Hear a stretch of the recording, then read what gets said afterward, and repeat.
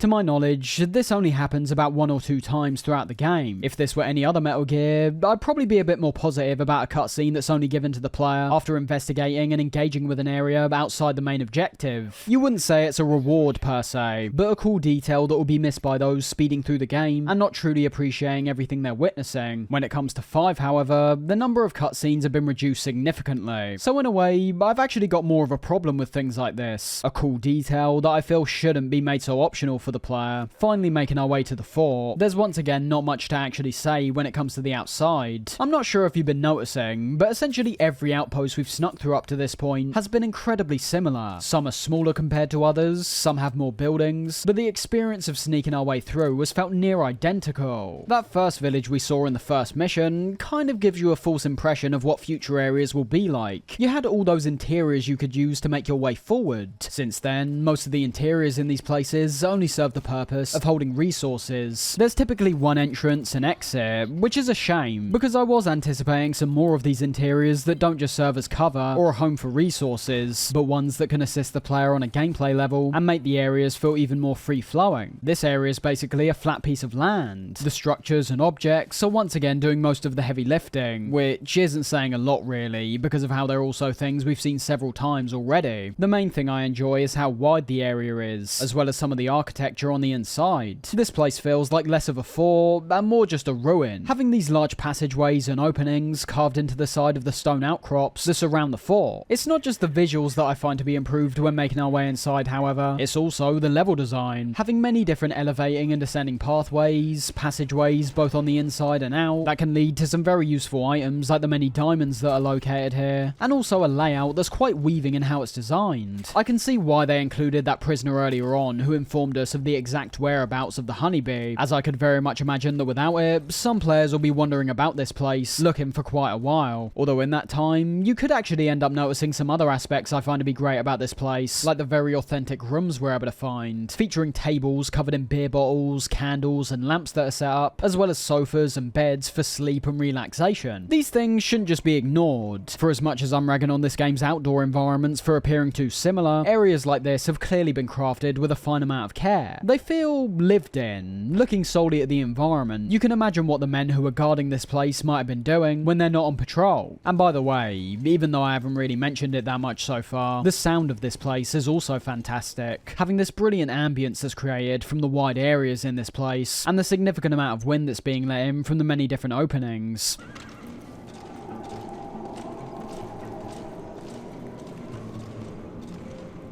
So with us acquiring the honeybee, we start making our way out this place. However, before we can, what initially seems to be a sandstorm rolls in. But very quickly, we're made to realise it's actually the Skull's mist once again. Now, ignoring the PS1 Snake outfit I put on for this mission, the cutscene which follows is great. I love how mysteriously it starts off, with Snake carefully making his way through the mist, while hardly being able to see a few feet in front of him. But it's not long before Psycho Mantis makes a reappearance, turning the scene into one that's genuinely quite creepy, as well as giving a slight reveal of one of the key mechs in the game.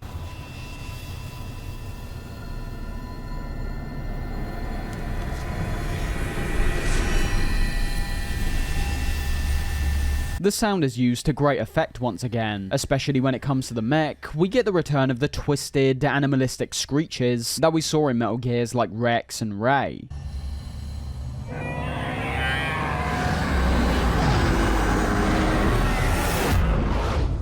And additionally, because of what we've already seen Psycho Mantis do in this game, we don't even know if this mech is actually real or not. Mantis has already manifested a giant flaming whale into existence. It's not a far shout at this point to think this mech is being controlled in some form by Mantis. Snake does actually end up getting captured by this thing, coming face to face with Skullface shortly after. You look well rested, big boss.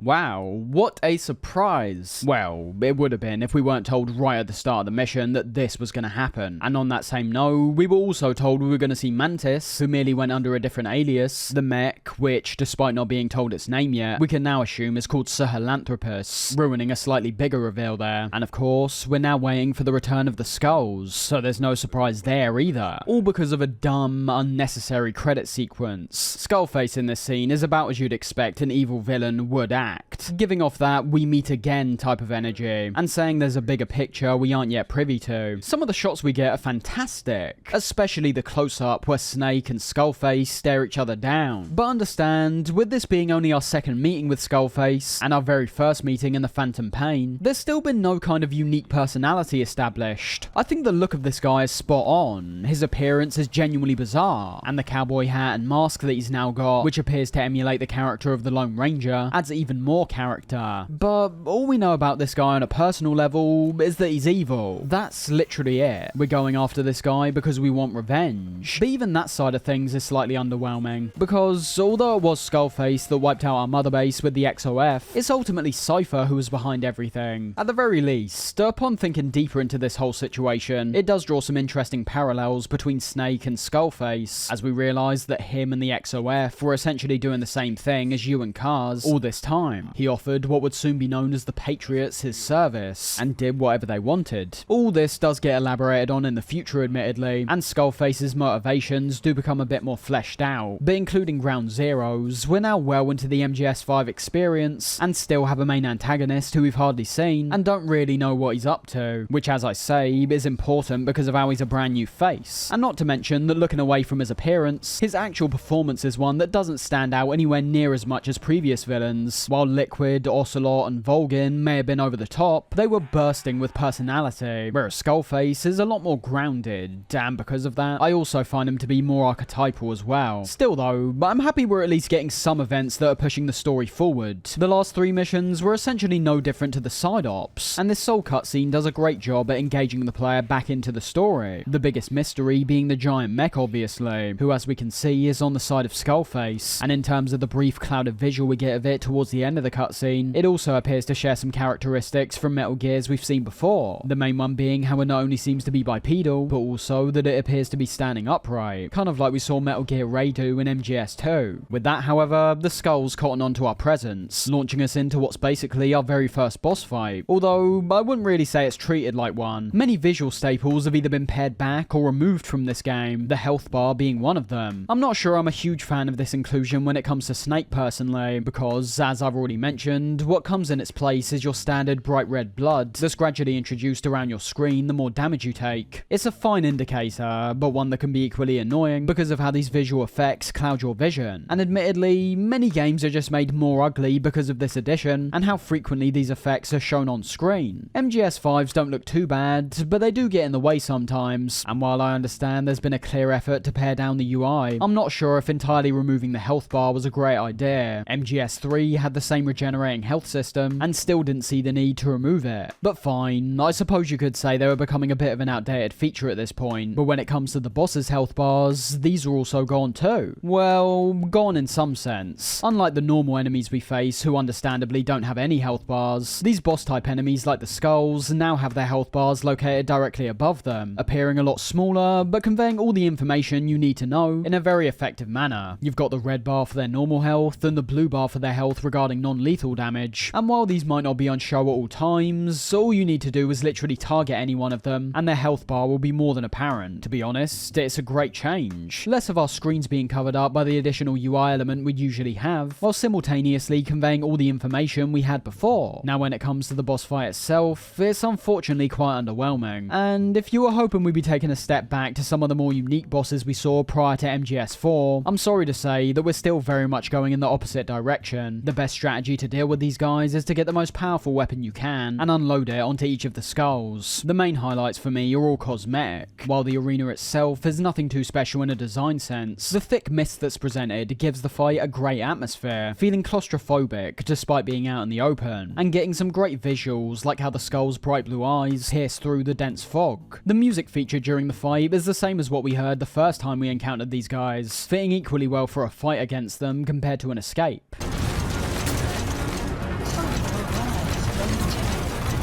Outside of those elements though, this fight is bland as anything. I'd say the only interesting thing about it is how we're having to deal with multiple threats at once. But even then, they've been balanced in a way to where that's not really the case. If you notice, there's only ever about 1 or 2 of these guys going after me at one time, while the other 2 lay off and watch from the background. I understand this may have been done to make the fight a bit more fair, and to not overwhelm players in what's literally their first boss encounter, but it does seem noticeably odd that despite these guys having teamwork play a key role in how they tackle their foes, they decide to not capitalize on that when going up against us. Another odd thing I felt with this fight is how inconsequential it can be depending on how you approach it. I'm in no way claiming to be the best Metal Gear player in the world, but I was able to handle this fight so easily when coming back to it this time. For a group that looks so intimidating when it comes to their appearance and how they carry themselves, you'll find they can be wiped out with essentially one well-placed magazine from an assault rifle which I'll add had only been upgraded to rank 2 in my case. The best way way I found to wipe out one of these skulls is to take advantage of the two different roles they put themselves into. Regardless of how many may be firing at you, one of these guys will always try and take you head on, pulling out their machete and slowly starting to walk towards you before they start teleporting in quick succession and try to strike you. This is where you're then able to counter them by pressing the CQC button at the right time. Not being a fan of the QTE aspect, but getting a pass from me due to how impressive I think this all looks playing out in the midst of the fight. As you can see from my playthrough, however, once they've been countered, they're essentially done. The damage my assault rifle gave out at this distance literally melted their health bar, and kind of like the few instances in MGS1 where we fought multiple foes on elevators, fights like this only become less and less engaging the more of these enemies you take out, primarily because they start off being balanced in a way to ensure the fight works and is still fun, despite it being 4 against 1. If you make no adjustments by the time it becomes a 1v1, the fight becomes way too easy, and that's ultimately what we see. I was very much surprised by how easy, and honestly, how underwhelming this first fight was. Perhaps there is a factor of me becoming more accustomed to the Skulls fight over the years, and that being a big part of why I found them so inconsequential, but even when looking away from that, I find this fight to have so little going for it that I'd hesitate to even call it a boss fight. Mini-boss perhaps? I don't know. There's just nothing here for me to get all that excited about. Bear in mind that even in some of the worst fights in the series, like Raging Raven, you still had things like the unique arena to work with, something I classed as the highlight of that fight. The Skulls fight, in a mechanical sense, has almost nothing going for it. You've got enemies who are firing at you, striking at you, and you yourself are doing the exact same back at them. The arena, while now being covered in mist, is the exact same one we've just gone through, aka a flat piece of land with some cover we can hide behind. And while I do like some of the freaky visuals here, especially ones like when some of the skulls almost try to blend in with the other soldiers around them and creepily stumble towards your position, that's not enough for me to say this fight's great at all. Oh, and I forgot to say, the skulls end up bringing back those zombie soldiers we saw in MGS4. Not actual zombies once again, but in principle, the soldiers become mindless, zombified figures who now stumble around trying to grab you instead of using their weapons. Very derivative stuff, and their presence doesn't generate any substantial impact on the fight. I imagine the intention was to have these guys trap you in place for a second to give the skulls a chance to strike, but in practice, they're more just annoying to deal with, grabbing onto you and requiring us to use CQC once again to slam them onto the ground. All in all, I can't sit here and say I'm not happy we're getting this stuff. We are heading in a better direction compared to the last 3 missions that were rather bland in terms of their objectives, but at the same time, it would be wrong for me not to want more out of encounters like this, considering the series we're working with. I wouldn't be impressed with this fight if it was featured in any other game, so it shouldn't get a pass in this case just because it's Metal Gear. With our mission complete and the honeybee retrieved, it's time to move on to the next one. Just for a second though, I want to talk about the mother base a bit further when it comes to the whole resource side of things, as well as some of the new units you would have been unlocking after completing each of the missions so far. Coming back to the mother base menu on our iDroid, there's several options and bits of information laid out for the player to engage with. Starting with the screen itself, you can see on the right hand side, there's an overview of all the different units you currently have, telling us what level they're at and how many soldiers are in each of them. As you progress through the game, these units will expand, with the max number of people you can have within each one also growing as well. This number never becomes infinite, however, which is why it becomes increasingly important as the game goes on to utilize equipment like the analyzer that you can apply to your binoculars, as you will eventually reach a point where if you want to develop a certain piece of equipment and you need a unit to reach a certain level, you're having to recruit only the best men you find on the battlefield. On the left hand side, we obviously have all the different mother base related options, one of these pertaining to those resources I've been talking about. And going into this tab, you'll be able to see the many different resources that are on offer. Fuel, biological material, precious metal, all of which I define as multiple forms of currency in this game. On top of them, we also have tabs for the unprocessed versions of these materials, with these all being stored in large metal crates, which over time will be processed by your base development unit as you continue playing the game. And alongside that, we also have a tab for the many kinds of plants we can find throughout the world. Although, I will say when it comes to these, I imagine most players will be utilizing another mother base related mechanic to attain a substantial amount. As I say, all of these are essentially currency, although we do have one overarching form of currency known as GMP, or rather, gross military product. And beside all these resources, this menu also contains the many pieces of weaponry, vehicles, and even nuclear weapons you're able to attain, but we'll get onto all them later on. Now when it comes to collecting all these resources in game, I'd say I'm a fan of acquiring the materials, both processed and unprocessed, but I'm a lot more conflicted when it comes to the plants. That's mainly because they're placed in a manner that's about what you'd expect. fact. These aren't being contained in huts or stashed in crates. These are scattered around the wilderness in a fairly random and sporadic manner. There's two things with these I have a bit of a problem with. The first of these links into an overarching problem I feel presents itself with the open world in this game, and that's how you're given hardly any incentive to explore the areas these plants are found in. And what are those areas I'm talking about? Barren wastelands, essentially. Places with no enemies, and places with basically nothing except some vegetation and rocks. Now, when you start realizing this, you'll begin to notice how much of the Afghanistan map is literally what I've just described. And that's where some of the ill-advised decisions start presenting themselves to me. I think there was a good reason why plants were turned into this kind of resource, and if I had to guess, I think this stems from the very off-the-mark estimation that players will be interacting with the open world a whole lot more than they actually do. If you go hunting for plants in these barren areas, you're more than likely going to stumble upon something. But the greater issue that gets revealed here is how much of this wasted space makes up this map. I'm not mentioning the Africa map yet because we haven't reached it, but make no mistake, while being slightly better than this map in my opinion, I still find it to be well off the mark. I think I'd say that MGS5's open world has to be one of the most unnecessary and ill thought out worlds I've ever seen in a modern video game. I know, a hefty statement, and I know there's going to be plenty of people who disagree with me on this, but ever since I picked this game up on day one, all the way back in 2015, I've never been able to shake the fact the open world in this game is just so underutilized and so underwhelming, so much so that I haven't got a clue where this idea even came from, because aside from the wider play zone that's very rarely used in a few missions throughout the game, I see no ambition or motivation whatsoever to use this world in a manner that will elevate the gameplay in any way. Think about it, what is this world actually bringing to the table outside of open space? The best answer I could give you is freedom. Outside of main missions, we're allowed to go wherever we want, whenever we please. But to what end? Some of you might say to go and complete side missions. Okay, but what do those side missions have to do with the open world? Bear in mind that most of the time I'm zipping back to the helicopter and landing every time to actively avoid traversing this open world. So in what way does it enhance these missions? You should see where I'm starting to go with this, I'm sure. MGS5's open world doesn't look bad, maybe a little bland, but nothing you'd look at and find to be ugly or poorly designed. The structure, layout, and overall purpose, however, is way off the mark. Those landmarks and unique outposts I've mentioned a few times already are spread sporadically across the map, and in between them, you've got near to nothing interesting. You've got nothing that will make you want to stop and explore. No random events that throw a curveball at you. You do have those small outposts that occasionally pop up, akin to the very first one we see in the first mission, but once you've dealt with about 2 or 3 of these, you'll be skipping right past them whenever you can, because they bring nothing new to the table in terms of gameplay, and gradually become more of an outright annoyance that get in the way of your next objective. Bear in mind as well, that once you're done with all the missions, including the side ops, what do you have left to do? Well, they ensure to make some of the side ops replayable, so there isn't literally nothing to do, but the world itself doesn't present anything on the level of other open world contemporaries. The creme de la creme is obviously the GTA series, where even going all the way back to GTA 3, the worlds that were being created featured so much personality, so much detail, and so many mechanics that utilized the open world to great effect. MGS5 can't even top that. It's already a bad sign when players' main motivation in your world is to charge right through it, and it's an even worse sign that when they do stop to try and observe and interact with it, they're given nothing in return the vast majority of the time. Now, coming back to our discussion about the plants, I'm sure there's many different spots where plants grow throughout the open world. The problem is, the player's given absolutely no reason to divert from the main roads and go hunt for them. And that's where I've got another problem, in that I feel this is actually recognised to a degree in a way that makes me realise even the devs knew the open world wasn't up to scratch. You'll notice at each of the landing zones across the map, you'll tend to find many of the plants all clumped together. The fact it's specifically the landing zone, a place where you have to remember we're not just getting dropped off, but also waiting for our helicopter, I see that almost as just one admission of the open world's failures. There's only one other way to collect these plants while you're offline, because as we'll see, the online component can play a substantial role when it comes to these resources, and that's the return of the combat deployment. The exact same mechanic we saw in Peace Walker, where you send your men off on a selection of missions, essentially a passive source of income which can now give us many of these plants and resources in return. So yeah, I'm not a big fan of the plants, due to the far more tedious and drawn out approach we need to take compared to acquiring the other materials, but all in all, the resource's best trait in my view is providing a constant sense of feedback. And once again, this has nothing to do with the open world, as you could place the same containers and plants in a linear context and still have that same feedback be generated.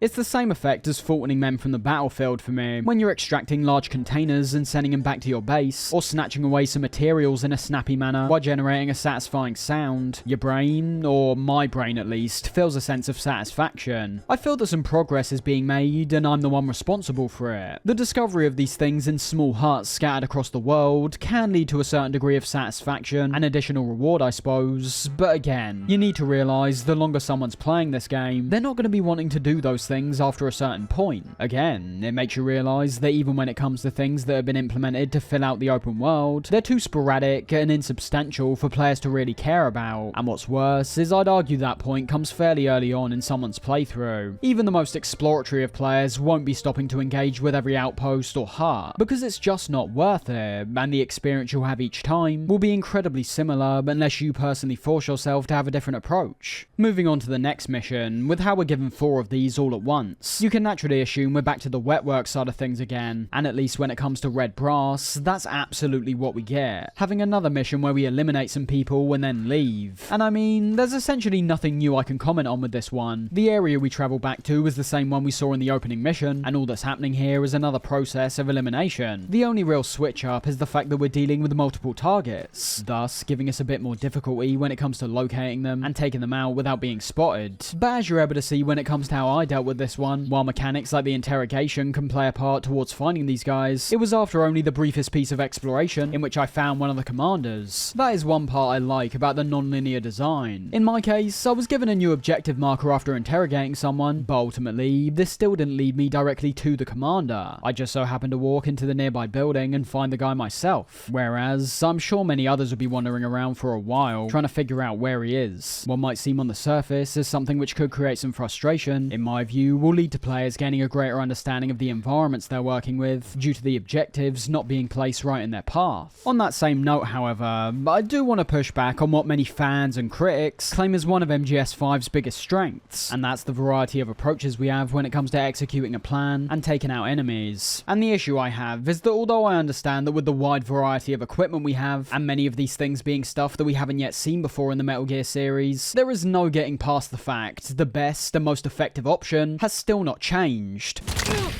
This is what I mean when I say you need to observe games not just from the point of view of what's possible, but also perhaps even more importantly, you have to look at them in regards to what the players find practical. It is true that MGS5 has a very wide range of equipment, many of which have the potential to open up the gameplay in a manner where you're able to set up these pretty creative and funny schemes, but that's not the problem. You've got decoys you can use to fool the enemy, appearing like Snake and even having it generate a classic quote when upgrading it.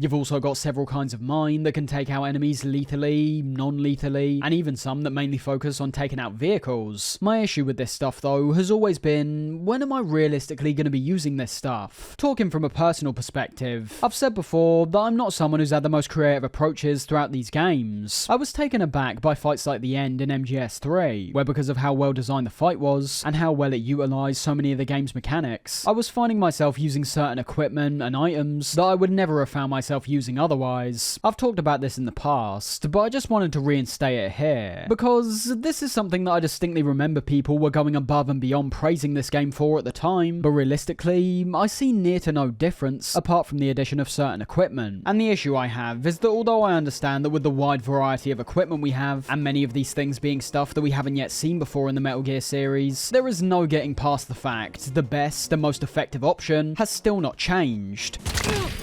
This is what I mean when I say you need to observe games not just from the point of view of what's possible, but also perhaps even more importantly, you have to look at them in regards to what the players find practical. It is true that MGS5 has a very wide range of equipment, many of which have the potential to open up the gameplay in a manner where you're able to set up these pretty creative and funny schemes, but that's not the problem. You've got decoys you can use to fool the enemy, appearing like Snake and even having it generate a classic quote when upgrading it.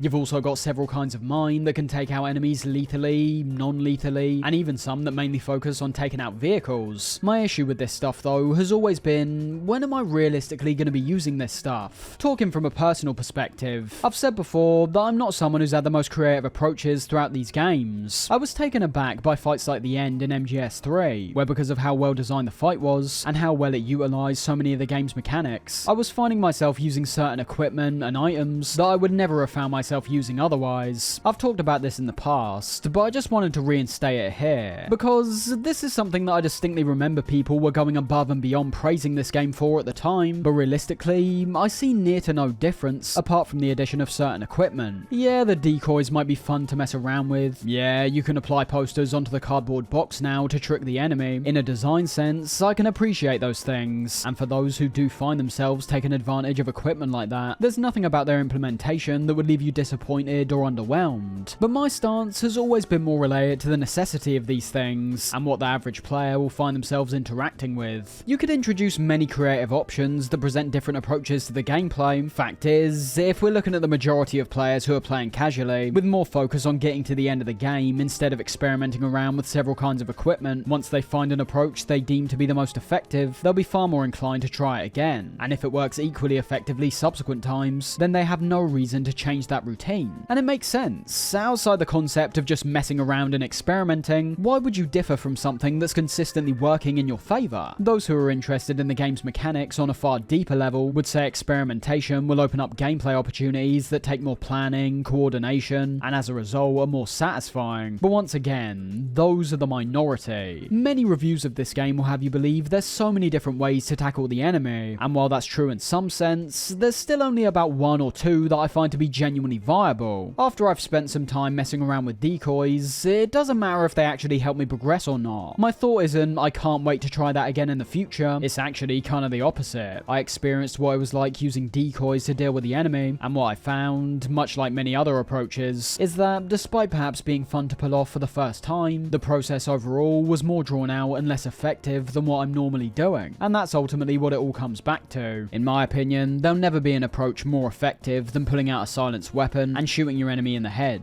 The idea that MGS5 is this massive leap forward in a gameplay sense is one that I feel's riddled with caveats. For as much creative equipment that's on offer, these are not things I would ever find myself consistently using. The hundreds of ways you can deal with encounters that people were claiming at the time of the game's release can be whittled down to about one or two that are actually viable. Don't get me wrong, there is equipment here that will be a fantastic addition to your arsenal, particularly ones like the rocket arm you can acquire, allowing you to shoot out your prosthetic arm and control it to smack into nearby enemies. That's a really fun concept, and one that's genuinely useful considering the effect that can be created from a faraway position. That is the exception though, not the rule. The game does admittedly try its best to encourage a wider variety of approaches, giving enemies helmets and full sets of armor the deeper you get into the game. But when it comes to the helmets, all you need is either a better placed shot to the face, or one bullet to the helmet itself and another one to the head once it flies off. And although I think the full body armor works great when it comes to stopping players from using their weapons, it then becomes a manner of merely choking them out, or maybe using that rocket arm again to knock them down. Look,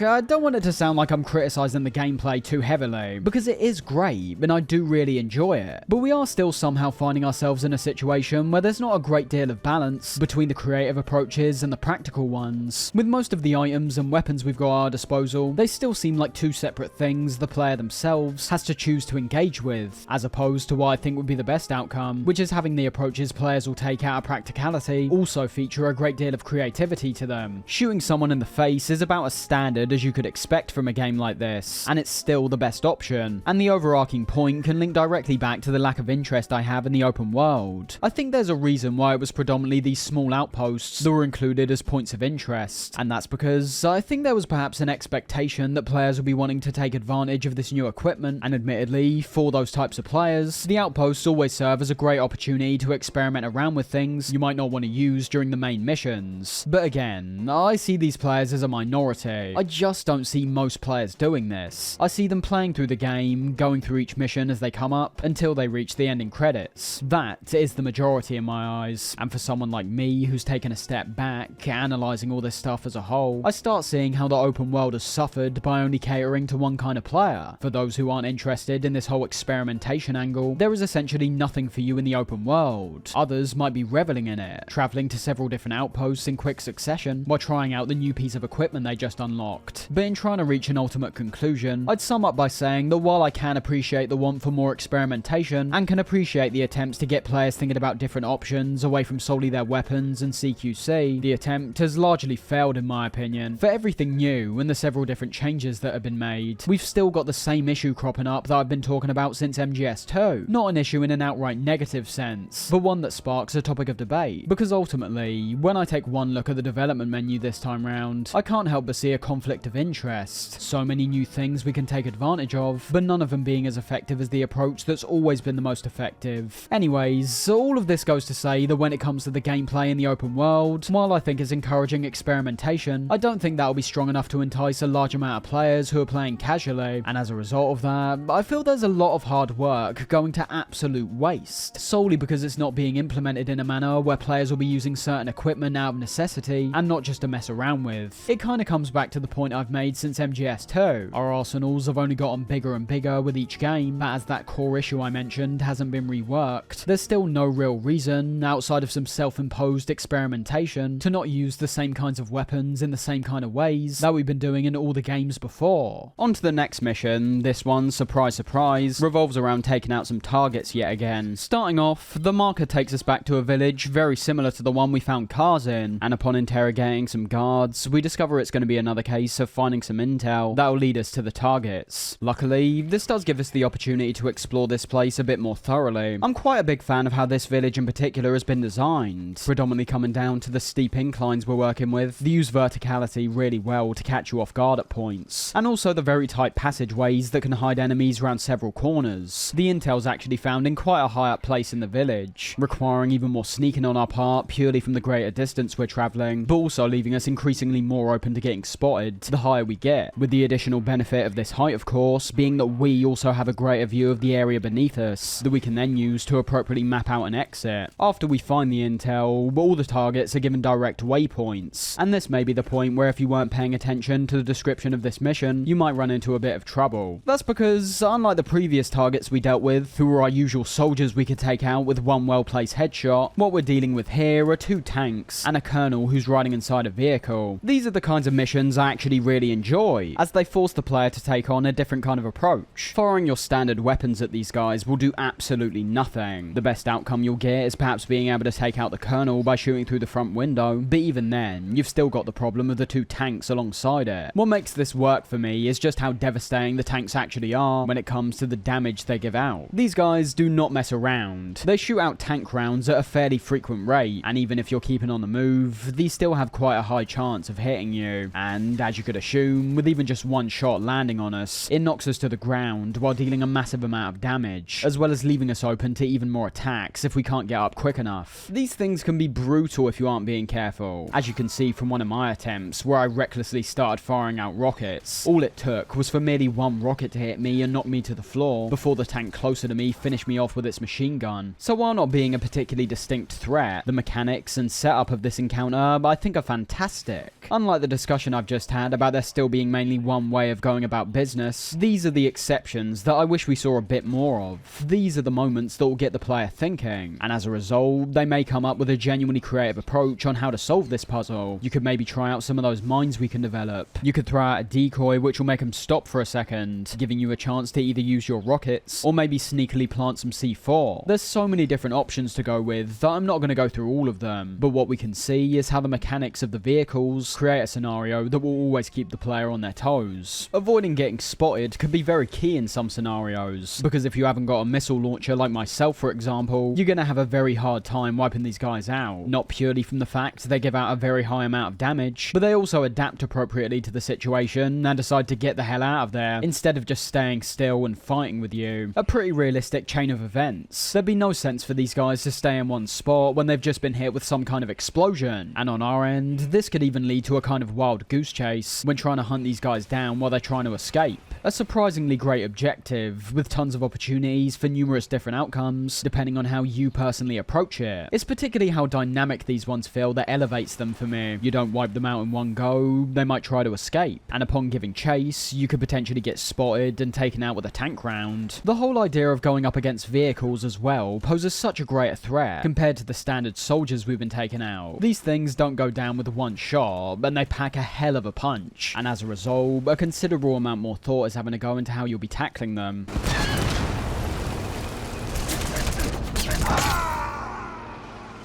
During all these missions, you'll be gradually unlocking each unit for your mother base, one of the most substantial from a gameplay point of view being the combat unit. The main purpose of this unit isn't too far off what we experienced in Peace Walker. Whichever men you place into the combat unit will then be available to take part in the combat deployment missions. Missions that are given a range of difficulties from S to E and allow you to send groups of men out to attain valuable resources. The amount you're given and what you're given in return correlating to the difficulty of the mission. You are allowed to assemble each team like before, but I'd say that's ultimately a waste of time, to be honest. The team that's automatically selected will more often than not be the best team that's on offer anyway, and even if you do start off choosing each individual man, you'll soon realise that it's just not worth the effort considering the time it takes and how many missions you can send these guys out on. The small combat sequence we saw in Peace Walker's now gone, but again, I don't have too much of an issue with that, considering after the first few times seeing it, I never really wanted to watch it again. When it comes to the items we can acquire, these can be fairly substantial, so especially when starting off, combat deployment can be very useful towards developing your mother base. Resources, GMP, and even new recruits are all able to be garnered. And bear in mind, although the main reward of each mission is labelled alongside the name and difficulty, we should also pay attention to the yellow boxes at the bottom, as they actually give a more detailed account as to the items we're guaranteed to receive if the mission's achieved successfully, but also the additional rewards that may come along with them as well. Ultimately, it's nothing too special. You can immediately see from some of the deployment times how passive this mechanic is, with the offline missions lasting anywhere from 2 to 3 hours, and the online missions cranking times up to around 2 to 3 days. The big difference obviously being how the online missions can be completed while you're away from the game, whereas you need to actually be playing for the offline ones to count down, essentially making the online missions a more viable option, not only when considering we'd have to be playing the game for long periods of time just to get a few offline missions done, but also because the rewards are a lot more plentiful when it comes to the online missions too. Of course, that's not the only thing our combat unit can be used for, however. You'll be able to see that in the same menu where we can customize our uniform and headwear, we can also swap out Snake for any men in the combat unit. Now with the men you'll be recruiting at the start of the game, these guys won't be worth swapping Snake out for, and ultimately, even when you've attained soldiers that are ranked S++,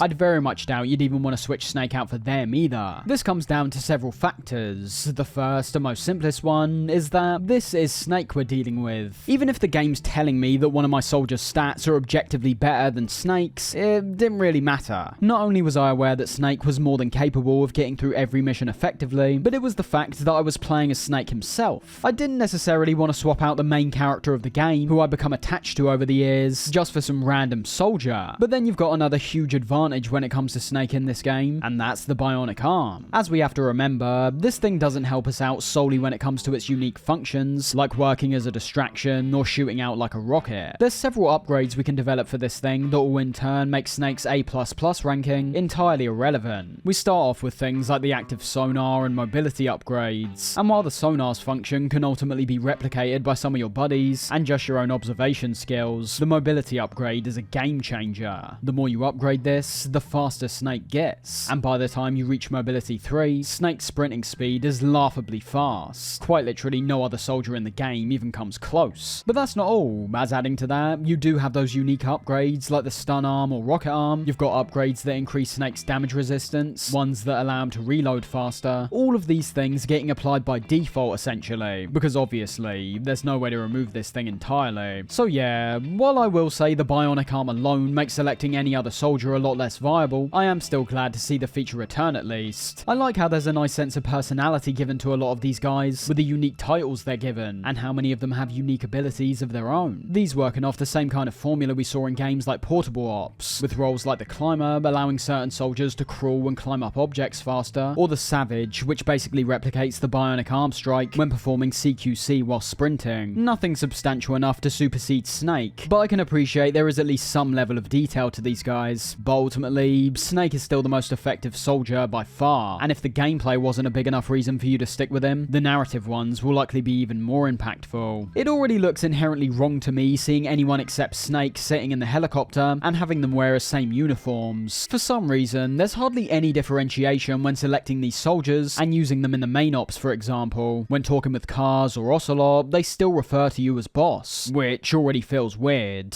What you do with them is up to you, boss. But even if I were to give that a pass, any cutscene we get thrown into all of a sudden has Snake appearing out of nowhere and then magically disappearing once the player's given back control. I can perhaps understand why these soldiers were at least allowed to be used during the main ops this time, as it was kind of ridiculous in Peace Walker when it came to how restrictive they were in regards to when you could use these guys. But seeing this play out in game, it now makes a lot of sense as to why that decision was made in the first place, and even then, it's probably even worse than it would have been in Peace Walker, because we're not only seeing the actual character models instead of stylized illustrations, but we're also working with the unbroken shot idea as well, making certain transitions between Snake and the soldier even more awkward. So overall, the combat unit's great for gaining resources passively with the deployment missions, but still falter when it comes to taking control of them ourselves, not even coming remotely close to being a feasible option in comparison to Snake in my opinion. It doesn't work in a story sense or a gameplay one, but I imagine there will be people who merely want to experiment around with different soldiers despite there being no inherent advantage, so I am glad we're still able to play with them regardless. I'm somewhat conflicted when it comes to Mission 9, as it's one where I can appreciate what's being done and can also see the ultimate effect is pulled off successfully, but it's also one that has essentially no emphasis on stealth at all. From the start, we're given a time limit, 15 minutes to take out as many of the enemy vehicles as you can. This mission in particular does give you warning beforehand that you'll likely want to be taking in some kind of rocket launcher, and that's almost a mandatory requirement if you want to wipe out these targets in a timely and effective manner. Speed is the be and end all here. There's no concerns of getting spotted. It's all just about taking out each vehicle as fast as you can and then moving on to the next one. See, this is what I'm conflicted about, because on the surface, it's a mission where there's once again no importance given to the style of gameplay the series is best known for, and adding to that, what we're actually doing isn't all that different to the previous mission we just talked about, although in that case, due to the lack of a time limit, there was at least the opportunity to plan out an approach where you could still remain undetected. And while some may say this can still be done in this mission, it's not at all practical if you're aiming to wipe out these targets at an effective rate. Rocket launchers are very much the way to go, firing off as many as you need until the vehicle explodes, and then moving on to the next one. There's nothing here that I describe as being genuinely deep or interesting on a gameplay level, but I will say, but I think what this mission does better than anything else is use the open space to create somewhat of a frenetic experience at points. Don't get me wrong, I've talked about the simplicity of the mission, but you shouldn't mistake that for me saying it's easy. If you're aiming to eliminate all of these, you are having to be very prompt with your actions, moving swiftly between each vehicle and taking them out in a pretty fast manner. Cars marks all the vehicle's predicted routes onto your iDroid, so a certain degree of planning can actually be implemented when considering which ones you'll go after first. Something that's especially important due to the fact that if you take too long, these targets will end up going out of bounds, and in turn will then be unable to be destroyed.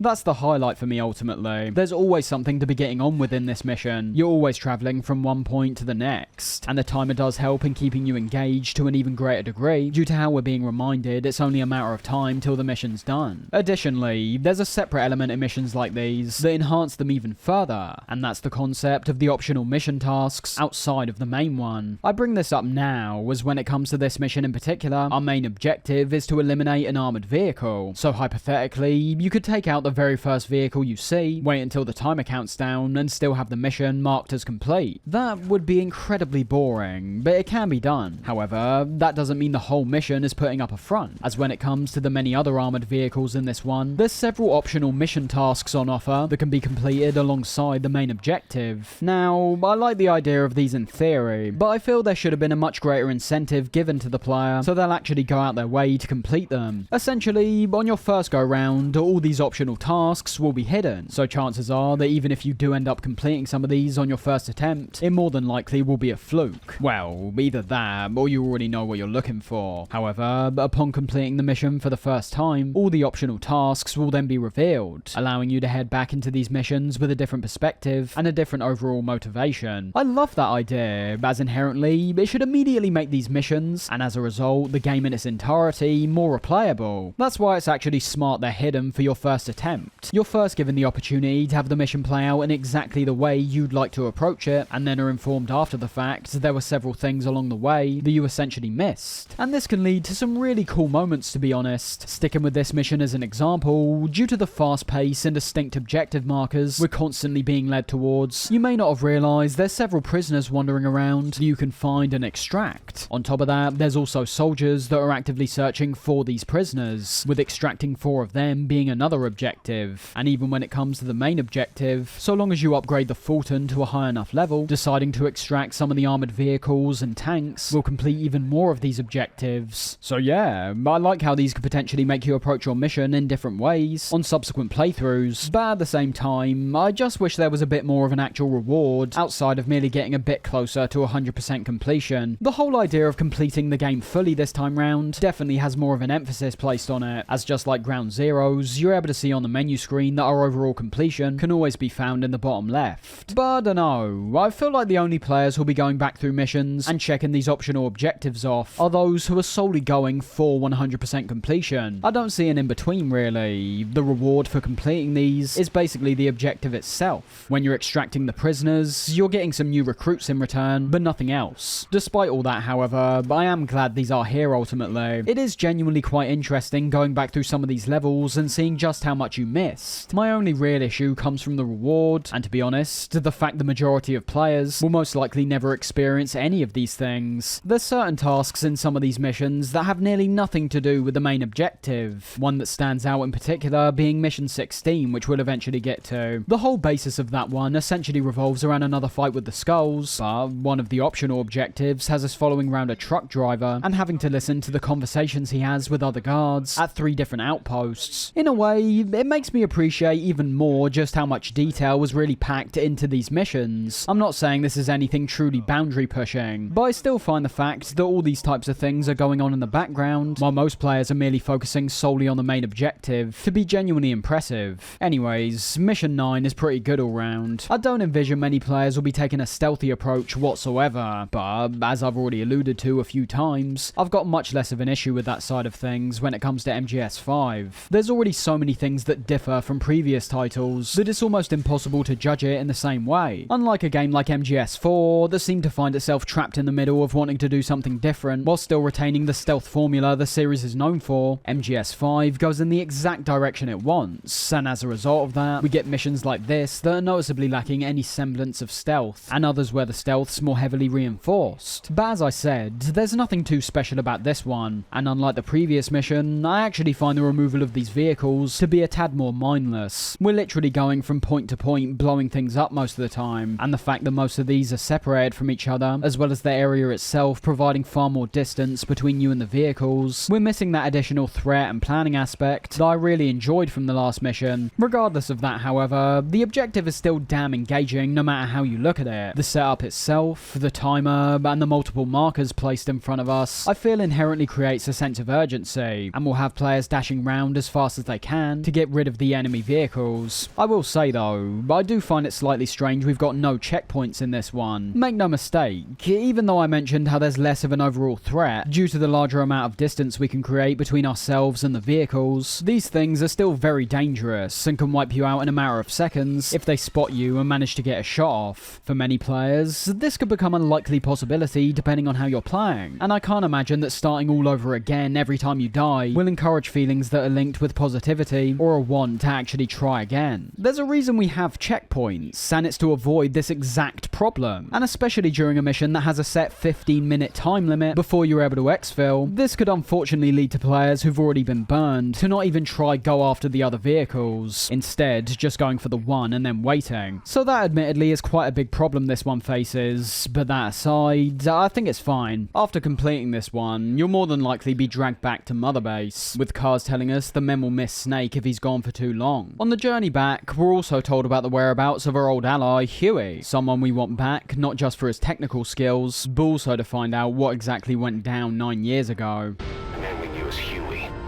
We suspect he was complicit in the attack on Mother Base 9 years ago. He was working with Cypher. I've been waiting a long time for this. So I say, let's help Emmerich defect. Once he's here, we can sit down and catch up on old times.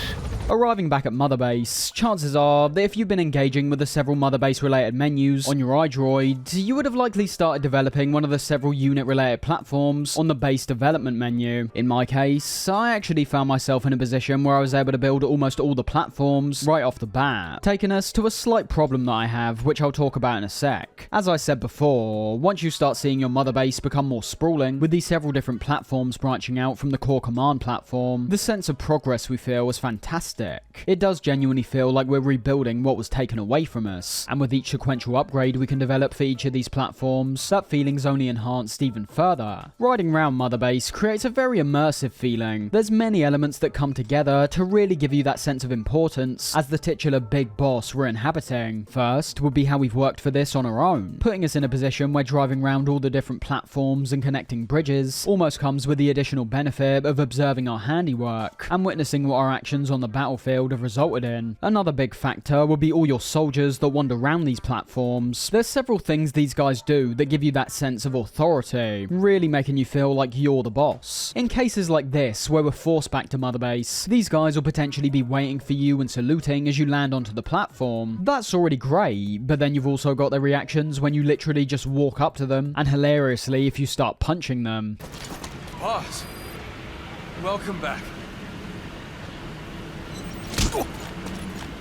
Thanks for that, boss. It seems like regardless of what you do, but all these guys will treat you with the utmost respect, even being told that staff morale's increased upon doing all these things. Once again, it's making us truly feel like we're the ones in charge, but ultimately, I do feel there's also a sinister undertone in relation to our interactions with the soldiers. We can literally do anything to these guys. Bash their heads, chuck them on the floor, tranquilize them, throw them around, and we're still treated with a great deal of respect. We're praised for treating our men in this way. And of course, that leads to a feeling of a major power imbalance. People like Snake, Cars, and Ocelot should obviously be treated as the top dogs. But in allowing us to treat our men in this way, and only be praised for it by them, there is something that does feel quite odd about the whole dynamic. Not one that I ever think is truly elaborated on in the game's narrative, but one that we can experience for ourselves whenever we come back to Mother Base. As I was saying, however, with these new platforms that are now unlocked, we're now able to get in one of the several cars that are parked alongside the connecting bridges and drive between each of them. With how expansive Mother Base can get when merely introducing a few of these platforms, our navigation throughout this place can be quite tedious. The idea of visiting our Mother Base is still a very cool concept, and I think will remain there if the player experiences it in more bite-sized chunks. In my opinion, however, spending any great deal of time navigating our Mother Base will quickly reveal how tedious our travel can be, solely from the realistic proportions the base now adheres to. When I say this place becomes genuinely expansive, I really do mean that. Even when driving between each platform, I found that on average, it took around 1.5 to 2 minutes to reach each one. Might not sound like a massive amount of time, but again, bear in mind, these are essentially no different to a loading screen. There is nothing interesting in a visual or gameplay sense when it comes to the bridges. You're quite literally driving forward until you reach your destination. All these platforms are genuinely laid out differently, so there's already going to be some intrigue where some players are going to want to see how each of the new platforms actually look. And adding to that, with each platform we develop, we unlock a new target practice side op, many of these uniquely using each platform's layout to great effect, with certain versions of this target practice having these targets almost work as a tour of the platform itself. But the placement of them as well can sometimes be very sneaky, so much so to the point where I still find myself occasionally having to look up a guide to find out where some of the targets are located. So there's two things there which are actively incentivizing you to really take in your Mother Base, and encouraging you to visit each platform and explore it to its full potential. However, the big issue mainly comes down to the traversal, and will be a big reason as to why many players don't engage with these things as they might have done otherwise. Running is obviously off the table, as dashing between each platform would take a ridiculous amount of time. Driving takes significantly less time, but does still take time. And the final option in terms of travelling within the confines of Mother Base itself is by calling the helicopter in and then selecting a platform, although this still still takes a significant amount of time, long enough to where you're going to become extremely bored if you decide to travel to multiple platforms on one visit. So while I still really enjoy the concept of this more interactive mother base, there are some problems when it comes to how we traverse this place, where I think it can only be truly appreciated in bite-sized chunks. And don't get me wrong, I'm not trying to say the mother base should be filled to the brim with content, a place where we can spend hours exploring and discovering new things, but I just wish there was a way we could experience the place as a whole in a slightly more effective manner, because despite how everything is now interconnected, I still imagine the vast majority of players will be treating this place in a more segmented manner, travelling onto each platform one at a time when coming back from the battlefield because of how slow traversal is on Mother Base itself. Not a massive issue in the grand scheme of things, but one that I do feel gets in the way of what still remains a very cool concept. Overall, I think Mother Base shows more potential than what it actually executes. Outside the target practice, there really isn't that much to do, aside from finding a few diamonds, interacting with your men, and having a shower from time to time. Everything else relies more on things that occur in the narrative, with certain characters we meet being able to be observed more closely when coming back here, but we'll talk more on that when we get to it. As Kars mentioned, we now know the whereabouts of Huey, someone who, regardless of his true intentions, essentially remains the main culprit towards the destruction of the MSF and the 9 years Snake spent in a coma. Whether it be an innocent mistake or an outright betrayal, Huey is the one who went against Snake and Kars, and gave who he later discovered was the XOF the green light to come and invade. Before we go after him, however, with his mission strangely being marked in the side ops tab, we still have another main op to get out of the way, and another one that in all honesty should ultimately be swapped with Huey's mission and placed in the side ops category, because when boiling it down, it really is just another extraction. I will say, the one thing I am glad about when it comes to all of these rather underwhelming missions is that essentially all of them so far have brought us to new parts of the map. I have to assume that due to the game not really giving you any true reason outside the side ops to explore the world, many players so far wouldn't have visited the areas we're brought to in missions like this. That idea does end up raising a whole other issue in regards to making this game open world, as what I'm describing does sound like something that would be more suited to a linear experience that takes us to different areas with each sequential mission. But aside from that, I am still glad there's variety being presented, with objectives that are essentially giving us the exact opposite. It's the same trap that many games fall into, making players do the same thing in a different context. And for a game series like Metal Gear that quite literally thrived off unexpected and outlandish gameplay scenarios, it does feel slightly odd we've been given a pattern as predefined as this. Remember, I'm not talking about the core gameplay loop in this instance, sneaking past enemies and popping them in the head. I'm more referring to the interrogation and cell sequences, the hand-to-hand fights, the Rex and Ray fight from 4. I'm not saying that 5 has to live up to those same heights of a game like 4, because ultimately, how extreme and over the top that game wasn't always a positive when it came to certain players. But understand that we are getting quite a bit into the game now. We're on mission number 10, and we're still essentially doing the exact same thing since the opening mission. The only exception, of course, is the mission where we fought the Skulls. That, as we saw, but even though that one was definitely more impressive in a narrative sense, the gameplay prior to the Skulls was pretty much the same as what we'd already been doing, and the boss fight itself was rather underwhelming. All we need to do in this one is find a particular prisoner and get them out of there. The first place we're led to doesn't happen to be where this guy's actually located.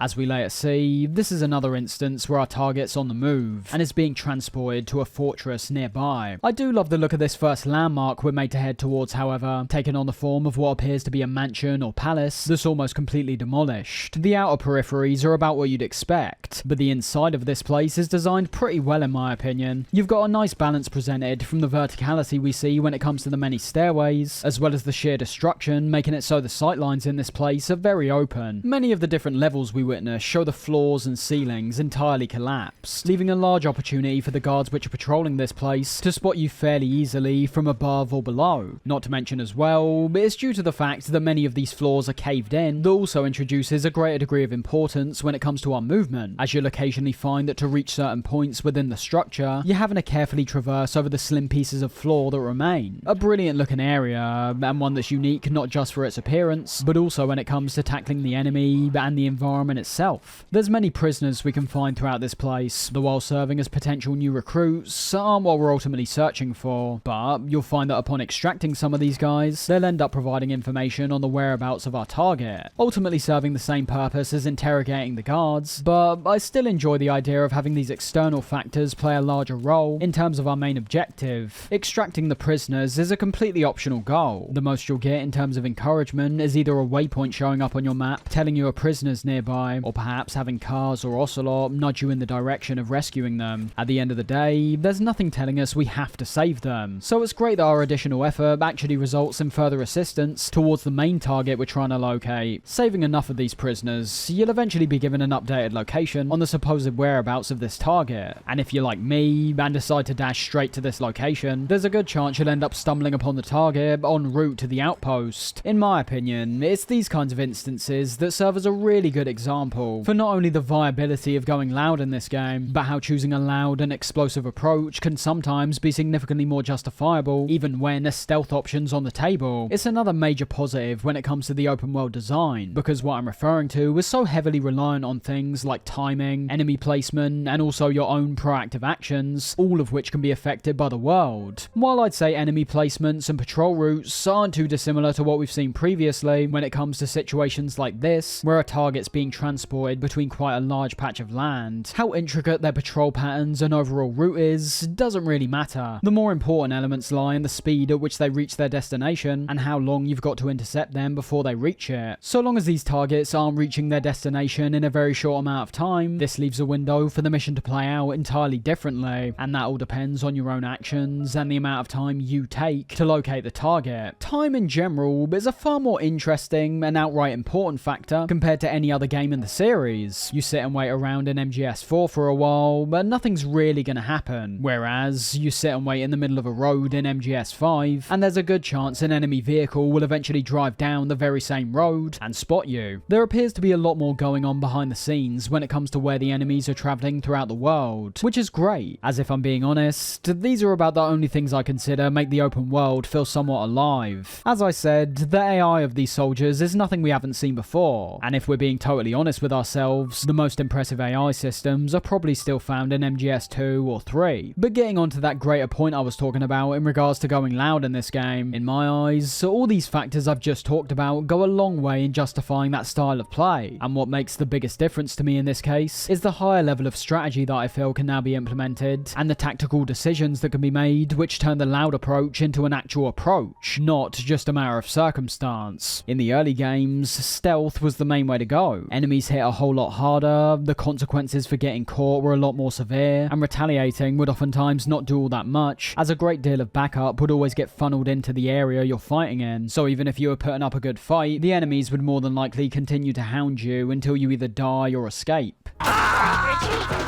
MGS3 had a great balance of loud and quiet gameplay across the board. MGS4 strayed so far in the direction of combat at points that one could be mistaken for even thinking it was a stealth game. But looking at MGS5, if you were to get into a firefight at an outpost for example, it can still put you in quite a bit of danger, but if you're able to deal with it and take the enemies out, you don't usually get those same level of reinforcements in most cases like we used to. MGS5's loud combat reaches a really good balance in that regard. Fighting's a lot more viable, but there's still significant consequences that could lead you to getting killed. And coming back to this target we're dealing with, you've got the car in front that's transporting the guy we're heading after, and an armoured vehicle behind it for backup. While the approach you see me take is definitely not the most intelligent, my ultimate motivation ties into why I find the loud approach to work so well at points, because there can be genuine logic to it. I chose in this moment to go full guns blazing because of the advantageous position the convoy was in. I saw the outpost ahead and knew that's what they were going for, so as opposed to weighing it out and potentially getting myself in more trouble in the scenario I got caught while on the inside, I pounced early and revealed my position as a result. There was quite literally nothing stealthy about how I approached this scenario, but that didn't matter. The satisfaction I got from pulling the action off, the thought and consideration that went into my attack, and also the fact that I was able to achieve my mission even more efficiently as a result, all those factors made an approach I'd once thought was the opposite of what Metal Gear should be, into one that was incredibly fun and satisfying. And lest we forget, this was all because of things like the enemy's behaviour and how the target was made to be transported compared to being placed solely at the outpost. You've also got the size of the world, allowing me the opportunity to cut these guys off before they reached the outpost in the first place, and then you've got my own actions in the matter, using the equipment I'd garnered along the way to great effect, wiping out the armoured vehicle that posed the most dangerous threat, and using my other weapons to target the driver, ensuring that he couldn't escape with the prisoner. I explain all of this because, as you might have assumed, this is another rule, not an exception. This is a precedent being set, and all I'm showing you is merely one example. Suffice it to say, this process can be employed several times throughout the game in many different scenarios, but the key thing for me here is that it all depends on what you want to do. Don't get me wrong, there are still many scenarios where the game will limit your options more significantly. Having targets placed within compounds where going loud would more than likely only detriment you, but it's scenarios like this that I see as working to the game's core strengths. The objective itself is still simple, but the manner in which you complete it can play out in many different ways when it comes down to how you handle everything. Let's not forget, if I took a longer amount of time in the previous area, the enemy would have more than likely reached the outpost already, leaving the approach I took in this attempt completely off the table. The main word that springs to mind is dynamic, and that's all dependent on the hand I'm dealt and how my actions could have affected that in the process. That dynamic element simply doesn't apply to the vast majority of games that have come before this one. Many instances in MGS4 left me in a position where stealth was hardly an option, and no amount of waiting around was ever really going to change that. The scenario was going to remain the exact same, and you can say the same about games like MGS1 and 2 in regards to scenarios where combat was hardly ever an option. And while you may say stealth should always be at the forefront of the Metal Gear experience, something I used to agree with, I think the series truly evolves in MGS5 and gives somewhat of a hybrid that can at times provide some of the most dynamic and impressive patches of gameplay the series has ever seen. The hands you were dealt in previous games were usually set, with not much being able to be done to change them, whereas now in MGS5, for something as simple as time can turn what may have initially been a mission that could be dealt with more handily by taking a loud approach into one where staying hidden is the best way to go. Fantastic stuff, and as I say, this is merely one example. Any scenario like this, where you've got something like a target travelling to an outpost, leaves room for these same kinds of things to play out, and you best believe it's not the only time we see this. The developers clearly acknowledge the freedom they're giving the player, and create missions where the player's knowledge and experience can oftentimes change the manner in which they complete it in a very significant way. The outcome will always remain the same, but the way in which you tackle things can be impacted greatly. With all that being said, don't mistake that for me saying this mission in particular is something truly phenomenal. I predominantly used it as an opportunity to talk about an important facet of the game's core design principles, and while they have been implemented here to great effect, as I say, we are still going after some target that was irrelevant before the mission started, and remains irrelevant once the mission's over. With that mission done, it's finally time we started making our way towards Huey, although as you'll notice when setting a landing point, the nearest one is still quite a distance away, requiring us to either use our horse or acquire a car to travel the rest of the way in a timely manner. This is for a very good reason, however, as in between, we do get this fantastic moment that's genuinely unexpected the first time you experience it.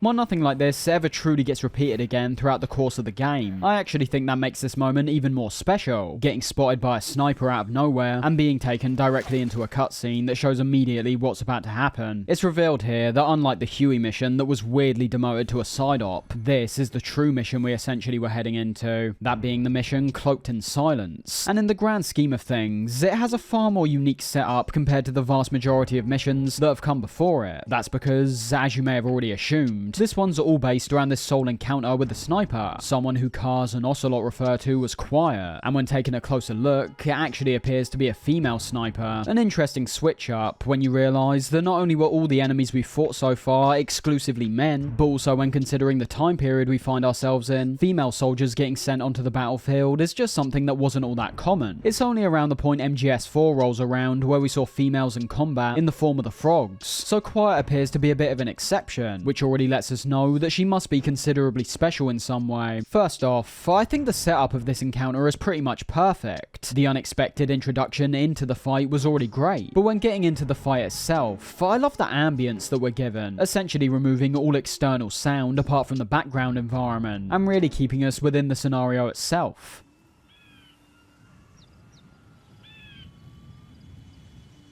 The first comparison you'd immediately think of would obviously be the end, and I do imagine the encounter was set up to be intentionally reminiscent of that fight. It's not just the fact the sound is pared down significantly, you've also got the fact we're going up against another sniper, and one that this time round appears to be even more accurate and deadly with her shots. I don't want it to be understated how much of a role the soundtrack truly plays in this fight, as the manner in which it's introduced and is silenced works perfectly well in reflecting exactly what's playing out on screen. As I said before, when you start off and are merely observing your surroundings, you are basically only getting the background noise that's being generated from the environment, hearing the sounds of wind blowing and nearby birds cawing. Once quiet's made aware of your presence, however, or you decide to sprint to another part of the arena, you'll hear an ominous drone pick up in the back.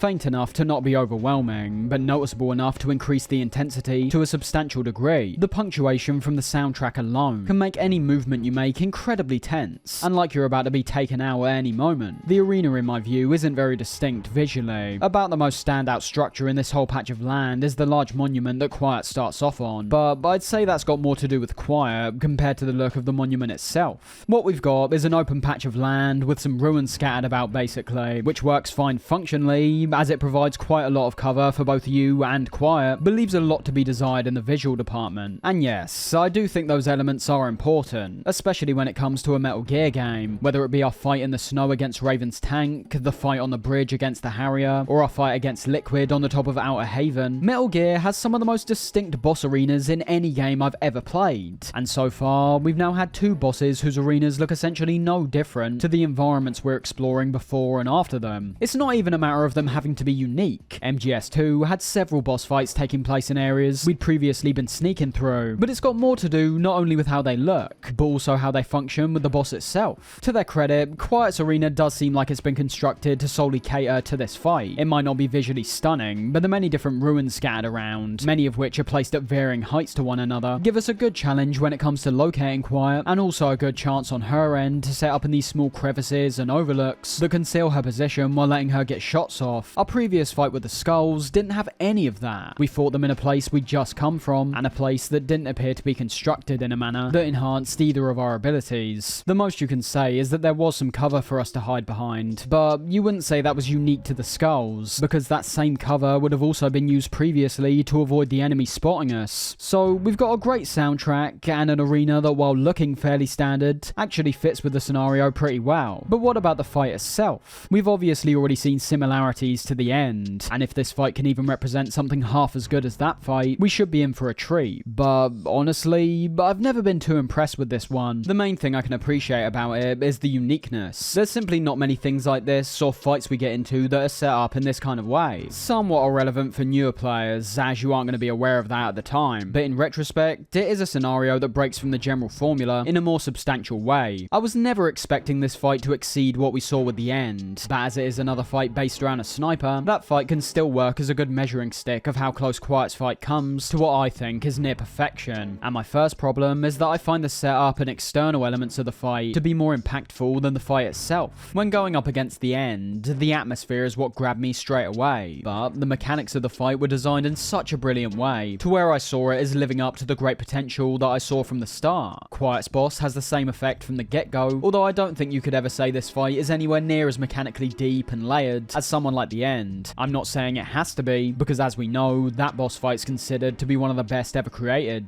But even when looking at it individually, I can't help but feel somewhat underwhelmed when breaking everything down, and that's primarily because I think the manner in which you approach this fight will heavily dictate whether you find it enjoyable or not. One way you can be Quiet, for example, relates to a mechanic that most of the time is used for a completely different purpose, that being the supply crates we can call in to replenish stuff like our ammo and the suppressors on our weapons. It's basically identical to the beacons we had to place down on the ground in Peace Walker. However, this time, that function's merely been baked into the iDroid, letting us get our supplies in a more rapid and overall less tedious manner. However, as opposed to getting a resupply for ourselves this time, we can call them in during this fight for a more offensive purpose. The great thing about these supply drops is you can call them in wherever you want, even if that means having them land in a position where the items become unattainable. So as you might have already guessed, as long as we've got Quiet's location marked on our map, we're then able to drop one of these onto her position, resulting in quite a massive chunk of her non-lethal health bar dropping if achieved successfully.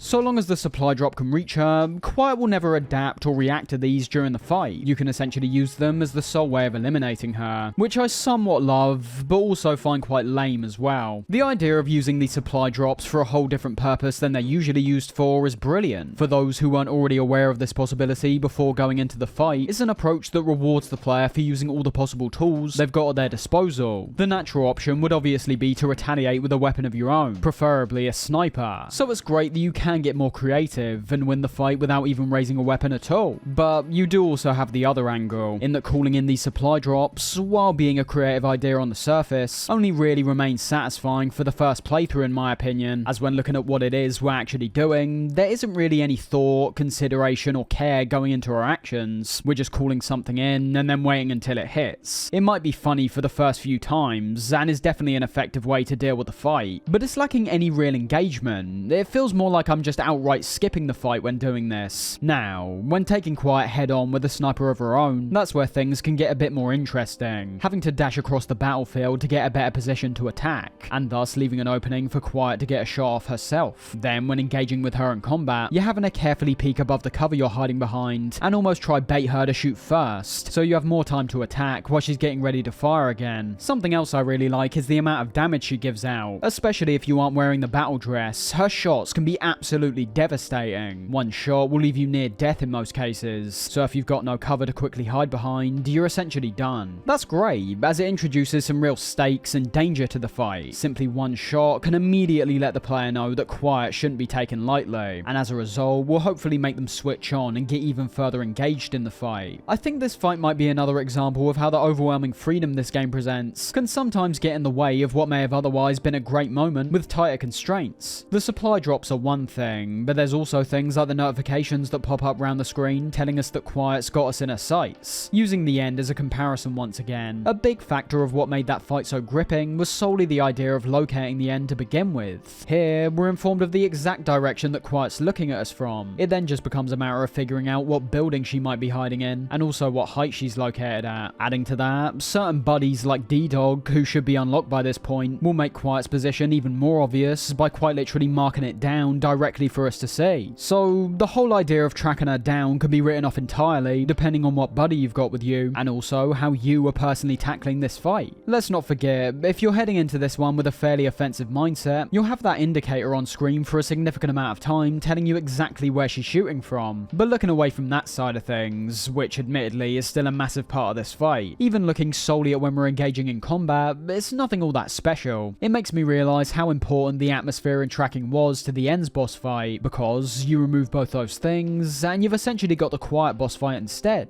and that's just a sniper battle. I know we've talked a lot about the End, but that's because the bar for an amazing sniper fight was essentially set in that one. What we experience here is something that's actually more in line with the Sniper Wolf fight from MGS1. There's a set routine that occurs in this fight, where upon hitting Quiet, she'll run away and set up in a different position. That's basically it though. As I say, the most intriguing part of the fight could have potentially spawned when trying to locate Quiet once she's moved, but that's something that even without a buddy is taken away from us due to the notification that pops up on screen. All of this has been rather negative, and yeah, I wouldn't say I'm a huge fan of this fight at all, but I'd say these feelings are more stemming from a place of disappointment compared to the fight being outright bad. I do like Quiet's movement, teleporting around like the skulls we went up against, and even appearing to go invisible at points. When played out as primarily a sniper fight, there's a good to and fro to the combat, as both of you trade shots. There's even small details here that I only learned about fairly recently. For example, if you decide to use smoke grenades during the fight to try conceal your position, Quiet will eventually realise what you're doing and actively shoot the smoke grenade out of the air.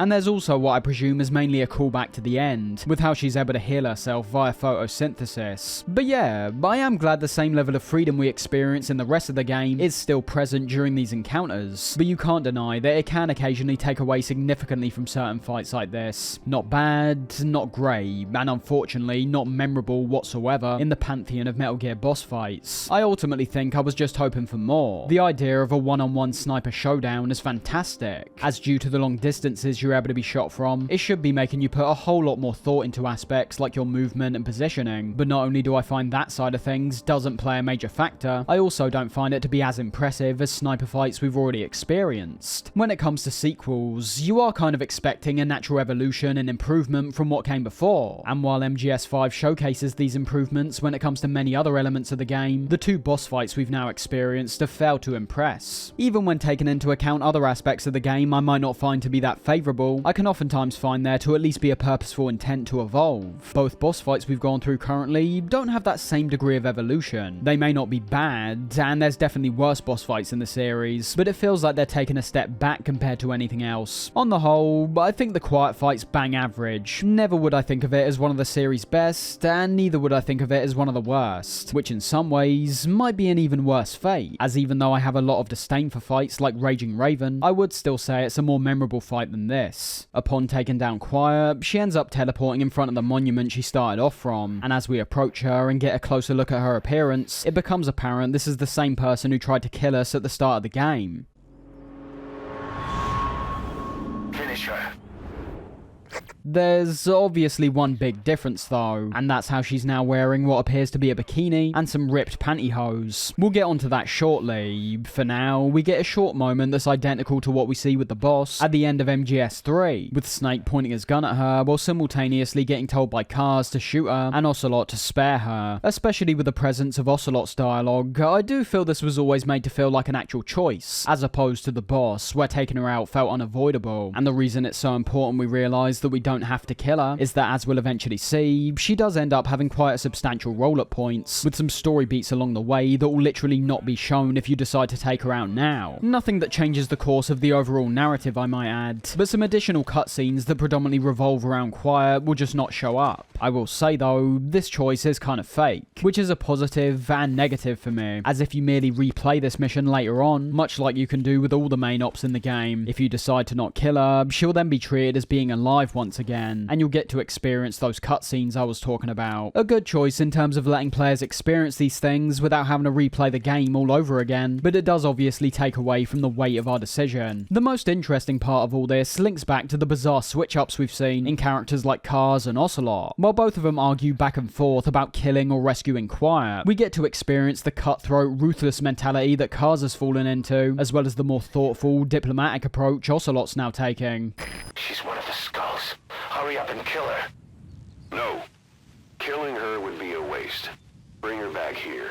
I've got to be honest, in retrospect, I think for as weird as it is hearing both characters act this way initially, it does make a lot of sense when thinking about it a bit deeper. I remember when playing for the first time, it was especially Ocelot I had the biggest problem with, but I understand now that Kojima's reflecting the transitionary point towards the character he'd eventually become in MGS1. Yeah, I think he could have had a bit more of that general weirdness we experienced in most of the other games, but post MGS3, despite being an oddball and going over the top at certain points, Ocelot was predominantly this conniving mastermind who always seemed to be one step ahead of everyone else. Bear in mind as well that we're also seeing Ocelot in a context where he actually respects the person he's working for. Even when he was working for Liquid and Solidus, it was all in pursuit of his own motivations. As for Cars, his evolution makes total sense as well, due to what happened to him over the course of Ground Zeroes and Phantom Pain. Both characters have turned into an angel and devil on Snake's shoulder in their own unique way. It's just the fact that unlike Cars, who has a vengeful mindset from start to finish, Ocelot's someone who, while trying to remain calm and collected most of the time, can stray in the other direction at points. Either way, whether you decide to kill or save Quiet is up to you. Fact is, you can go back on whatever choice you make if you change your mind. On the way back to Mother Base, our helicopter ends up getting ambushed by a fighter jet. The fact this happens over water, creating a scene reminiscent of the Harrier fight in MGS2. And the scene itself, I think, is great. Immediately, I feel there's a sense of tension created, not just from the threat of the jet itself, but also from the fact the last time we came under heavy fire in a helicopter, Snake was put into a coma for 9 years. I find the handheld direction works fantastically in scenes like this, creating this really ominous feeling as the jet flies back and forth, zooming in as it draws nearer and begins to fire missiles out. And of course, you also have that feeling of being drawn even further into the scene, as the camera matches the intensity of what we're witnessing by flying back and forth as we follow the jet in each direction. There's multiple variations of this cutscene we're able to see depending on things things like if we saved Quiet, and if we brought D-Dog along to our fight with her. I like the fact that D-Dog either is or isn't sat in the front of the chopper, depending on if we took him or not. But I think it's more down to the Quiet side of things when it comes to why we see this kind of variation when it comes to this scene. Reason being is that to my knowledge, these kinds of variable cutscenes aren't very common, and I have to assume they took this opportunity to experiment around with the alternate outcomes for those who either killed or rescued Quiet. Because although this scene works in showing how Quiet is more than likely willing to help us out from now on, with her being the one who eventually takes out the jet, if you killed her beforehand, this cutscene literally doesn't happen, and that essentially sets the precedent for Quiet's character across most of the game. On the whole, we could experience most of the story without her presence, but as merely a new character that we get to witness throughout the game, I do feel like we're missing out on quite a lot if we decide to stick with our decision and never bring her back.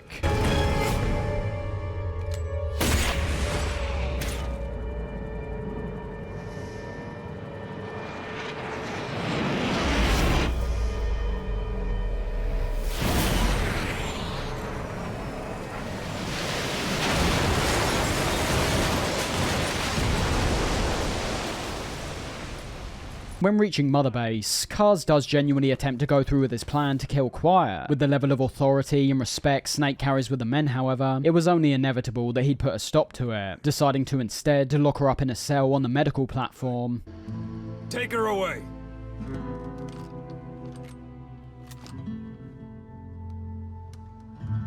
What are you waiting for? Move!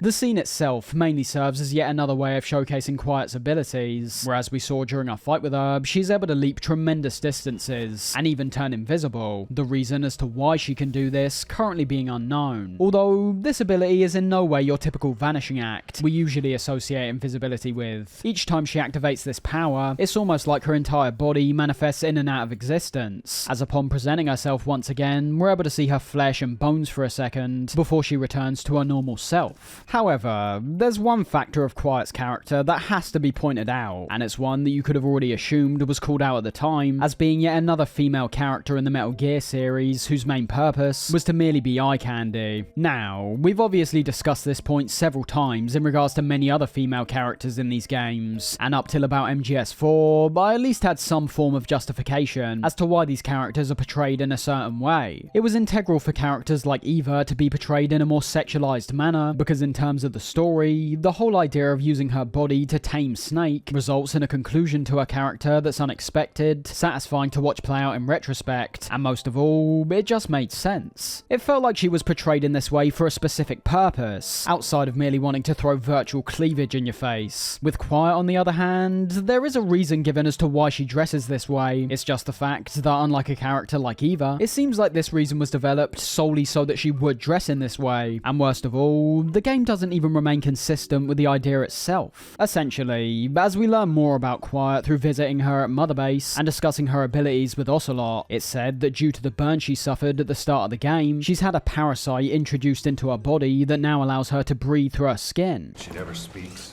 sweats, or breathes. What? Well, not with lungs, at least. She breathes through her skin. Clothing would suffocate her.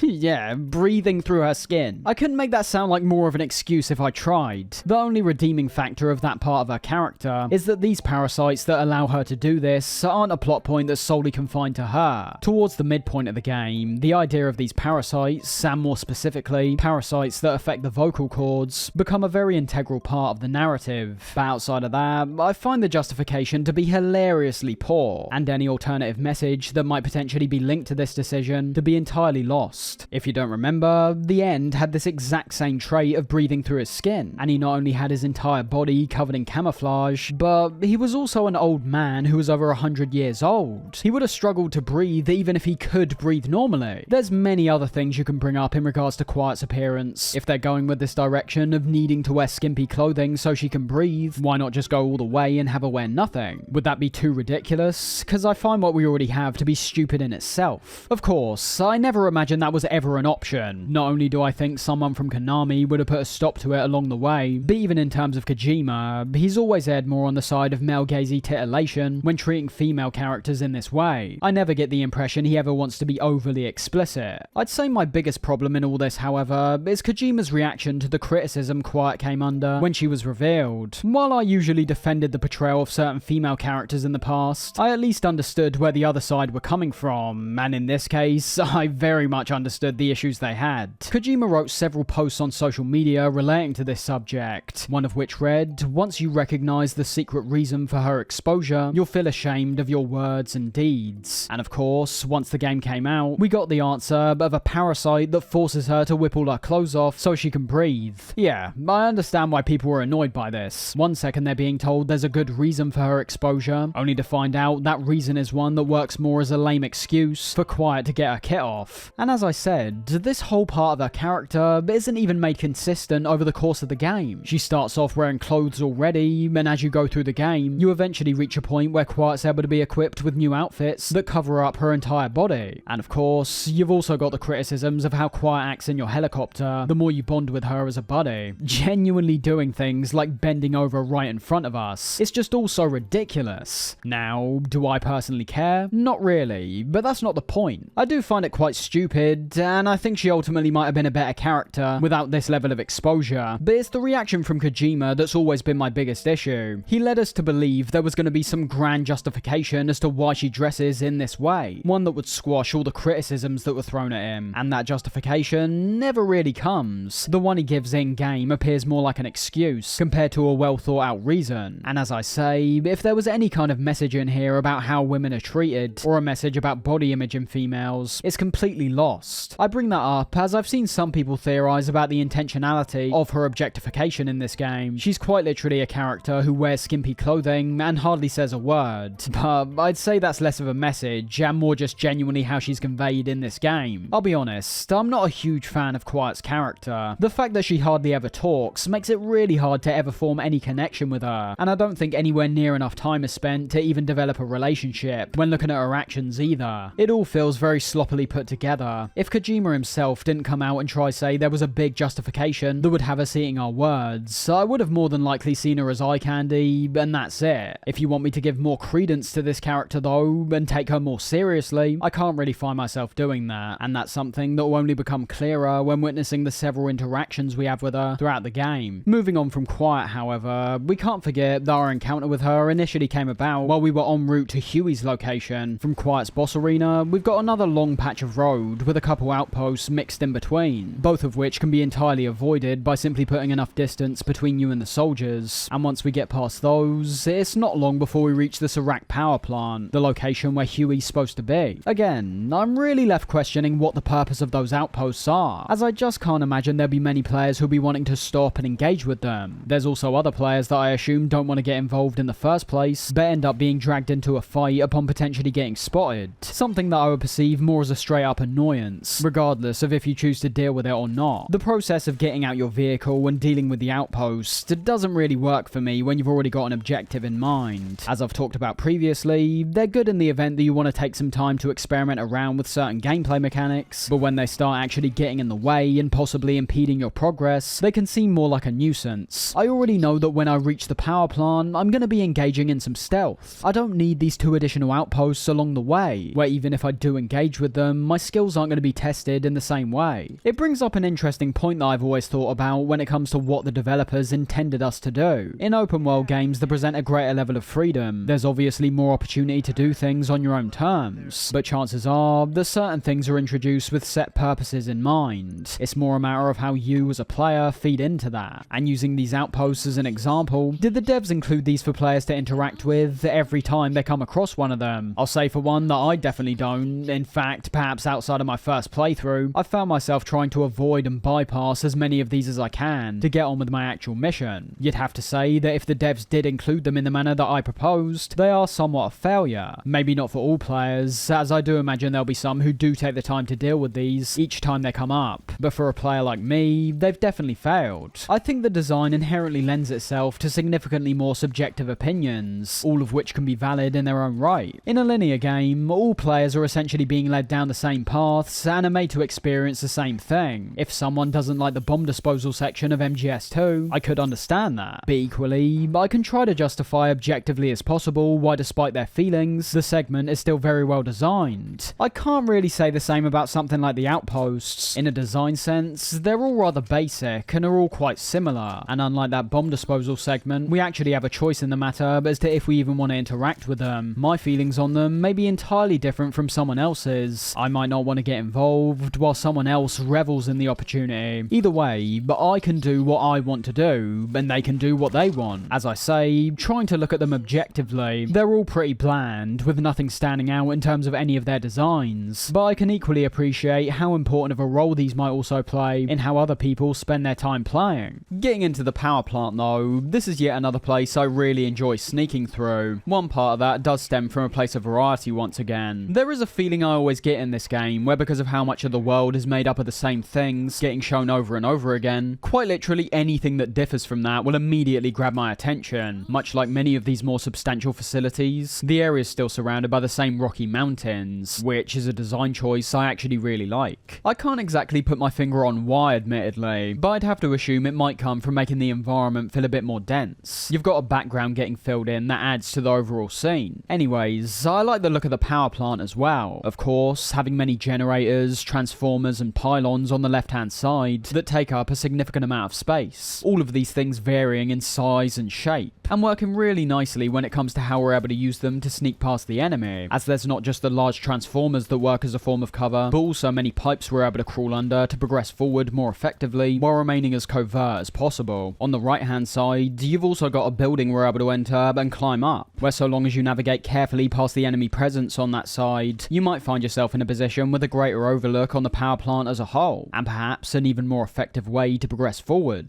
It's a rather simplistic design when you boil it down. You've essentially got 3 lanes to work with: the path to the left, the path to the right, and a path right down the center, although that one will leave you incredibly open, especially when it comes to the building we're able to climb up. In the scenario you've got a ranged weapon like a sniper, you could have a very easy time picking off soldiers from a distance and have a great overview while doing it. And not to mention, I think the fact we scale this building in the first place introduces a more considered approach to the level design that we aren't seeing as much in many of the other places we've visited so far. There's a large part of the MGS5 experience that's purely focused on traversing the environment, but understand that in previous games, when we were hiding in lockers, climbing up ladders and so on, that was us interacting with the world, not just walking, running, or crawling through it. As I've kept saying, a massive positive with the Metal Gear games are the sheer amount of opportunities they can present at points. So in a case like this power plant, we can decide to stick low to the ground and hide ourselves amongst the many transformers and pipes on one side, or you could perhaps take the slightly riskier approach of climbing on top of the building in exchange for a greater deal of clarity, something that could be especially important if you haven't got D-Dog, as you can then mark down all the enemies in the area with ease and avoid them more effectively. Not a substantial portion to sneak through by any means, but one that you can immediately feel has had more thought put into its design, its enemy placement, and overall look compared to the several outposts we witnessed on the run-up to it. And not to mention as well, that along with the many useful resources and blueprints we're able to find when entering the several interiors that are presented here, this is yet another facility that has the radio dishes and the anti-air radar for us to destroy. The purpose, admittedly seeming rather irrelevant for places like this, once again, only when looking in retrospect, because outside of this sole mission, I could only think you'd be returning to this place to perhaps complete a side op, or to just visit the power plant for your own personal means. Nothing wrong with that, of course, and I do enjoy the additional things we can destroy that could potentially help us out in the future, but when boiling it down, the impact this will have will all ultimately depend on your own personal choices while playing, because from my point of view, and this doesn't go for solely the power plant, I saw no reason to return to this place after I'd seen everything I needed to see and completed every objective that was located here. Again, you could reasonably say that's another issue with the world itself. While I like the power plant as a sole facility, there's nothing that's truly drawing me back in and making me feel like I have to go to it again. Once again, I'm not trying to say MGS5 should have modelled itself after a game like GTA, but when comparing the open worlds of both games, Rockstar Rockstar proved themselves time and time again to excel past any other competition. GTA 5, which let's not forget was released 2 years before the Phantom Pain, has areas of its map that I want to visit whenever I come back to it. The military base, the Santa Monica Pier, the secret mines we can find up in the mountains. MGS5 isn't lacking effort, it's managed its resources elsewhere, because while I'm sat here saying Rockstar's open world is better, I can also turn it the other way round and say that MGS5's core gameplay, in regards to shooting, movement and so on, is miles better than a game like GTA 5. That obviously doesn't mean you can sit by and give these things a pass, however. Very few games are perfect, and MGS5 definitely isn't. What I'm seeing with this game's world is an opportunity that isn't being capitalized on. They've got the foundation, I think they just needed to add some more detail and flesh it out with more things to do, because admittedly, even if you wanted to compare it to a game like Mafia 2, a game whose open world was notoriously limited and served primarily as a backdrop for the main story, even in that case, I'd have to say that Mafia 2 does a much better job at distinguishing several parts of its world. MGS5's Afghanistan map creates a solid atmosphere, but damn can it be samey. Anyways, after we get through the power plant and make our way into the locked off passage at the end, things get a whole lot more interesting. Following a truck into the facility, it appears that not only are we discovering Huey, but also Skullface, who's talking with him, as well as the brand new Metal Gear. We get a much better look at the mech compared to last time, and although I still find the time frame to be a bit weird, considering it looks much more high-tech, even when compared to Rex and Ray, much like the iDroid, I'm willing to put that to one side, purely because of how fantastic it looks. The talk we hear between Huey and Skullface lets us into an interesting detail that could be very easily missed if you're not paying attention, with Huey remarking the mech is still not complete and can't yet accommodate a human pilot. This means that when we ran into it last time, as some may have already speculated, it was being operated entirely by Psycho Mantis. While Huey initially appears to maintain some form of importance and authority with how he talks to Skullface, and also how he seems to be the lead on this new Metal Gear project, that doesn't last that long upon us arriving.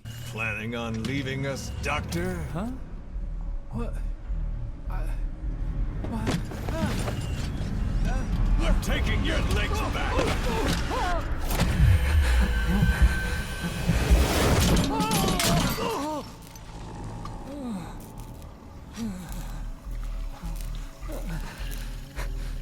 Several callbacks there, of course, getting pushed down the stairs in a similar manner to when Coleman did the same thing, him peeing his pants, and while we do see more of Skullface at this point, I still don't feel like any of his actions are surmounting to be an impactful villain. Currently in the Phantom Pain, he's starting to seem considerably more underwhelming compared to how he was in Ground Zeroes, and that's pretty bizarre to me. Both games come under the bracket of MGS5, so I have no clue why there's an inconsistency that's starting to emerge when it comes to how he's portrayed in the two games. If I'm being honest, the two most compelling things about him so far has been his appearance, which remains the same whenever we see him in this game, and also some of those tapes we got to listen to in Ground Zeroes. Outside that, we're not even really hearing much about Skullface in this game, and that's including the tapes. I started making comparisons to villains of the past, and while you could try and make an argument that we don't particularly see Liquid all that much until the closing stages of MGS1, you not only ran into several equally striking foes along the way, but you also had a good few moments where we see him in between our final meeting, where his personality would really shine through. Not to mention, you also had the whole sibling rivalry angle that almost immediately deepened our connection to him even further. While I agree that Skullface shouldn't be on screen all the time, as to leave a sense of intrigue and mystery surrounding his character, I do feel like we're starting to waste someone who had the potential to be a really great villain. We'll see as we get deeper into the game how that plays out. However, for now, Huey gets taken away to another base, and it's time for us to go after him once again, taking us into the next mission, Hellbound. Naturally, as we're not deploying into a mission via the helicopter, we start this one off much like the previous one, leaping straight from a cutscene directly into gameplay where we've got full control. That's two on the trot that do this, and it makes me realise even further how much of a pain it is having to wait in the helicopter at the start, purely to get our mission underway. Our objective here is literally the exact same as what we failed to do at the power plant: locate Emmerich and make contact. He's been taken to a camp that lies in the opposite direction of where we initially came from from Quiet's boss arena, so it's time to sneak out this place and get on the road once again. One new addition we see when making our way back out, however, is the gunship that's now flying over the power plant. We actually had the opportunity to run into one of these during the Honeybee mission, and depending on what side ops missions you've been doing, you may have had a couple encounters during them as well. Much like the tanks and armoured vehicles we run into, if you're spotted and one of these are nearby, you might be in for a real tough time. However, although they still pack a hell of a punch, and will likely take you out in a matter of seconds if you're standing around out in the open, I did ultimately find them to be a bit more forgiving compared to the armoured vehicles on the ground. Essentially all the gunships we've seen in previous games never had the ability to spot you. Using MGS3 as an example, the one that shows up in the mountain area will only ever go after you if you've been spotted by someone on the ground. That changes in MGS5, but not to a degree that's all that substantial. Gunships can now become aware of your presence and potentially spot you, but it's the exact same situation as the snipers we looked at previously. The window in which they remain suspicious is considerably longer compared to the ground troops, meaning that if they detect you running around, you can still keep running around for a short period of time before they actually spot you. And adding to that, exactly the same as the sniper, the way to avoid them is to lie on the floor and start crawling. Nothing too deep, but a change that I ultimately enjoy. The threat of them opening fire on you is still the main thing, but much like the sniper, when it comes to their ability to spot you, I feel it's less to do with the actual spotting side of things, and more just straight up detection. The fact that you now have to lie on the ground could potentially be a problem in some cases, as your movement is now more restricted. Say you already had a guard making their way towards your position, you now can't move away as fast as you want to, and might have to risk getting spotted by the gunship by getting up off the ground, or perhaps take a shot at the approaching soldier. So there's definitely great stealth moments this additional threat from the sky now presents, but its main function still revolves around blasting you with lead, of course, reaching the stronghold where Huey was taken to. I have to say, this is yet another area that I think's great. When entering this place, the way the area's been designed doesn't seem too far off what we experienced at the power plant. This time, that 3-lane structure I talked about has now been pared down to 2, one path following the road that led up to the base, and another diverting to the right hand side. While following the path might seem like the main method of entering this time round, you're also able to make your way up a hill on your right hand side just before you reach the entrance, which ends up giving you a great overview of the general area and encouraging you to go down the path that leads you away from the enemies that are patrolling the main one. The amount of space in this whole area is substantial, having these large patches in between each of the hangars where there's no cover whatsoever. So there's a nice balance we see between having to stay closer to these structures that provide a greater amount of cover, while simultaneously dealing with the multiple enemies that are patrolling those areas too. In a visual sense, I'd say the wide scale of everything remains the key highlight. These are without a doubt some of the most expansive environments we've witnessed in a Metal Gear game, and especially when you come to these places at night time, where the many different light sources shine onto multiple sections and structures, everything can look really great. I also enjoy how in terms of the level design, you've got many moments where paths cross and link together. For example, that route down the right hand side at the start might initially seem like it's leading you in a separate direction to where you're wanting to go, but continue to follow this path round, and you'll discover the road actually takes us right back to the hangars, which the other path was also leading us towards. Something else you'll notice about this place is how that enemy presence really starts getting cranked up at this point. Enemies aren't just getting spread across a wide area, there's also pockets that can become densely packed at points, from enemies that are both patrolling the base and ones that are stationed in certain locations permanently. You've got threats on the ground level, snipers up on the hangars, and even some that are using this new piece of equipment that we originally saw Huey be picked up by. Overall, there's a significant amount of enemy threats crawling throughout this place, being placed on several varying heights and patrolling from many different angles. One thing you'll notice about these guys around this point in the game, however, is that it's not merely their presence you're having to worry about now, it's also the equipment they've got on them and how they can lead to your downfall if you're either not playing carefully or can't pull off an action effectively enough. What I'm mainly referring to are things like the helmets, body armor, and night vision goggles that gradually get introduced the further you get into the game. I think the implementation of these are utterly fantastic, as it's not merely a matter of progression. The enemy AI will genuinely adapt depending on certain tactics and strategies you consistently implement while playing. Now, I imagine most players will likely be experiencing quite similar switch-ups, because certain enemy adaptations can come about from the most basic of actions. You keep pulling off headshots, for example, and after a while, you'll start noticing some enemies that are wearing helmets. And if you continue to go for these headshots, even after the helmets start getting introduced, I'd imagine that will lead to the frequency of enemies who wear these helmets increasing. At least that's how it seemed whenever I've played this game. The head is one of the most effective and common places to target, so I imagine the addition of the helmets is something most players will begin noticing after a while. What I find more impressive are additions like the night vision goggles enemies start wearing, basically extending the range in which they can spot you. And as you might have assumed, these only start getting applied to enemies after a pattern's recognized in relation to when you carry out your operations. You constantly go into missions at night, and you'll start seeing more enemies wearing these. Same goes for things like gas masks. If you have the tendency to use smoke or gas grenades, the enemies will start wearing gas masks a whole lot more often. When thinking about it, with this knowledge, an interesting dynamic can arise, and one that I feel would have been intentionally implemented to encourage a broader range of approaches. The introduction of the helmets is basically an acknowledgement from the game that they know your preferred way of handling threats. So as a result of that, you may then turn to those gas grenades I was talking about, perhaps stepping outside your comfort zone and experimenting around with weaponry you'd never usually touch. Now I will say, I am making it sound like more of a big deal than it actually is. Although the game does genuinely adapt, as I say, I think a lot of players will merely think this is tied to their overall progression, as opposed to a reaction to what they're personally doing. And I ultimately feel that to get the full effect of an adaptive AI system like this, it would have had to be reinforced a bit more heavily, with consequences that put a stop to your typical approaches altogether. Don't just make getting a headshot harder, make it damn near impossible, because in reality, those helmets I'm talking about defend literally one shot. You can shoot it off and then immediately shoot the enemy's head.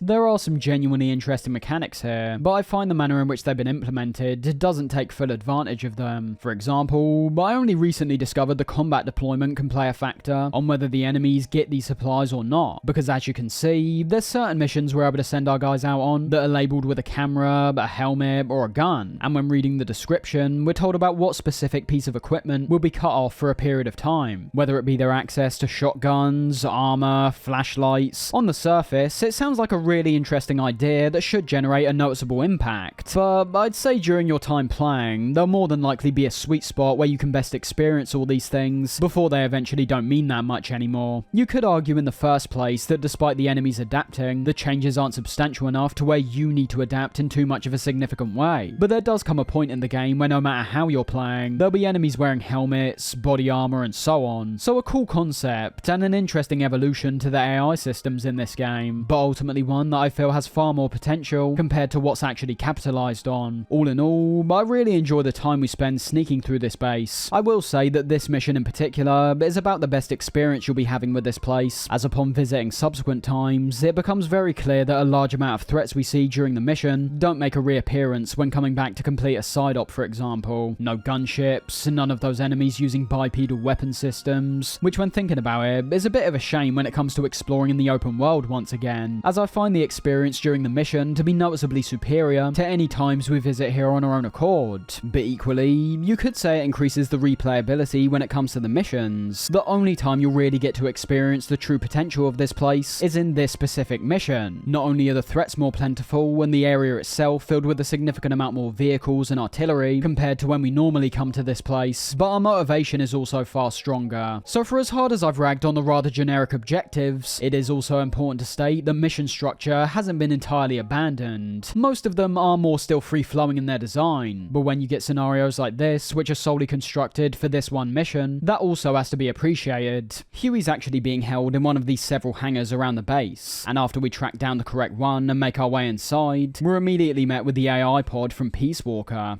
Who are you? Snake?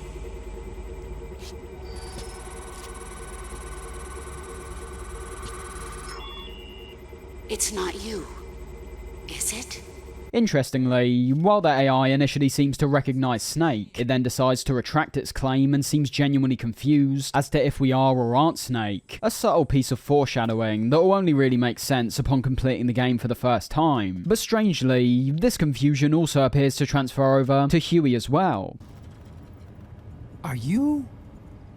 It's unclear if this is a continuation of the foreshadowing we just saw, or perhaps a more literal confusion due to our slightly altered appearance. But either way, it's a really strange moment. Outside of his new hairstyle and the shrapnel sticking out of his head, there's nothing all that different about how Snake looks. So maybe it's just telling us that Huey's essentially forgotten who we are because of the 9-year gap. Regardless, Snake treats him with near to no respect, cutting his mechanical legs and putting a bag over his head so he can't see. Despite how we may feel in relation to his potential betrayal, the actions of Snake reflect an immediate aversion to even remotely trusting Huey right now. One thing he does recommend, however, that can help us in escaping, is to use the walker gear that he apparently developed. This walker gear appearing near identical to those same bipedal systems we saw the enemies using, almost like a mini Metal Gear. And when getting in this thing, while it doesn't seem like a great option if we're aiming to make our way forward sneakily, primarily due to the massive amount of noise it generates when moving, on top of being equipped with a Gatling gun and pistol, it does at least let us move around at a much faster speed compared to our usual sprinting. I do really enjoy how this initial walker controls. The movement feels smooth and swift, and while you might not really want to be pulling out that Gatling gun right now, it performs exactly as you'd expect. A portable version of the Gatling gun that's equipped to our helicopter essentially. I also like its ability to pick up Huey with the arm that sticks out the front of it, but of course, due to our Fulton devices, there's very few times I found any use for it in other situations. It becomes pretty clear why we're told to take the walker upon making our way out the base, because as we're about to be picked up by our chopper, we come face to face with Skullface and Mantis once again, dragging along the Sahelanthropus mech, which soon after Skullface's short patch of over-the-top dialogue sets about killing us straight away. You and your friend will die here. Behold! Today is the day weapons learn to walk upright!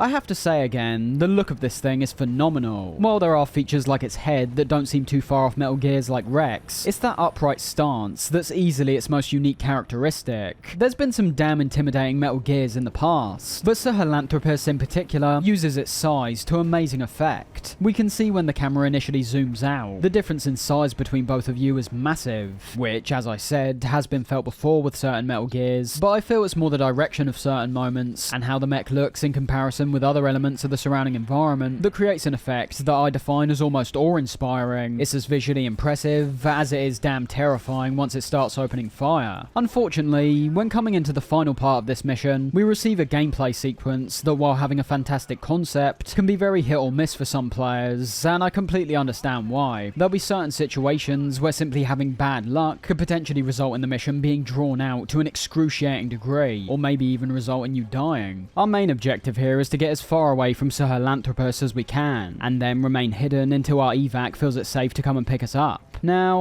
while I didn't personally have a problem with this on my playthrough this time, I have very much experienced this mission before and had the same issues that other people have complained about. The main one being that it can sometimes feel impossible to hide from Sahelanthropus in the first place. You've got to bear in mind that not only is this thing enormous, meaning that it can spot you from much further away with relative ease, but at the same time, the period in which you have to remain hidden is fairly substantial, and Sahelanthropus doesn't have to solely rely on its own vision, but can also shoot out these scanners which will be able to identify your location. All this goes to say that if you're having a hard time breaking away from the mech, this can very quickly turn what should be a really intense and grand ending into one that's rather annoying and tedious. I've had it before where I was literally seconds away from jumping on the helicopter, only for it to fly up into the air without me because I was spotted once again. For all those complaints, however, which as I say I can fully understand and relate to, I still think this ending is superb. While it can be annoying getting spotted by the huge mech from a long distance away, at no point did I think it crossed into the realm of being unfair. It's all still reliant on how effectively you can stay hidden, and particularly in this scenario, how well you can use your environment to provide a suitable amount of cover to hide behind. Sahelanthropus definitely lives up to what we've been seeing so far. The sheer size of it is already pretty terrifying, but you've also got those animalistic, bassy growls and piercing screeches it lets out. And although we don't see its full combat capabilities during these moments, the minute it starts opening fire, we can immediately tell this thing's packing some deadly weaponry. While you can turn off camera shake in the settings menu, something I imagine many people will be doing considering how heavily it gets used when performing actions like the sprint, I feel in situations like this, the camera shake can reinforce the sheer power of these pieces of machinery to great effect. Every single bullet that it fires out and every step it takes can cause significant jolts to the camera, immersive in itself, but a clear indication as to how great the impact it's making is when performing quite literally any function. In terms of our escape, this is where we should turn our attention back to these more open environments and see how much they can enhance certain gameplay scenarios like this. The fact that we're getting hunted by Sahelanthropus is great, but the reason we're able to be hunted in the first place is because the world accommodates that possibility. While I still think too much of the open world is simply empty space, in cases like this, that empty space has an actual purpose, and it's all about our ability to create distance between us and the mech, and also how well we're able to hide ourselves. I think when looking away from those annoyances I mentioned, that, don't get me wrong, can genuinely occur, the tension that's created here is fantastic. Especially when you're at the point where it starts throwing out scanners and walking around trying to find you, we're able to experience some real edge of your seat stuff. Having a scanner come right up beside you and just barely staying out of the area it's scanning. Most of all, but I'm happy to be involved in a situation where something new and fresh is occurring. We've got a new threat coming after us with unique abilities, and our sole aim is to hide and then escape. No matter how simplistic these switch-ups may be, I find that breaks from a usual formula are essential to keeping any experience truly engaging, and in this case, while the end goal is still to rescue a target, that being Huey of course, the unique threat we're having to deal with in between makes this mission really stand out. It's like I was saying with how the base is treated in this mission versus how it's treated when exploring the open world in our own time. There's key differences and key events that occur in this mission alone, and the reason I think of that as a big deal in this situation is because that's simply not what we've been experiencing so far with these main ops. While I can appreciate how some of them are designed, there's not many so far that have had standout moments which make me actively want to return to them again from purely an enjoyment standpoint. This one, however, is very different. From the unique sneaking moment in the base to our escape from Sahelanthropus, all being capped off with a stunning piece of action where the mech leaps around the environment while we pepper it with a Gatling gun outside of the opening in the hospital. But I'd have to say this is the best mission we've experienced so far. It progresses the story, the gameplay's got a great mix of stealth and action, and our first proper run-in with this new Metal Gear definitely doesn't disappoint. Great stuff. It's just a bit of a shame that what I perceive as these noticeable highs compared to the previous missions ultimately contain many elements that were a standard for Metal Gears in the past. The main thing for me has to be the story. Bear in mind that even though this game has used the Peace Walker model of segmenting its main story into individual missions, Peace Walker would typically expand on its narrative to a fairly substantial degree with each sequential mission, and let's not also forget that some of those missions that did push the narrative forward also occasionally came off the back of a rather underwhelming objective. One example would be our first boss fight against the Lab G. That fight had essentially nothing to do with the story. It was an obstacle that was put in our path, almost like a skills check, testing our combat ability and making those players who may have been avoiding the weapons development system to maybe try it out. But that didn't matter, because what came after it was another talk with Amanda that gives a greater perspective on her motivations and the new objective of rescuing Chico. We aren't aimlessly going to rescue someone that never gets brought up again, like we do many times in MGS5. We're given the task of rescuing a character, one who becomes a key figure in the story, for another key figure in the game, all coming off the back of an objective that doesn't really tie into any of this at all. Bear in mind, that's just one example. I'd go as far to say that no matter how irrelevant or bland a mission is in Peace Walker, there does always tend to be some form of progression in terms of the story. And lest we forget, there's going to be a large portion of fans at this point in the series who perceive the narrative as the most important element. In the case of MGS5, there's too many missions where we do something fairly banal, and still nothing comes from it. Like if we took out the Lab G, and then didn't experience a cutscene. Gameplay several times now appears to be placed directly in front of the story. I've already said a few times how MGS can occasionally treat its story and gameplay as almost two entirely different things, and I feel there was a large opportunity missed with MGS5 to break the mold and not make both things so separate. This mission being a key example of how story and gameplay, when intertwined, can result in a far superior experience, at least in my opinion.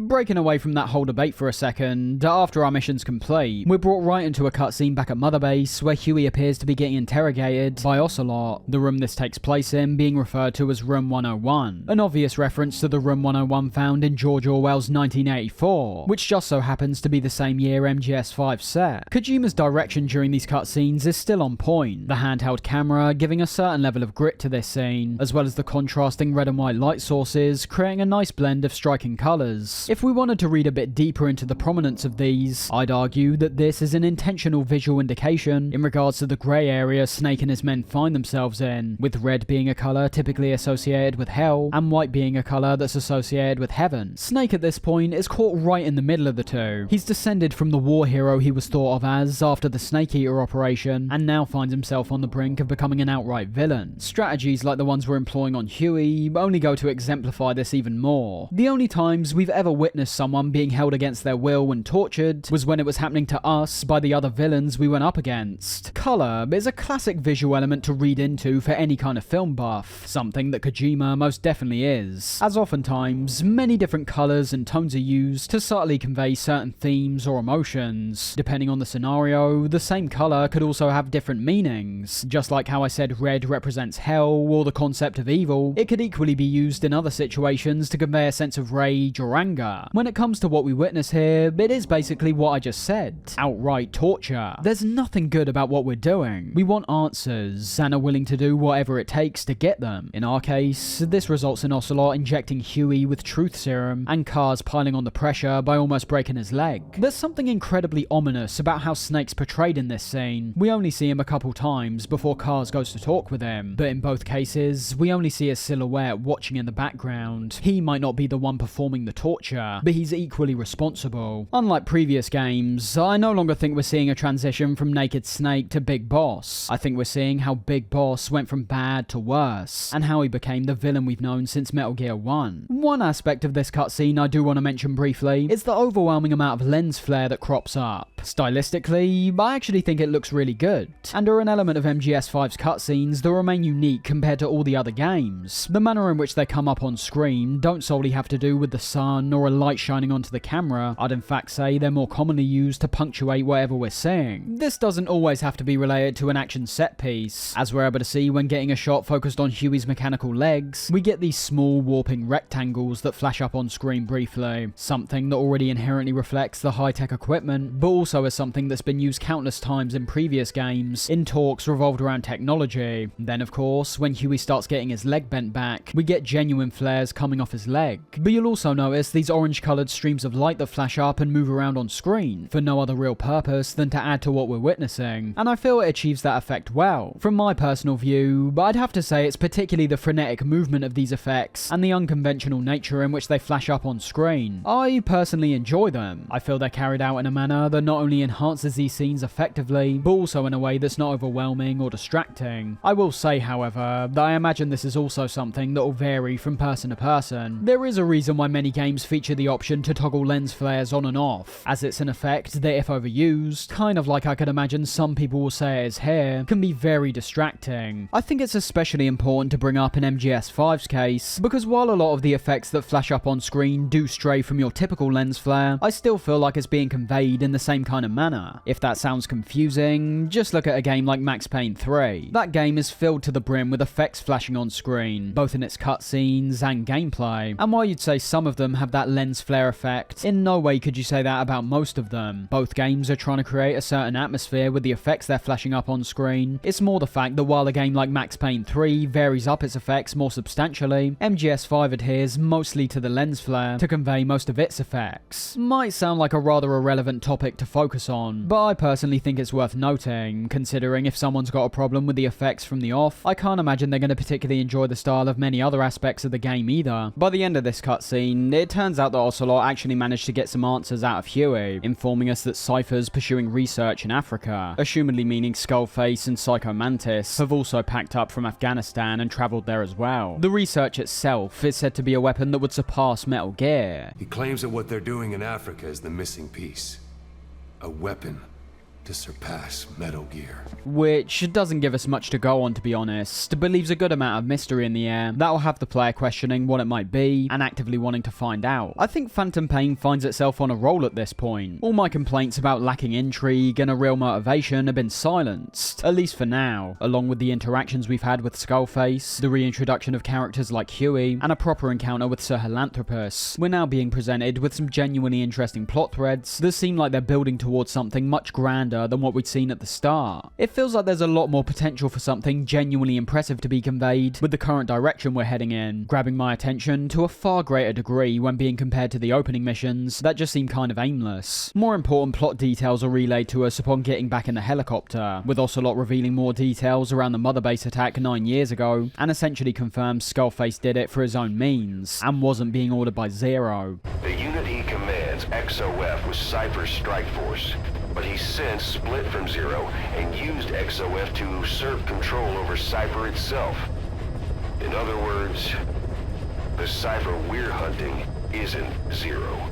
And with that, it's time to head into Mission 13, the first one to take place in the New Africa map. Solely from the few glimpses we get of the environment in the opening cutscene, we can immediately feel this Africa map has taken a refreshing leap from the sand-filled deserts in Afghanistan, featuring a nice amount of vegetation with the many trees and bushes we see, as well as swapping out the sand and dirt for mud and grass. I wouldn't say the entirety of the Africa map adheres to this, but there's a clear reason as to why we start off here. These more swampy, jungle environments with tall trees and waterfalls are unlike anything we saw in the previous map, and as I found the Afghanistan map to start off rather bland and only become increasingly stale the more I ventured through it, the area we start off in is a real breath of fresh air. For those who weren't aware that MGS5 featured more than one map, I imagine this will be a very welcome surprise, as although I'm merely listing out the differences between the two, I do think I prefer the overall look of the Africa map. While there are still certain similarities, like the adherence to these rocky landscapes and mountain ranges, I do feel there's a far greater degree of style and variety across the board, whereas Afghanistan oftentimes feels like dirt roads and desert is all it has, which, I mean, isn't far off to be honest. I find Africa mixes things up more frequently and in a more substantial manner, to where I found the environments less tiresome. To be honest, I rarely found them tiresome at all. That's a trait I mainly associate with the Afghanistan map. It's got some key highlights when it comes to some of the outposts, and it does have its own unique atmosphere that's quality enough to where I wouldn't want it just outright removed. But you'll see for yourselves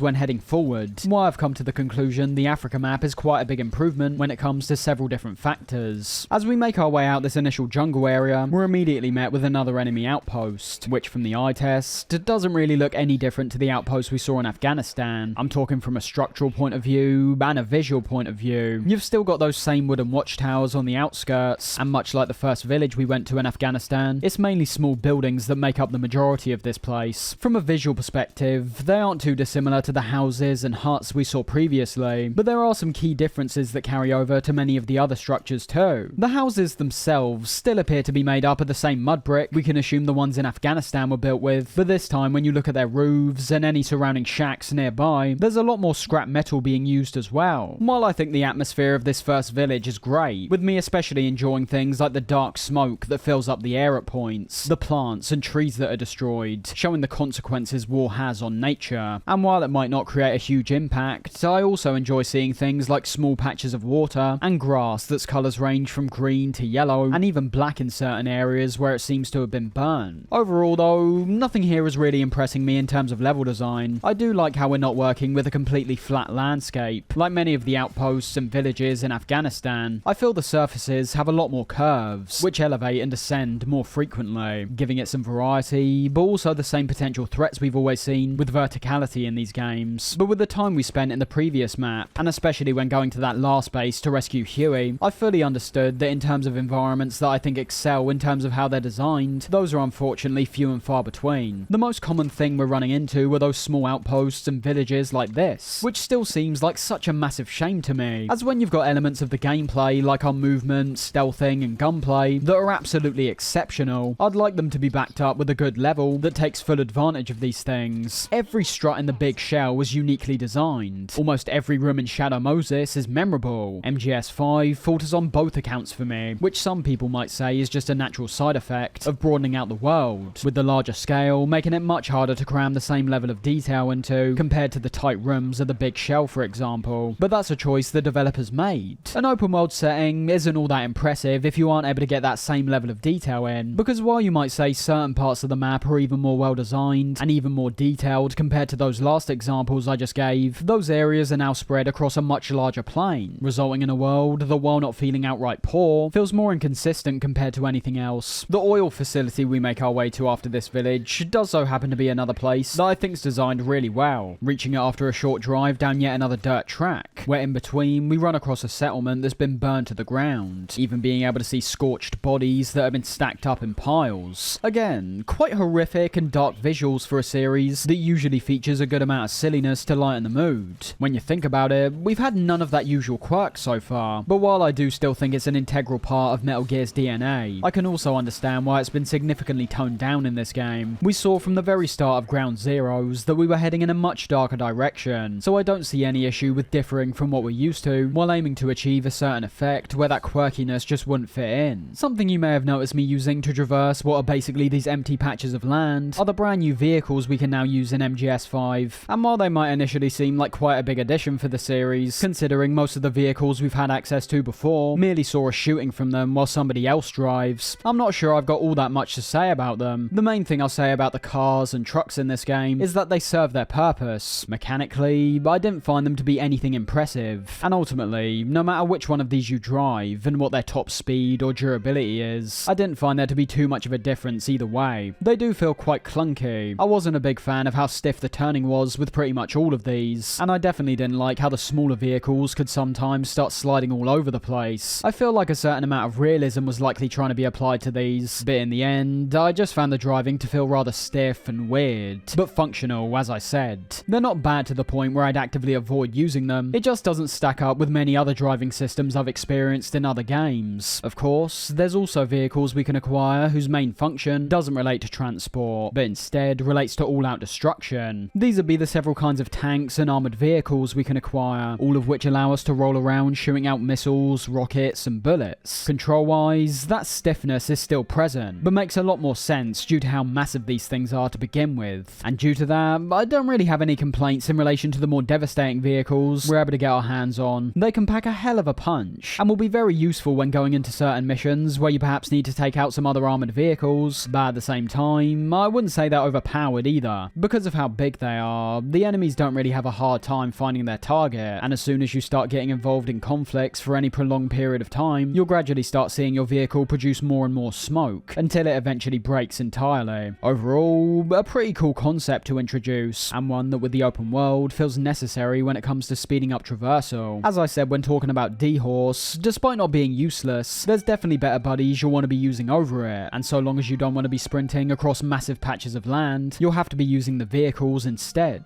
And not to mention, you can do some cool things with these at points, depending on how well you can execute them. For example, whenever you jump out your car while it's travelling at speed, naturally, it'll continue to move for a while before coming to a stop. And by planting something like C4 onto it, you can then create either a deadly trap to take out some enemies, or perhaps allow distraction to lure enemies in a different direction.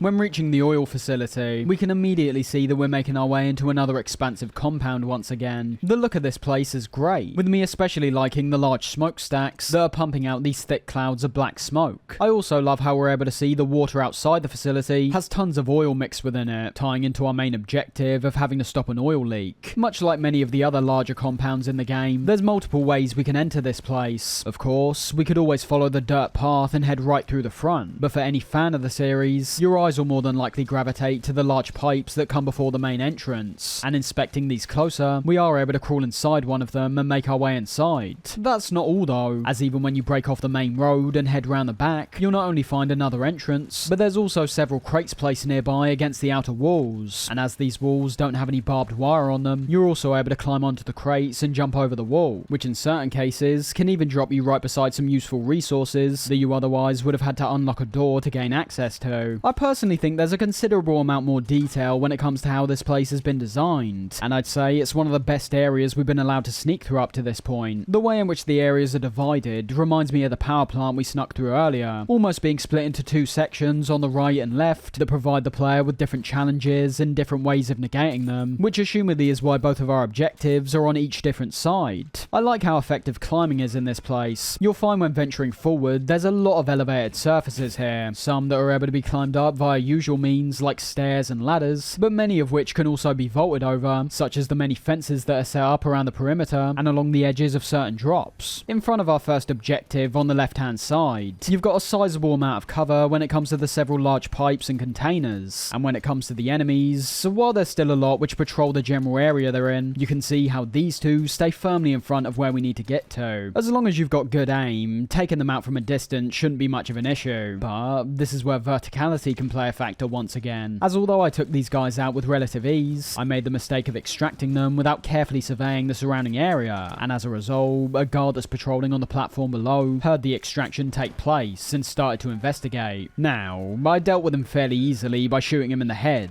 but what I'm talking about has less to do with how easily you or I may be able to overcome these things. It's more about the possibilities that are presented for something to go astray. Height is arguably the main threat when it comes to this place, and it's something that applies to both the left and right sections. This can especially be seen when transitioning between the two, where as you can see in my case, I was running along a connecting bridge, thinking I was safe from being spotted, before then getting pulled into the reflex mode due to an enemy that had seen me right from the top of a nearby building, and this only continues when reaching the other side, with the area itself not only being quite a bit broader, but our objective also requiring us to climb up several elevating stairways, the platform that leads to our objective being a particularly dangerous place to find ourselves in when considering the large amount of enemies on pretty much every level. There's tons of enemies on the ground that can spot us, quite a few patrolling the upper level that can spot us from above, and the level that's even further up where our objective lies also has a guard that patrols up and down the stairway. Luckily in our case, that happens to be the guy who spotted us on the bridge beforehand, but you can see what I mean. It's not just the large enemy presence that I think will cause problems, it's the unexpected heights they can occasionally be placed at, which could really catch you off guard. Bear in mind as well that when you reach these upper platforms, the pathways become tighter and more restrictive, leaving even more of a chance for you to get backed into a corner and spotted. Yet another really well designed area in my opinion, and as I said, the placement of the two objectives makes sure to take full advantage of it as well. Talking of our objectives, what we're doing this time round consists of planting an explosive on the oily water separator tank and shutting down the facility's oil transfer pump. While the latter can merely be achieved by pressing a button, the separator tank will cause a massive explosion.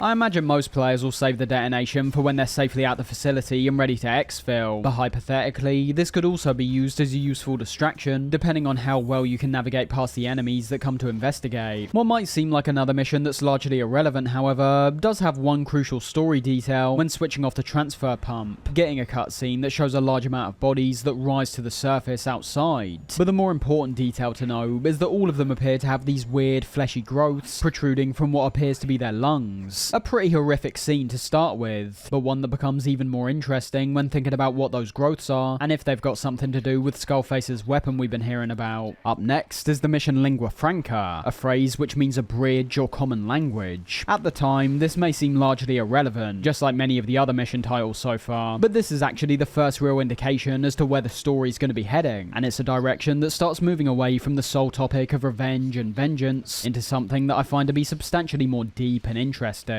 While I'd say nothing will ever truly top MGS2's narrative, it should be said that the further we delve into MGS5's plot, with certain topics and themes beginning to get relayed to the player, Kojima does still end up throwing some big ideas at us, and ones that don't fall in the category of the upper elites and politics, like most of the previous games. The mission itself unfortunately returns to the formula of finding a target, extracting them, and getting out of there, although we are encouraged from the outset to approach things in a slightly different manner than usual. The target's location is unknown to us once again, with Cars telling us the best way to go about finding him is by following an interpreter who's on his way to his location. Now, if you're impatient like me and don't want to sit around waiting, you can decide to take matters into your own hands and just extract the interpreter, in which Cars will hilariously appear frustrated by your actions. Boss. Well, we'll just have to interrogate him to find out where the target is.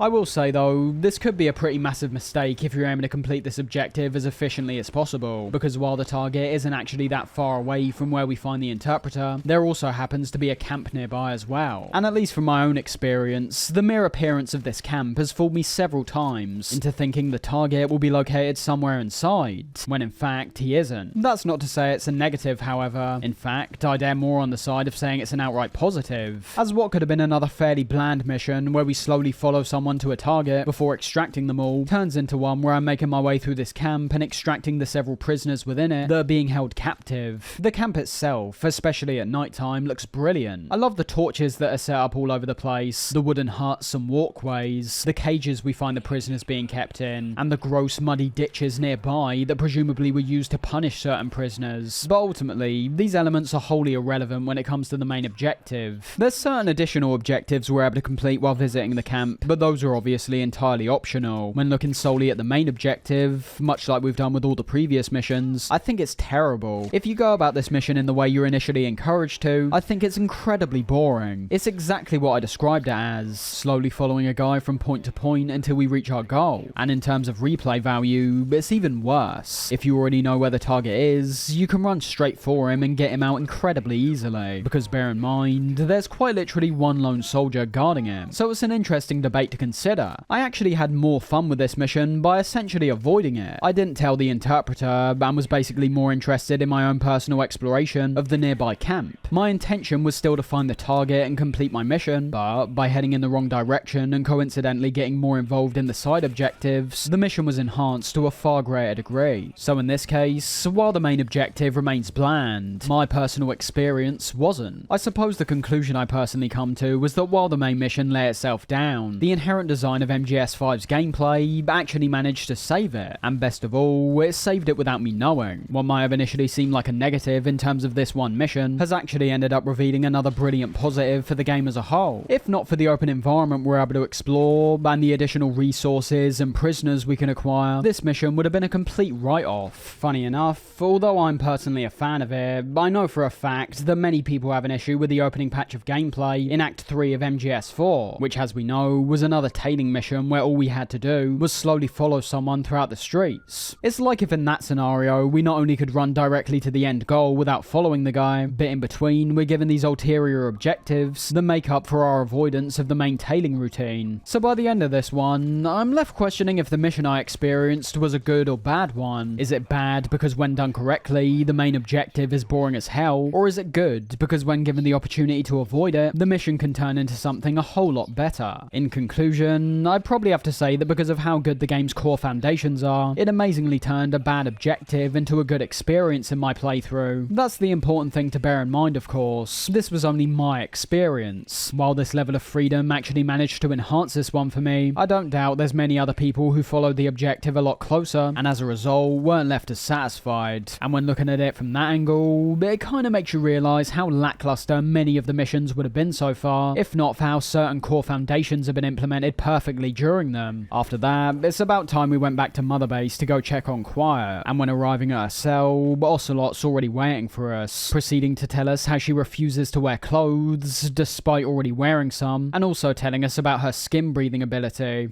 She, refuses to wear clothes. The last staff member who tried to dress her, breathing through tubes. Bear in mind, I only brought this up during our discussion over Quiet's appearance in this game. It's here where we first learn about all these things. We also discover here upon Quiet taking a shower, because of course she does, that she can also drink through her skin as well. We've already gone over her portrayal in this game, so I won't go any deeper into that, but even when taking that out of the equation, I don't find that any of these details truly make her any more compelling or interesting, to be honest. I still find that Quiet's biggest weakness is that she's quiet. Her abilities, while still being out of the ordinary, are nowhere near as outlandish as many of the other superhuman freaks we've seen in previous games. So while I'm anticipating some further development to her character, she still currently remains as predominantly an attractive looking sniper that we've now locked up in a cage. I get the fact that she's supposed to be an unknown entity at this point, but understand that I'm obviously coming at this from a place of knowing where all this leads. And on reflection, while I think Quiet still remains a standout character from MGS5, I think that's largely down to not just her appearance, but also the fact that MGS5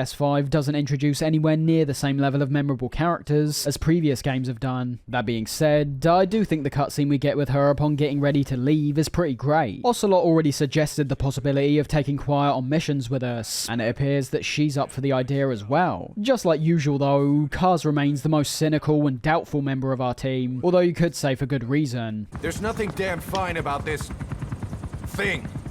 quiet, however, proves how much of a crack shot she is by shooting in between each blade of a spinning propeller, and from this point on, can now be selected as a buddy. Heading into mission 15, this is another one where there's almost nothing to say. Our objective's to wipe out some walker gears, all of which can be found in the exact same location, and all of which you'll more than likely find yourself extracting, so long as you've got the appropriate Fulton upgrade. On top of that, the area we're working with isn't all that impressive either. Typically in these main ops, despite having a crappy objective, you might have noticed that at the very least, we're continually getting brought to the more significant outposts and bases in each map. This one, however, while taking us to an outpost, brings us to one that's mainly made up of some destroyed houses and a big hill that we need to climb up. So, not impressed whatsoever when it comes to the mission, but one thing you will notice is highlighted during my playthrough of this one is the heavy rain that starts coming down during it. We obviously experience rain during Ground Zeroes, and just like back then, I think it looks great, particularly when it comes to the reflections that are generated from things like your clothing, as well as obviously the surrounding environment. The atmosphere it creates is spot on. I love how the sky darkens, even being able to see bolts of lightning flashing in the sky, with there also being a general mist that starts rolling in, limiting how far we can see into the distance. The sound is also great when rain's introduced, not just from the downpour itself, but also from things like our footsteps, where running on these muddy surfaces, for example, results in a wetter, squelchier sound with each step we take. On the whole, the rain from a visual standpoint is pretty much exactly what we saw from Ground Zeroes, but it should be noted that from a gameplay standpoint, the rain can genuinely affect how you may approach the enemy, as when utilised effectively, you can also make it work heavily in your favour. What I'm mainly referring to is the sound of your footsteps. Much like has been the case since MGS3, enemies are now able to hear the noise you're generating while moving, and will likely spot you, or at the very least become suspicious if you're either running, jogging, or even crouch walking near to them. While this is definitely more realistic compared to the guards we had in MGS 1 and 2, we still ultimately have that issue of the crawling, where despite actually sounding louder than our crouch walk in most cases, the enemy for some reason never seems to hear us when crawling on the ground. But that's fine. I've always enjoyed the crawling, and despite it perhaps being more realistic, it could also make crawling in general a less viable option. Whenever it's raining, however, the additional sound that's getting generated is also taken into account. This means that whereas crouch walking behind a guard normally would lead to them turning around, the rain makes it so they can't hear us. It does also restrict the distance in which they can see us too, but I'd say the effect it has on their hearing is far more impactful than their vision. I love this addition, although it was also present in Ground Zeroes, I think it's far more impactful in the Phantom Pain, not only because there's many areas we're traversing that have a larger enemy presence than Camp Omega, but also from the fact it's introduced via the dynamic weather system we now have. In Ground Zeroes, we obviously saw them experiment around with several times of day, as well as the rain weather effect, whereas in Phantom Pain, both those elements are fully dynamic. There's now a full day-night cycle at play, and several different weather effects that are introduced at what I'd assume are random intervals. Now, while we would have been experiencing the different times of day in Afghanistan, we obviously didn't see much rain because of the general climate of the country. What we could have seen a bit more frequently, however, are the sandstorms that can occasionally roll in, not being as visually impressive as the rain in my opinion, because ultimately, all it's really doing is clouding your vision. But as you could assume, this can also be used to your advantage, so long as you're playing carefully, proving those same noise benefits the rain presented, and this time having the enemy's vision be significantly impeded,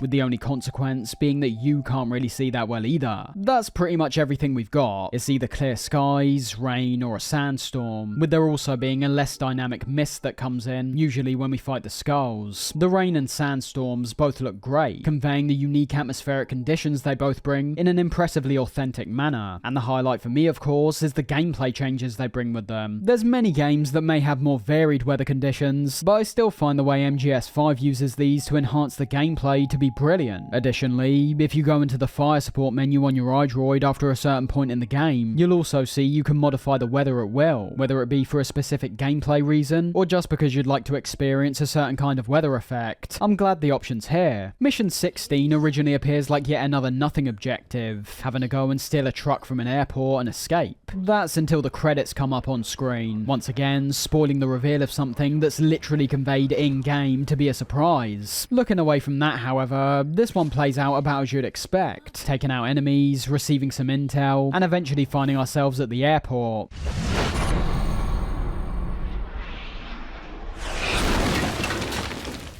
Now it should be said that while we can still escape the skulls like all the previous times we encountered them, Traitor's Caravan is basically another boss fight in mission form. I do like how you're at least given the opportunity to avoid the skulls, being able to either drive the truck out of the mission zone or leading them away and then Fultoning it. But for the vast majority of players, both these things are actually quite hard to pull off. In most cases, you're getting spotted by these guys, which rules out the Fulton because they'll just shoot the balloon, and when trying to drive away, you're gonna have to be very lucky for them to not either kill you or destroy the truck. As a fight though, it's nothing we haven't seen before, and I mean that in the most literal sense. While the Skulls fights do get more varied in the future, the only ones we've seen so far are the Mist Skulls, obviously being named after the heavy mist they flood the area with upon fighting you, but there's literally nothing new. So long as you're taking advantage of those QTEs to counter them, shooting them up close will just annihilate their health bar. Still a threat that I think some people are going to struggle with, because I'd in no way define them as pushovers, but even though they do showcase some new abilities, like how they can pull up these large rocks from the ground and hurl them towards you, it's basically the same boss fight again. You might have noticed that I took Quiet along for this mission, and I'd say, depending on your style of play, she may be just as, if not more effective than the already useful D-Dog. The reason you'll be swapping out the horse for D-Dog almost instantly upon acquiring him predominantly comes down to its ability to mark enemies. I've always been conflicted about this admittedly, as while I've always appreciated the assistance, there's also another part of me that feels like my gameplay experience might be suffering as a result. D-Dog can not only permanently mark enemies in the same way as when we focus on them with our binoculars, but the distance in which it can be achieved is massive. When it comes to the outposts, all you essentially need to do is merely approach it, and quite literally every single enemy will be highlighted. And while the compounds that are a bit larger in size might not present every enemy straight away, all you have to do is keep moving forward, and they'll eventually be marked. And even if there's some that aren't, that's only going to come down to the fact you weren't heading in their direction to begin with. So that's already a massive advantage, and one that I've personally found myself actively avoiding at points, because I think it's just too useful. I found it was actively taken away from things I enjoyed doing. I like scouting out the areas, I like using my binoculars to mark down the enemy, and admittedly, I like suffering the consequences from getting spotted by enemies I didn't see along the way. With D-Dog, all of that is gone. I never have to mark enemies with my binoculars, and I'm never truly surprised by a guard, because I can already see where all of them are and where they're travelling. That's not all though, as just like D-Horse and Quiet, you're also able to bond with D-Dog by taking him out with you more. This not only unlocks abilities like a bark, which can distract enemies and draw them towards a sound, but the further you bond with DD, the longer its scouting distance is, going all the way up to a range of 120 meters in terms of how far away DD needs to be to mark someone. And while I focus purely on the enemies, that's not all, as it's also able to mark down plants, mines, wildlife, just about everything you can imagine. And that's still not everything, as DD's additional abilities actually lie more in the equipment you can develop compared to the bonding meter this time. There's a separate tab in the development menu solely for things you can make for your buddies, and while most of these adhere to the D-Walker, which we'll get into in a sec, there's also outfits we can develop for D-Horse and DD. Outside the DLC and Furicorn outfits that only change D-Horse's appearance, all you have is a battle dress you can level up a few times to give it additional defense. And for DD, you've got a battle dress and a couple sneaking suits, which as you can see from the blue and red labels, will allow it to eliminate enemies on the battlefield in either a lethal or non-lethal manner. A pretty hilarious thing to watch in game, but yet another ability that's taken more control away from the player and giving it to an AI teammate. There does come a point where no matter how useful something is, I want to be involved in a more impactful way than just giving a command, and that takes us nicely onto Quiet. When taking Quiet into a mission, the first thing you'll notice is how unlike the other two buddies, she's helping us from a distance, with most of our time playing resulting in us seeing more of her laser sight compared to actually seeing her in the flesh. While DD essentially stays by your side unless told to do otherwise, Quiet will constantly move around to try and gain the best possible view to assist you from. When getting into her abilities, however, this is where Quiet can start becoming one of the most overpowered elements in the entire game. So much so that many players have found themselves actively avoiding using her simply because it reaches a point where hardly any thought is having to go towards the gameplay from your side of things. Her default abilities start with what I perceive as a pared down version of DD's scouting ability, still being able to mark targets for us without needing our binoculars, but only marking these one at a time depending on who she's aiming at. And as she positions herself pretty far away from whatever outpost or facility you're sneaking into, this also means she's only really marking enemies on the outside, unlike DD who uses the enemy's scent to mark people inside interiors as well. So that might initially seem like quite a big downside, but it's when it comes to the actions she can perform with her sniper where things start getting extremely helpful. Just like DD, Quiet becomes significantly more useful the the more you bond with her, and also when giving her certain equipment. Now when starting off, Quiet will help you out in two ways. The first of which comes from you manually commanding her to shoot at certain targets, which you're able to do by opening up your quick menu and ordering her to fire. While she'll usually have someone in her sights already, you can also use your binoculars to target a certain guard that you want her to take out, and she'll target them instead.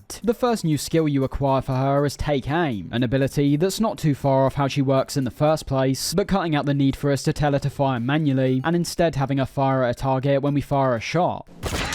As you could assume, this can be done to wipe out multiple targets at once, something that I found in most instances produced a cooler effect visually compared to how it was actually helping me progress. I will say, however, that if you're in a situation where the majority of enemies are wearing helmets, Take Aim can become a bit more useful due to Quiet shots always hitting their helmets. Therefore, instead of merely ordering her to fire and knocking off the helmet, you can shoot first, knock the helmet off, and then have Quiet kill the guy for good. From there, we can also unlock the Cover Me command, which I have to assume is the main reason as to why people consider her to be so overpowered, because as you could assume, this sole ability makes the whole targeting and elimination process entirely automated. Quiet will now start firing at will, typically aiming at enemies that are the closest to Snake, and this is where things like her equipment can become a key factor towards if she's just incredibly useful or if she's pretty overpowered. For Quiet, we're able to develop several different snipers as well as a few outfits. While the outfits are only cosmetic, I do just want to point out here how there's a couple that make no sense when thinking about the breathing through her skin thing, particularly when it comes to the XOF and Sniper Wolf uniforms. While I think they look good and can fully understand their inclusion is predominantly to serve as fun little callbacks, these two literally cover her entire body. I'm not sure anyone could ever be shameful of their words when you aren't even remaining consistent yourself. Looking away from that, however, the snipers we're given, while not being that varied, serve exactly the purposes you would expect, where just like DD, we've got the options of a lethal and non-lethal approach, and also what you could think of as an extra lethal approach when it comes to the Sinful Butterfly Sniper. With the exception of that one, each sniper also has a separate variant featuring a suppressor, which I can assume most people will be aiming for due to how it will raise less attention when sneaking through camps and outposts. While all these definitely make Quiet a fantastic buddy, I'd still personally say that purely from DD's ability to mark down targets from a massive distance away, I think he's still the best buddy on offer. Ultimately, although Quiet can handle a good amount of threats by herself, I not only find that to be much less interesting in a gameplay sense, as we start reaching a point where we're almost watching the gameplay itself, but even then, when it comes to enemies wearing helmets, armor, and carrying shields, I still find that we're able to deal with these threats ourselves in a far more effective manner. So for those reasons, I would say that as you progress, and the enemies become more decked out with high tier equipment, Quiet is less of the powerhouse she can appear to be when you first acquire her. She's still useful, and still has the potential to create some really satisfying moments of gameplay, especially when it comes to some of the final upgrades we can attain, like how she can shoot a grenade that we lob into the air towards some enemies. But overall, she's a lot more balanced than I remember. I find that if you know what you're doing when playing normally, lots of Quiet's abilities can be performed more effectively by either you or one of your buddies. While she can kill enemies that spot you, so can you with the reflex mode. While she can mark enemies she's aiming at, DD can do that as well, but on a much wider scale. Maybe I'm missing something, because I do still get the impression that many players think she's by far the best buddy in the game, as although she allows us to kill enemies without killing them ourselves, I'm not sure that's actually the more effective option. Mission 17 presents nothing new yet again. You can tell this right away when looking at the incredibly generic title, Rescue the Intel Agents. It's another example of how bizarre some of these main ops can be, as from the mission's name, the setup, and even its execution, there's such a disparity between missions like this and several other ones we've gone through. You might disagree, but I'd say that might be an even bigger issue compared to if all the missions were like this one, as in that scenario, while I find the experience on the whole to be less impressive, it would also remain more consistent. Currently, we've experienced certain highs that are brilliant in their own right, but also periods that almost serve as downtime between the next key story mission, not impressing on a gameplay front, and not really pushing the story forward either. As I've previously alluded to, while there's certain missions in the main ops that actually feel like main ops, there's also many others that feel identical to the side ops, this being one of them. What we have to do is write in the title, extract some targets and exfil, and what's even worse is the area this one takes place in is basically identical to the one where we had to follow the interpreter. The only difference is that we now have a target who's actually located in the nearby camp. With us exploring the same areas and essentially experiencing the same kind of gameplay scenario, this is a mission that feels irrelevant in every sense of the word.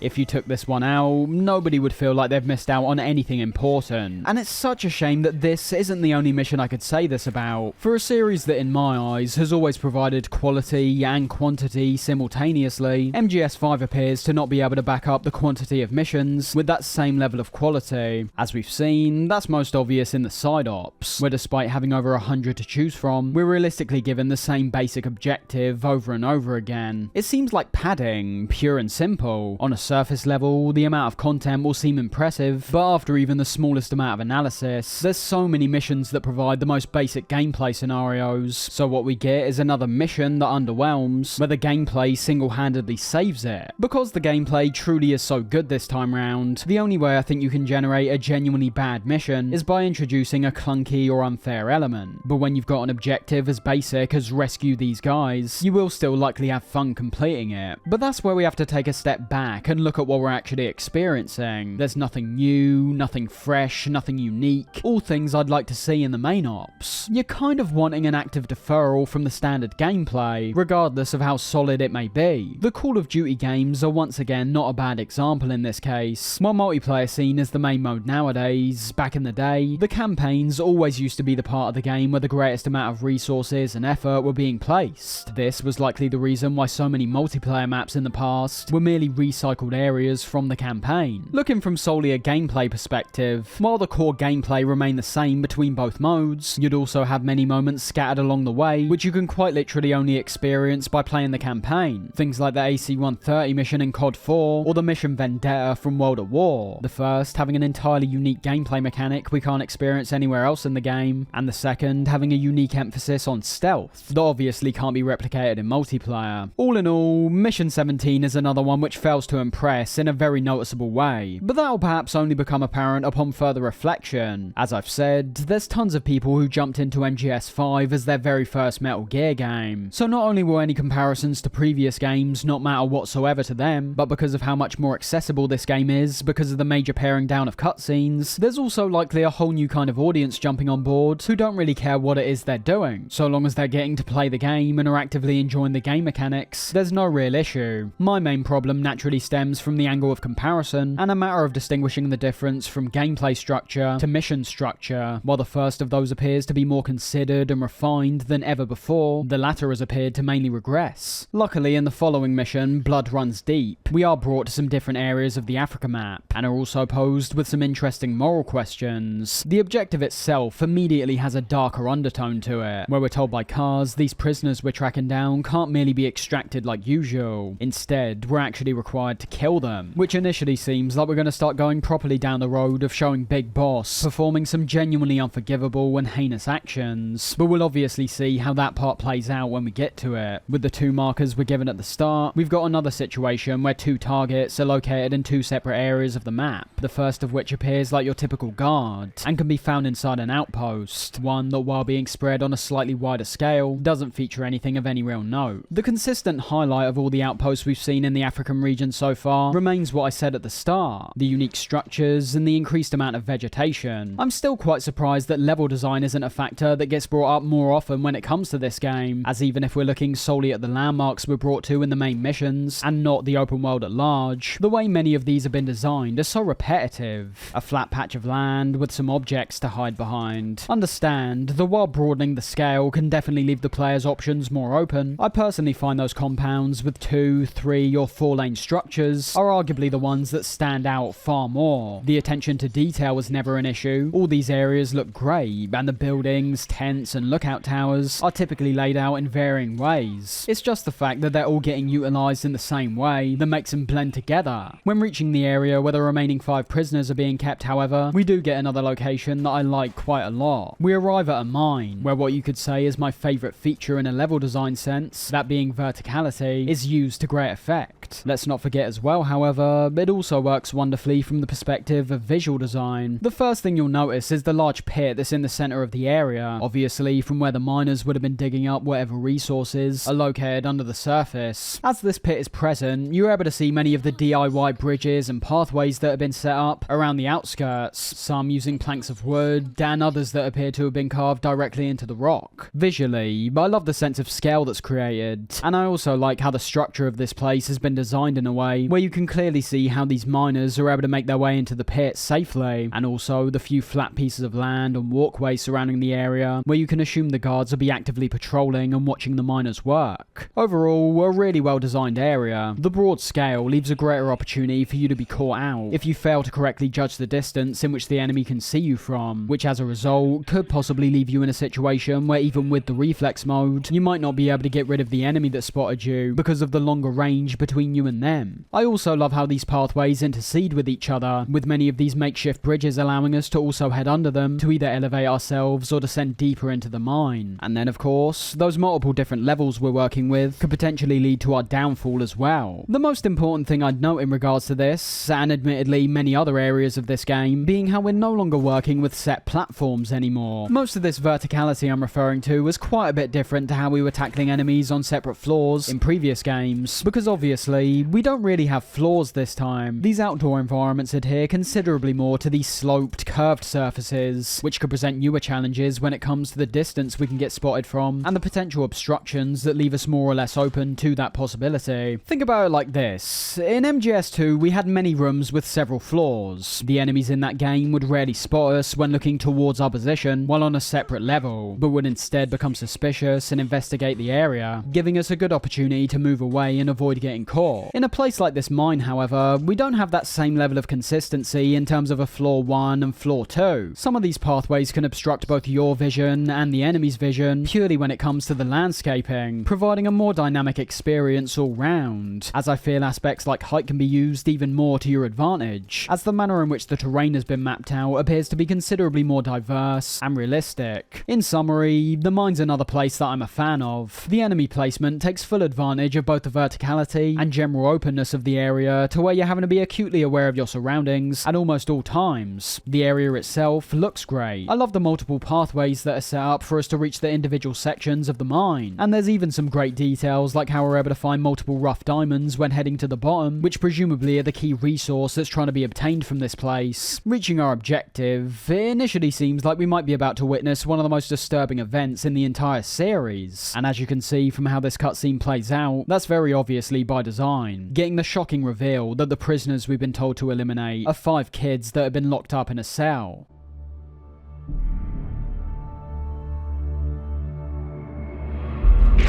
Bingo.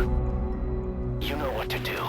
They all hold out diamonds as a way of bargaining for their lives, while also telling us that they're the ones who've more than likely been working in this mine. However, things start getting incredibly confusing from how all this plays out, as we get all this build up in the dialogue between Kars and Snake, preparing us for the brutal act we're about to see, before having it be revealed as a straight up fake out. Tape's rolling, boss.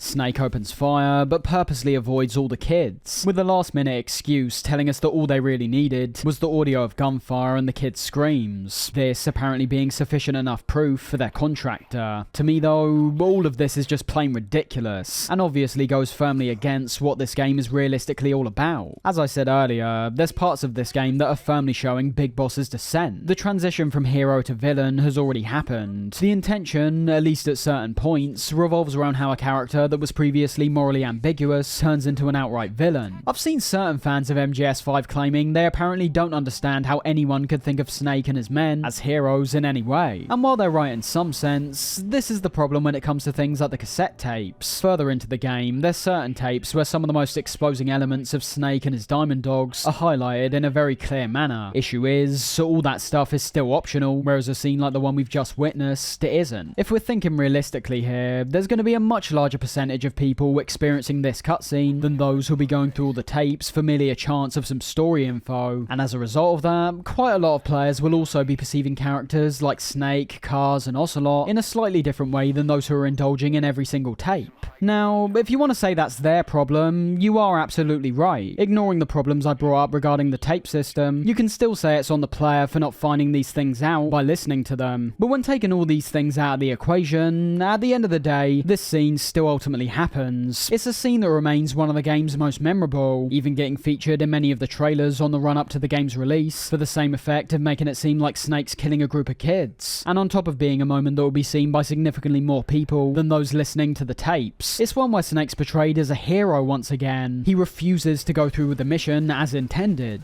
He's not conveyed as a cutthroat killer. He's quite literally found a workaround to avoid violence. All well and good for the clear anti-war, anti-violence messages that once again permeate through most of the game, but it's the antithesis of the direction Big Boss should be heading in. For me, a scene that had the potential to create a genuine impact and really emphasise the demon that Big Boss has become is well and truly wasted. The one positive I'd point out is definitely the direction, the suspense and anticipation on the run up to Snake's gunfire, but all that tension dissipates almost immediately once we realise that we've been duped. If you're wondering why some people don't understand or don't even perceive that Snake is a villain, it's because of moments like this. The fact that it does create an impact is almost a negative in that sense. It's a moment that I feel will definitely stick with most players, but for the exact opposite reason than it should do. The positive that comes from saving these kids is that when it comes to the final gameplay sequence, things are made quite a bit more interesting. This is due to the fact you're now having to guide all these kids to the helicopter, with the landing zone being a fair distance away and having several enemies posted up in a few different areas. And it's not only that, one of these kids also appears to have an injured leg, meaning that we're also having to carry him on our back. It's a new concept and one that I'm more than happy to see in a story mission like this, but I will say that I've never really felt like there was truly a substantial impact when bringing these kids to the table. The closest thing I compare it to was the gameplay section in MGS2, where you're having to lead EE through a few different areas. Although this time round, we don't need to hold these guys' hands to get them to move. Instead, you're able to order them to stop and start moving. I wouldn't say they move that fast in the first place, so unless you're really taking your time sneaking forward, I don't imagine telling them to stop will even seem that feasible. The main thing I consider during a gameplay scenario like this is that when you boil it down, what is it? It's an escort mission. Now, regardless of how you feel about escort missions in video games, as it's well known that many games seem to struggle when it comes to helping an AI partner progress, if you're aiming to implement one at a certain point, it should at the very least actually feel like one. I had similar feelings in regards to the one we had with EE. Whether the escort mission is implemented well was a different issue. In that case back then, and admittedly in this mission's case as well, it feels like there's no real threat towards our AI partners. In fact, I'd say that because you're more than likely going to be right at the front, keeping a lookout for incoming enemies, you are still at most risk of getting spotted. Now if that happens, that's a whole different issue, because you're then in a situation where you're having to defend these guys from enemies who already know where you are. That's quite a bit different to when we're sneaking past the enemy, and I feel with how the AI here functions and how we're still able to take out enemies fairly easily when carrying the kid on our back, the whole escort part of the escort mission can get pushed to the wayside somewhat. You have to remember that with most of these missions, I'm trying to view them through the lens of how most players will be tackling them, as well as obviously how I tackled them myself. If you're personally attempting some self-imposed challenge, like completing the mission with perfect stealth or refusing to use your weapons, that'll inevitably make sections like this much harder. For the average player though, I can imagine this closing segment will seem surprisingly easy. The kids have a set route they follow every single time, running from point to point, stopping briefly, and then continuing to move once again. As you can see from my playthrough of this mission, while the enemies do pose a threat of some kind, I've still got access to my suppressed SMG when carrying the kid,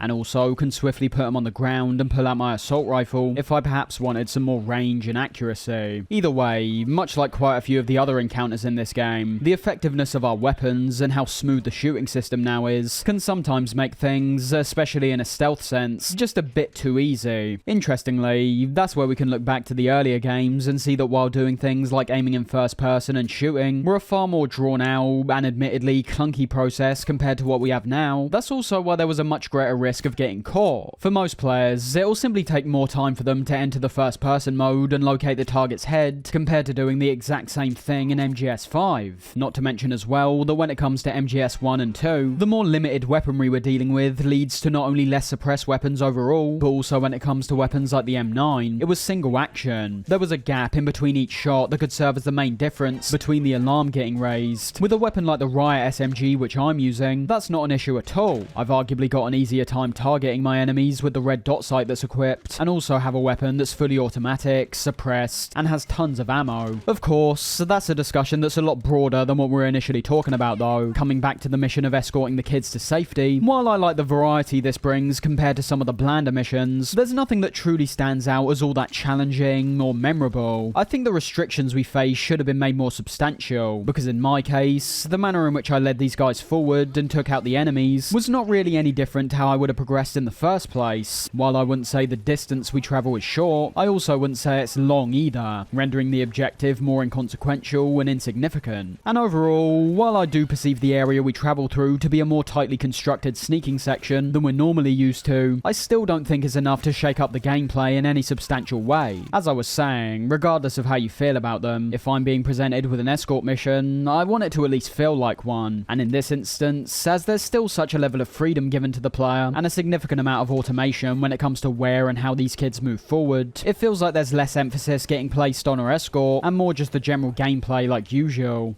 Getting the kids back to Mother Base, we see a brief confrontation between one of the kids and Miller, and from there, proceed to witness once again the saviour that the so-called villainous big boss actually is. So what, we're running a daycare now?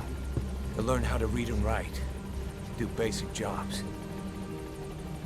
Chance at a real life. Just not from behind a gun. Both him and Kaz agree the kids should be taught essential things like how to read and write, but when it comes to integrating them into Diamond Dog's combat force, Snake actually seems more resistant to the idea than Kaz. Directly after the cutscene, we also see Snake use one of the more unique pieces of equipment that's introduced in this game, that being the Phantom Cigar, another element that was used a lot in the game's marketing. The Phantom Cigar, despite looking quite cool, has a fairly simple function, and that's a time skip. You light this thing up and time starts progressing at an extremely fast rate. As you could already assume, the main reason you'll want to be using this at certain points comes back to the differences that can be felt when infiltrating places in the day and night. Nothing too special, but I still like how Kojima puts his own unique spin on the same time skip that many other games simply place into a menu, or require us to interact with a bed and then have an immediate time jump. Mission 19's another case of following a target round until you get the chance to either extract or eliminate them. The same standard objective we've now done several times, so instead, I'm going to use it as an opportunity to talk about the sound in this game, as although I find it excels in certain departments, there's also other areas like the soundtrack, something that I perceive as being continually fantastic throughout most MGS games, which don't merely falter, but hardly even make their presence known. Starting off, however, we have to bear in mind that when it comes to facets like the weapons we're using, because our arsenal is now so big, it would essentially be pointless to go through each individual one and comment on them. The weapon sounds in most of the MGS games I've found to be serviceable compared to anything else, apart from some standout exceptions like the railgun or classic M9 sound. There's nothing I'd say truly stands out with most weapons in the series, and that ultimately continues here. A lot of these pack a hefty punch, especially when it comes to things like the rocket launchers and light machine guns. Although I will say, with most of these weapon types, despite there being at least some variation when it comes to the sounds of certain weapons, we do unfortunately see quite a bit of overlap as well, being especially noticeable for me when it comes to things like the shotguns and snipers.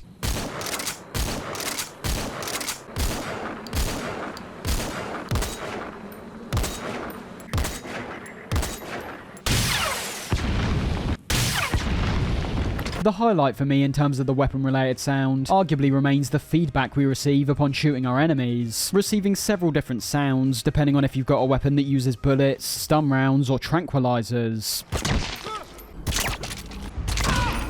The highlight for me arguably being the stun rounds this time, where upon hitting the body, we hear a heavy thudding impact sound, and then upon hitting the head, we get this very satisfying snappy impact sound. As I say though, only certain weapon sounds throughout the series have ever truly stood out. Upon replaying the Left 4 Dead games recently, I was reminded of how memorable quite literally every single weapon in that game is when it comes to their sound design, which in my eyes says a lot in regards to utilising a more limited selection of weapons compared to broadening that range and spreading yourself thin. In a visual sense, I'd argue many of the weapons in the MGS games look better than what we see in a game like Left 4 Dead, but as there's now so many, they lack that same level of personality and variation. In terms of the general ambience, this is something that can obviously vary depending on if we're in Afghanistan, Africa, or Mother Base, but across the board it all fits well enough. When you're at Mother Base, you're essentially getting the same kind of ambience as the outer areas of the big shell, hearing the sounds of the ocean beneath us, the seagulls that fly around the base, and also if you're on a platform that's currently getting worked on, we're able to hear the pieces of machinery that are helping in the construction.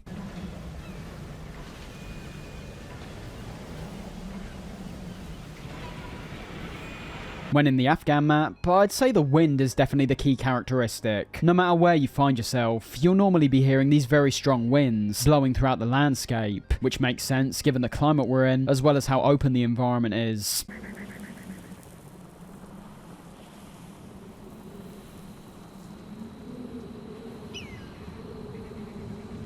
Outside that, it's predominantly the wildlife that serve as the only real form of additional ambience, frequently hearing the sounds of hawks, eagles, and seagulls yet again. The Africa map, on the other hand, has a far more layered soundtrack in my opinion, although the emphasis this time is most definitely the wildlife, oftentimes hearing ambience akin to that of the jungle from MGS3, with the sounds of many different animals and insects ringing out around us.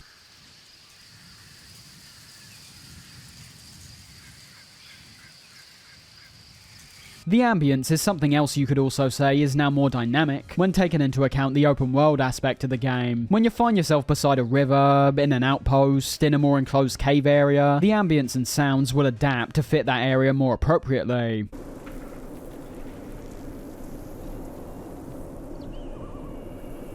Not something you'd mark as creating too much of a substantial change, as ultimately in past games you'd hear all these variations to the ambience when merely entering different areas, but I thought it should at least be noted that the soundtrack can occasionally be altered in quite a substantial way, depending on the many different locations you may find yourself either standing nearby or standing directly in. There is one massive disappointment for me, however, when it comes to the sound in this game, and it unfortunately is an aspect of the Metal Gear series that up to this point has been consistently exceptional, and that'd be the music. I find the original soundtrack for this game to not just be underwhelming and forgettable by Metal Gear standards, but I don't particularly find it to be all that memorable when looking at it individually either. The key difference for starters is that it's nowhere near as present. We've talked about how the series started making its departure from the idea of musical themes after MGS3, and that trend only continues in this game. Don't misunderstand, I fully get why this was more than likely done, and it's all got to do with that ambience I was talking about. While there were a few occasions during MGS 1 and 2 where the music was removed at points, it was predominantly used to fill a void where the player would have otherwise been met with almost pure silence. The music in those games were fantastic, but aside from that, I found it was also an essential component towards livening up the experience, mainly because of how well the tracks coincided with the actions you were performing in-game. Ever since those first two MGS games, the way music's featured has only gotten more and more sparse, which in some ways you could say makes certain tracks stand out more, as I think's the case for tracks like the one we hear during the sneaking section of Act 3, but again, because of how much of a highlight the music was in the first two games, its absence has only become more apparent with each sequential release. I feel that MGS5's soundtrack for the most part is the most disappointing of the lot. While playing, you'll surprisingly find that we have somewhat returned to the idea of themes, but instead of being continuous like we've seen before, they're introduced in a far more dynamic manner. We've got the usual intense music that's introduced upon getting caught. Supply drop complete. And also have certain themes for key threats like the skulls.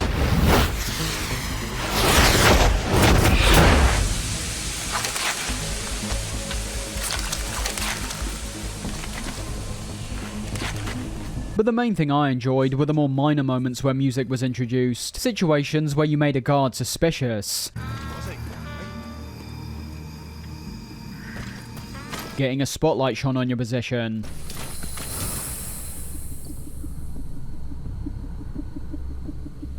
sprinting around while in the midst of a gunfight,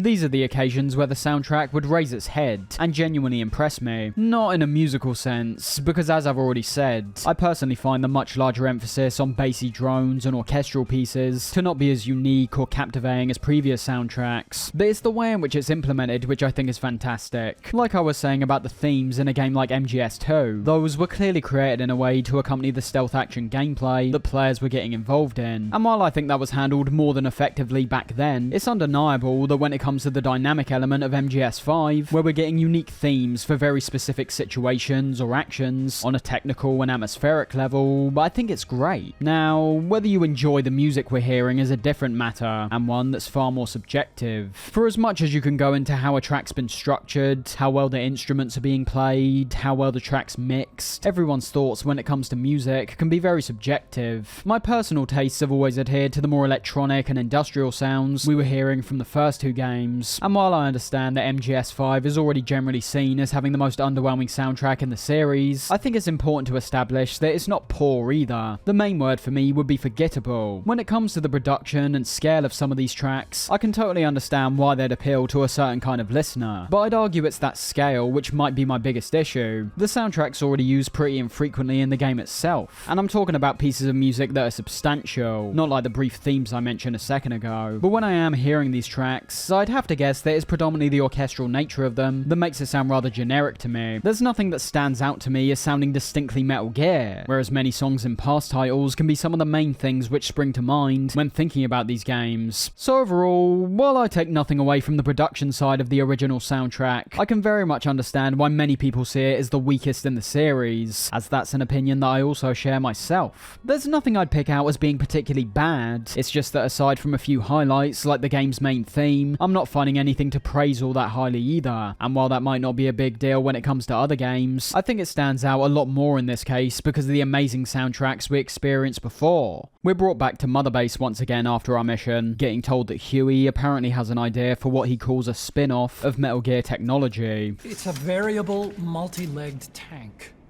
A spin-off of Metal Gear technology. Big fan of spin-offs, isn't he? I hear he borrowed from the Soviets in Costa Rica, too.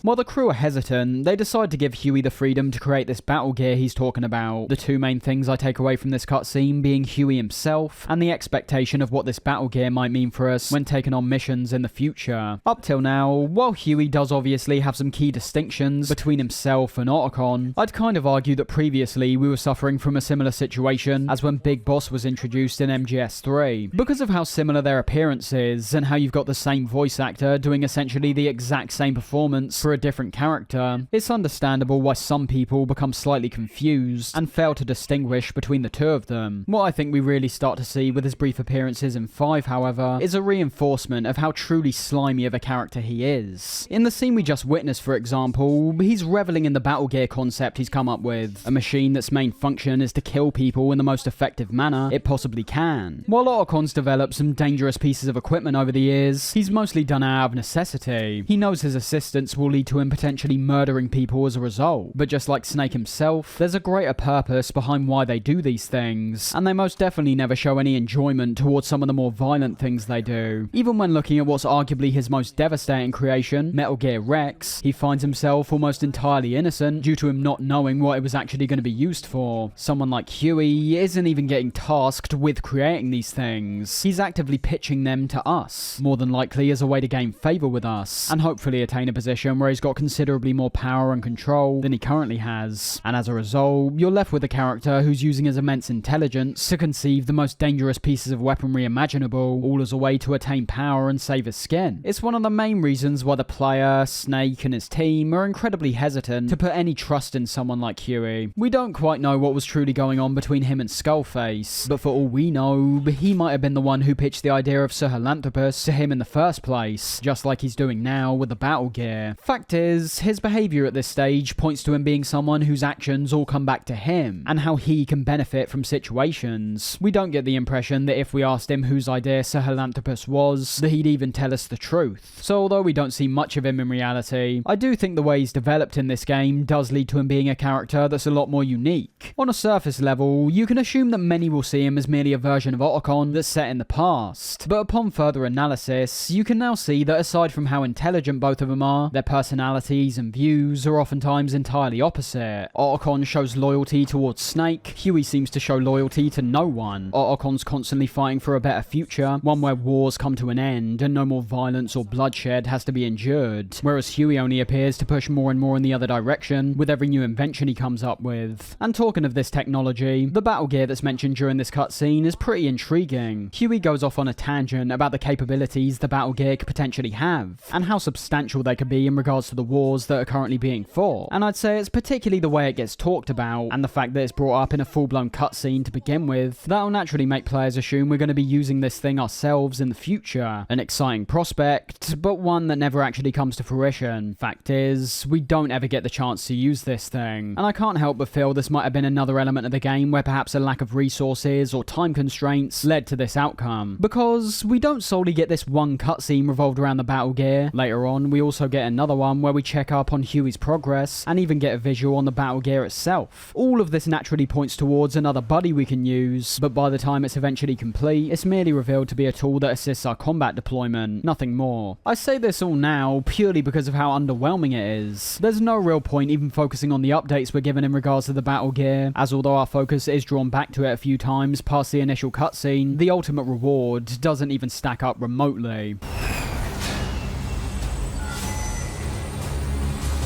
Mission 20 is another good one, heading out to Africa again in search of someone called Shabani, apparently being located in a place referred to as the Devil's House. Starting off, it might not seem all that different to a fair few missions we already experienced. We already know we're looking to save a target, and the only safe landing zone to choose from is quite far away from our objective, requiring us to make our way through a couple different outposts. We've had to do both those things several times already, but it's when we actually get closer to this Devil's House where things start getting a bit more interesting. The first thing I'd point out is how fantastically the environment and atmosphere is handled after making our way past the locked door that leads to our goal. I already like how we're breaking away from the usual flat landscapes and dirt pathways and are instead heading into the denser jungle areas that we saw during our very first mission here. What I find to be even more excellent is the thick mist that starts smothering the area. Obviously, with our previous encounters with the skulls, we assume straight away that another boss fight's about to occur, although it's important to note that unlike previous instances, the skulls never make an appearance. While it is strange that a thick fog just randomly rolls in, it's lacking those black particles that usually fly through the air when the skulls are nearby. In this instance, we're given solely the fog for a period of time, which brings a nice element of suspense. On top of that, there's also a small camp of enemies we're met with along the way as well, with the fog creating a similar effect to the sandstorms when it comes to aspects like how our vision's getting restricted quite heavily, making me realise that despite the effect on the gameplay being nearly the exact same, the unique atmosphere this thick grey mist introduces might have actually warranted an entirely separate weather effect. Aside from that, however, it's that atmosphere I've been mentioning that stands out as the key highlight by far. Particularly when it comes to the ambience, you've got the chilling sounds of these hollow winds that start fading in, pairing up perfectly with the Silent Hill-esque fog.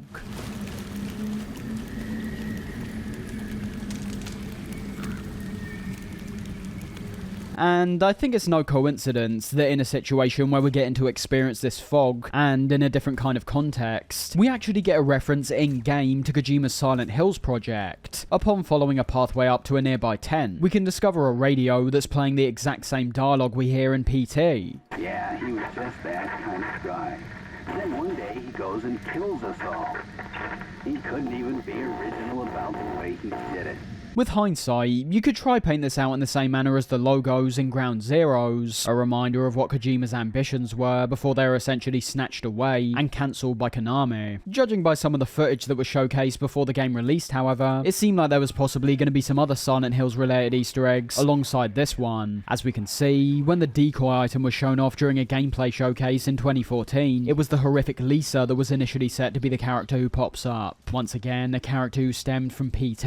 In the final release, the decoy was obviously switched to Big Boss. Although, there was always the potential this switch was going to happen regardless, as you never really know if the decoy in that showcase was solely being used to market Silent Hills. Outside that, the only other Silent Hills reference I'm personally aware of is found in one of the first outposts we venture to, where travelling on top of this specific building, we hear the familiar sound of a light swinging back and forth.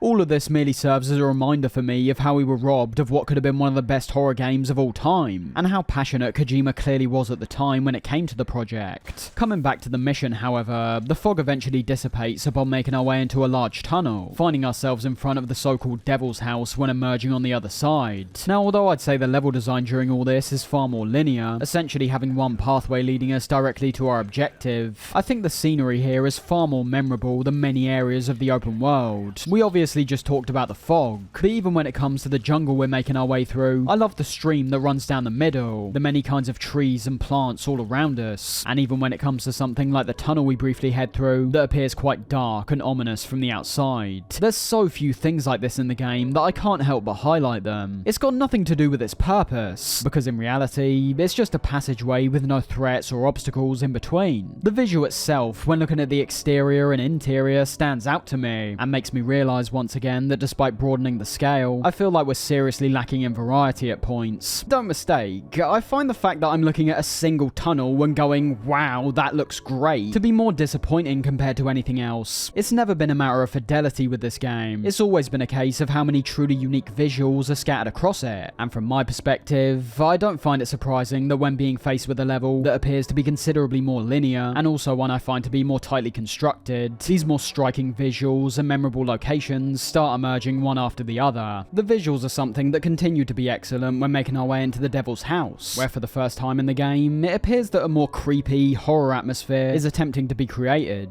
and I think that's pulled off more than effectively. Even when looking from the outside, we know something's off immediately, from the large blood trails that are leading up to the door, and then when actually entering, we witness what appears to be some sort of rundown medical facility, with tons of blood covering the floor and being spread on the many ripped sheets that hang around the place. What's even more fantastic, and equally disturbing, is some of the small details we're able to witness. Boxes with blood seeping out of them, presumably containing some kind of organ inside. Sharp, rusty tools covered in blood. Body bags lying around, some of which even move for a brief second. It's all genuinely creepy stuff, and I think we should remind ourselves once again that we're seeing all these things in arguably the most linear area we've been to in the entire game. From the dynamic soundtrack that fades in upon stepping foot into this place, to all the horrific visuals we're witnessing, this area, despite not featuring the same level of freedom, interactivity, or scale as tons of other locations in the game, this one hands down stands out as one of the most memorable by far. It's not just the environment that will cause the Devil's House to stick in your mind, however, as upon making our way further in, we also end up coming across someone who actually appears to be alive. This is where things start getting really bizarre, but also really interesting. The guy we find, despite being alive, is clearly in terrible shape, being laid out on this wooden bench that's covered in blood, more than likely stemming from many other people just like himself who were placed on it beforehand. Where things start getting really weird, however, is when Snake investigates this guy a bit closer.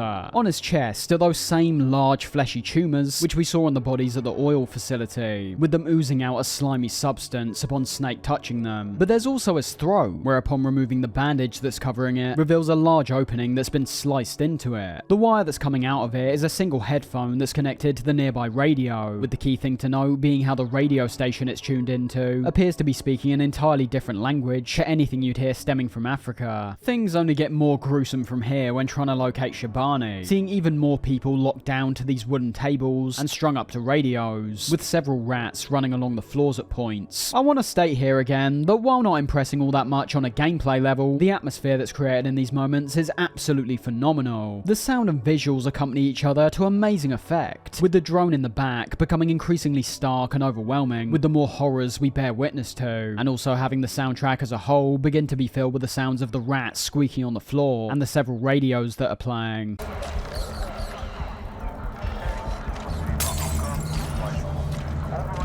You can see for yourself how great the visuals are in this place, but as I was mentioning earlier regarding the music, it's once again the purpose and implementation that remains the most impressive part. The drone itself does sound good, but it's never something I'd ever decide to listen to on its own, which I can't say for music in the previous games. When introduced in the context of this scene, however, it elevates it to an exponential degree, and as all these things like the game's music, artwork, visual design and so on are all spawning out of MGS5, a video game, that's obviously the most important factor. It's an important distinction to make in regards to any kind of big project like this, whether it be a video game, a movie or TV show. When observing each individual element separately from each other, you may find parts that you deem to be rather unremarkable, but the main thing you should realistically be thinking about first and foremost is how all these elements contribute to the whole. In my opinion, so long as these elements coalesce into something fairly spectacular, I can ultimately write off how they function individually, and I think that's an important thing to know, not just in regards to aspects I've been more critical about like the soundtrack, but quite literally everything that makes up this game. When we eventually find Shabani, this is another element that's genuinely quite shocking in terms of what's presented. We were told at the start of the mission that Shabani was the leader of the kids back at the mine, so we essentially already knew he was going to be a kid himself. As I say though, when being faced with the reality of this situation, I honestly still find it surprising that things were taken to this sort of level. It's predominantly the conditions that surround him, as well as the condition of Shabani himself. It's no surprise that you very rarely see any games nowadays putting children in these kinds of situations, as unlike back in the early days of video gaming where the graphical restrictions left a lot up to the player's imagination, we're now presented with these things in a far more realistic manner. That's not to say they shouldn't be included. As Kojima's showcasing here, the distressing effect that most players will feel when being faced with this is definitely the one that's attempting to be conveyed. I'd assume it's more just a taste or controversy thing compared to anything else. It's why I never imagine a series like GTA, for example, will ever feature children. Rockstar know they've got one of the most important video game IPs of all time, a series that transcends the video game scene and will be known to even those who've never played a video game in their life. I feel that if they were to include children in their game at all, even in a context where they can't be attacked, the potential controversy that could spawn from that could cause an effect that stretches across the gaming landscape as a whole. We obviously know this because it's literally happened before with the hot coffee mod for San Andreas. Because fans of the game modded in some locked away piece of content, Rockstar got absolutely hounded for a period of time. One minor adjustment that could have players injuring children in a future title, and all that controversy surfaces once again. It's all about popularity in my opinion. Whereas such mods do exist for a game like Red Dead 2 with the child character Jack, Red Dead isn't GTA. It's well known, but nowhere near the same level. Anyways, so all this goes to say that despite being shocking, I also find the inclusion of Shabani to be rather bold as well. There's no holds barred really. He appears to be suffering from the exact same lung problem as everyone else, and the things we can presume he's witnessed during his time here speak for themselves when looking at our surroundings. From this point, everything begins to escalate at a rather rapid pace, with Skullface making an appearance right beside us and executing one of the men who are tied down, getting a very similar situation as when we rescued Chico in Ground Zeroes. A real panic-inducing moment where it seems like we're on the brink of getting caught and everything's about to spiral out of control. And to be honest, that's exactly what happens, with Skullface spotting us and promptly ordering Mantis and the man on fire to kill us and burn the place down. You burn with the rest of them.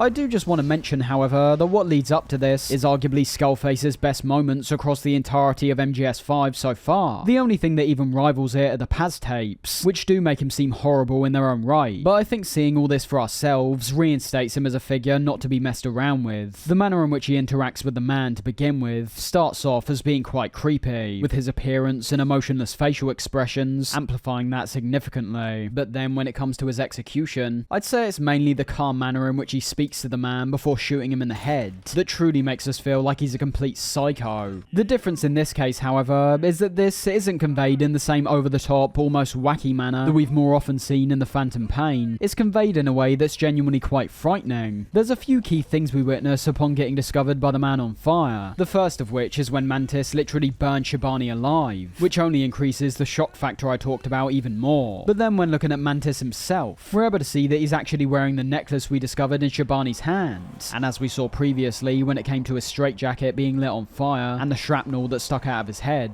Mantis always appears to physically show who he's doing the bidding of. So it's very possible that Mantis broke away control from the man on fire for a second, which is why we see him literally freeze in place to briefly act on the behalf of Shabani for a moment. Finally, it's what I just said about the man on fire totally freezing that might be the most interesting part. Compared to some of the other characters he inhabits throughout the game, absolutely none of them freeze up like the man on fire does in this moment. As we know, this is almost 100% Colonel Volgin, someone who we literally watch get killed by a bolt of lightning. Unlike other characters that Mantis helps out, it now appears there might be something deeper going on with the man on fire, possibly with his body remaining dead, but his feelings of vengeance somehow being strong enough to where Mantis is able to reanimate him. Not that much of a far out concept, considering he also does the exact same thing with Sir Philanthropus, managing to operate a mech that Huey said is literally not fit to operate yet. From this point, we're advised to escape from the area and avoid fighting, although this doesn't really go to plan, as on our way out, the man on fire essentially launches into a fit of rage, getting some fantastic switch ups to the environment, with how the Devil's House and the area outside now have flames emerging from every place imaginable, with me particularly enjoying some of the structures we see get demolished, and also the fire tornadoes the man on fire produces. Upon trying to make our way back into the tunnel, however, the path gets blocked, locking us into a boss fight of sorts. I say this because it once again depends on how you personally approach the encounter. If you know what you're doing, I hesitate to even call this a boss, considering how easily you can wipe him out. We've had a few gimmick bosses over the years, and I definitely say the man on fire fits nicely into that category. The concept starting off is brilliant. We're now being ordered to kill someone who's only shown one weakness up to this point. Bullets do nothing, rockets do nothing, it's only water that seems to halt him for a period of time. I do like the variety of ways we can take out the man on fire, some of which can be found within the area itself, and others which depend more on the equipment you're carrying. The first thing you'll likely be advised to do by your teammates is to take advantage of his weakness to water, with there luckily being several large containers of water in the warehouse nearby, as well as a large water tower outside as well. This is the point where I could find many becoming underwhelmed with the fight, as we soon become locked into a routine of leading around the man on fire to several different areas, and then activating a trap essentially. And while I agree it's not deep whatsoever on a mechanical basis, because of how much damage he gives out, and how much of an imposing threat he's been every time we've seen him, there's still a good degree of intensity throughout the entire encounter. Most of the time, he's walking towards you at a measured pace, giving off this intimidating aura that's only reinforced even further when it comes to many of his attacks, shooting out fireballs, creating fire tornadoes, and even grabbing you to perform an insta-kill. I think in regards to portraying the man on fire as a dangerous threat, everything's pulled off really effectively. The only place I'd say the fight really falters is in relation to how we deal with him, as although there's a few different options, as I said, it's your typical one and done routine. Once you figure out how to win the fight, there's hardly anything stopping you from achieving that immediately. When it comes to those water tanks I was referring to, when shooting one of these while the man on fire's nearby, he'll be stunned for a period of time, in which we're able to see Mantis floating above his body. This presents one of the reasons why I was hesitant to call this a boss fight, as when timed correctly, you're actually able to call in your chopper while he's stunned and just fly out of there without even really defeating him. That approach is genuinely underwhelming, although it is viable of course, and is what your team advises you to do the second you stun him. But it feels more like we've backed out of a fight instead of triumphing in one. From there, things begin to get a bit more interesting, and where the player's own intuitiveness can oftentimes get rewarded to really great effect. For example, on the development tab, there's a water pistol we're able to develop, which for most of the game seems more like a joke. During this fight, however, if we keep shooting the man on fire with this thing, he'll eventually get stunned once again, which can be even more beneficial than the water tanks due to how we're no longer locked down to the warehouse. Where he enters this stun state can be crucial towards how you'll go about getting rid of him, because as you can see in this instance, I ended up leading him towards a pool of water nearby the warehouse and then shot him into it while he was getting back up. If you explore the area a bit more, you'll also notice that a vehicle's been placed here, which should get your mind worrying about how it could be used to get rid of this guy. And while you can perform a similar action as to what I just showed, with us being able to ram him into the pool of water instead, we can also use it to push him off a nearby cliff as well. And in terms of Mantis, if we merely keep firing at him while he's in this stunned state, he'll eventually just disappear, giving us the option to either leave the area like normal, or even allowing us to Fulton the man on fire, although he never actually reaches Mother Base, as the extraction always fails. All of these things I think are brilliant. The sheer variety of ways you're able to approach this fight is simply amazing. It seems like just about every possible way a player may choose to fight this guy has been a accounted for. If they want to brute force it and keep shooting a mantis, they'll eventually succeed.